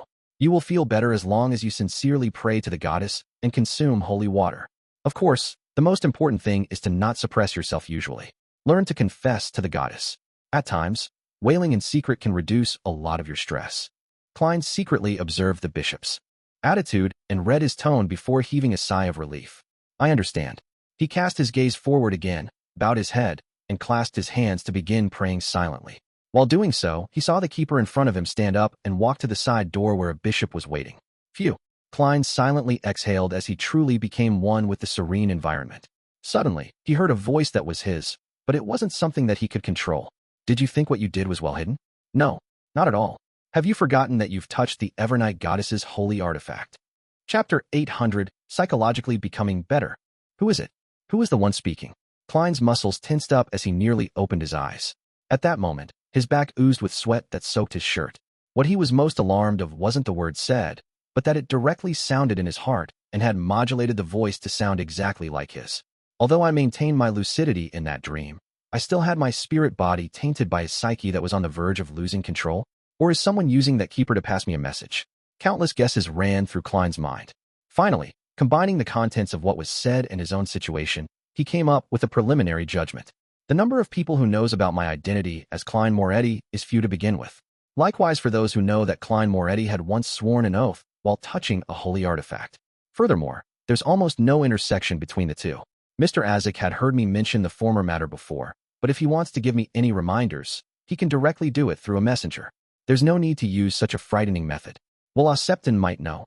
After all, he's a snake of Mercury who represents fate. But by the same logic, he can directly contact me. Of course, I can eliminate the possibility that he suddenly had the thought of frightening me. I just thought in the afternoon about having a chance of becoming his godfather. The Antigonus family's notebook had corrupted the keeper, just like how it used the misfortune cloth puppet to deliver the symbol. But if it really is the Antigonus family's notebook, why didn't it just give me the potion formula directly? Or try negotiating with me to help in a notebook jailbreak? St. Samuel Cathedral is the headquarters of the Backlund Diocese, making it at a higher level than St. Selena Cathedral. That notebook shouldn't have the ability to do anything further. It should be securely sealed. Apart from them, there is only one entity who is aware of both matters, the Evernight Goddess. However, with a deity's pride, She has no need to pretend to act as a passerby to call me out with a polite and estranged tone. I'm in St. Samuel Cathedral, so all she needs to do is produce a revelation, and dozens of beyonders will appear to mow me down. And as a diocese headquarters, with sufficient preparation, they can probably disrupt traveling. Therefore, there's no need to go through so much trouble. There's still one more person who's aware of both matters. That's myself. Before planning my operation, I've actually considered the corresponding problem. Back then, my conclusion was that I didn't need to worry too much about it because only after advancing to faceless will some of the gray fog's powers enter the real world, allowing certain demigods to sense my uniqueness. Before this, only beyonders from the monster pathway could discover a tiny bit of my uniqueness, and back when I touched the holy sword and made that oath, I had yet to become a clown. Just because of the secret connection established from the oath, it made the goddess slowly sense something about me. It's been so long, and I haven't seen her take any action. That female angel. She should be an angel. She had even smiled at me when she wiped away Mr. A. Therefore, the goddess might be happy to see me take away the Antigonus family's notebook. Although I'm not sure of her motives, I can only accept it and subsequently think of ways to deal with it at my current level. This is ultimately safer than climbing the main peak of the Hornacis mountain range. Of course, that's built on the premise that the lady which wiped away Mr. A is an angel of the church. Although I had undergone all kinds of acting during the faceless stage and got to know myself well, I've consumed additional potions without completely digesting them. And marionettist requires every marionette to adhere to a specific persona. This also easily causes a personality dissociation. Also, to steal the Antigonus family's notebook and to act as Dwayne Dantes, I'm under immense stress. I am subconsciously wavering and am suspicious. In this state, the keeper's corrupted psyche of nearly losing control had agitated my spirit body, causing me to have a split personality? Just as Klein thought of this, the familiar yet unfamiliar voice resounded in his mind again. Your considerations are too idealized. All of your actions are fundamentally all thanks to luck. If that high-ranking deacon, Crestet Sesamir, with the Holy Sword was here in Backlund to handle beyonder cases, can you guarantee that the Holy Sword wouldn't sense you when you are in the same cathedral? Both of you are linked by an oath.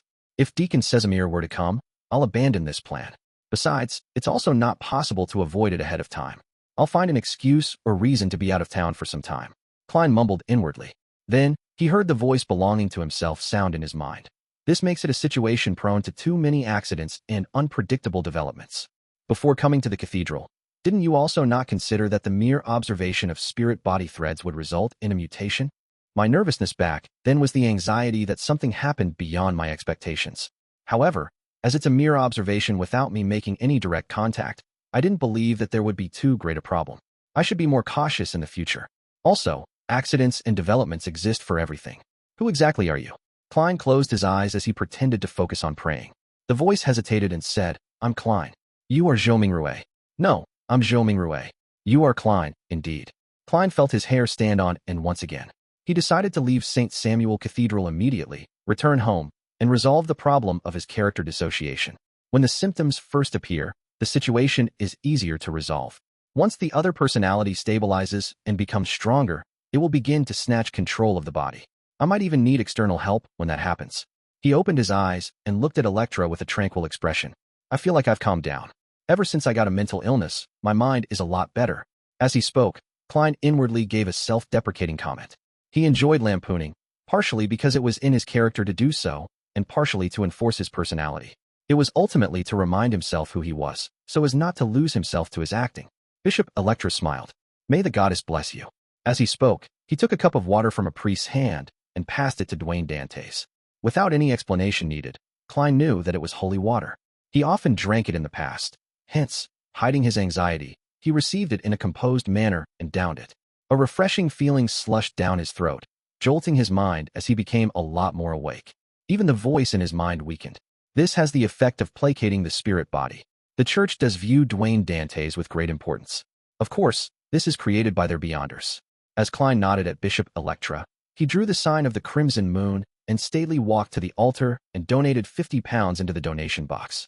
After doing everything, he led Richardson and left the cathedral, riding the carriage back to Backlund Street.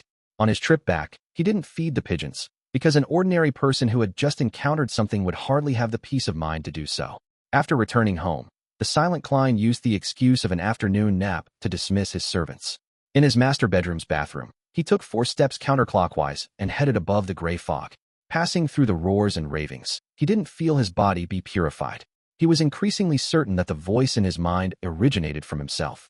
It was a result of being corrupted and agitated, causing a character dissociation. Sitting in the high-back chair of the fool, Klein immediately studied his spirit-body situation. He discovered that there were some signs of chaos without it being pure. The corresponding aura colors were somewhat spotted. After seriously contemplating for 2 minutes and ignoring the echoing noise in his head, Klein conjured the world Gehrman Sparrow and made him devoutly pray. Honorable Mr. Fool, please inform the moon that I wish to rent the mental terror candle for half a day. I know he has the means of obtaining it. Very early on, his identity as the world had been prepared for Sherlock Moriarty, so Klein wasn't worried about it. South of the bridge, Harvest Church. Emlyn White, who was anticipating his obtaining of Lilith's ring in the evening, suddenly saw the endless gray fog and heard the world. Alarmed, he muttered in silence, "How does he know that I can get the mental terror candle?"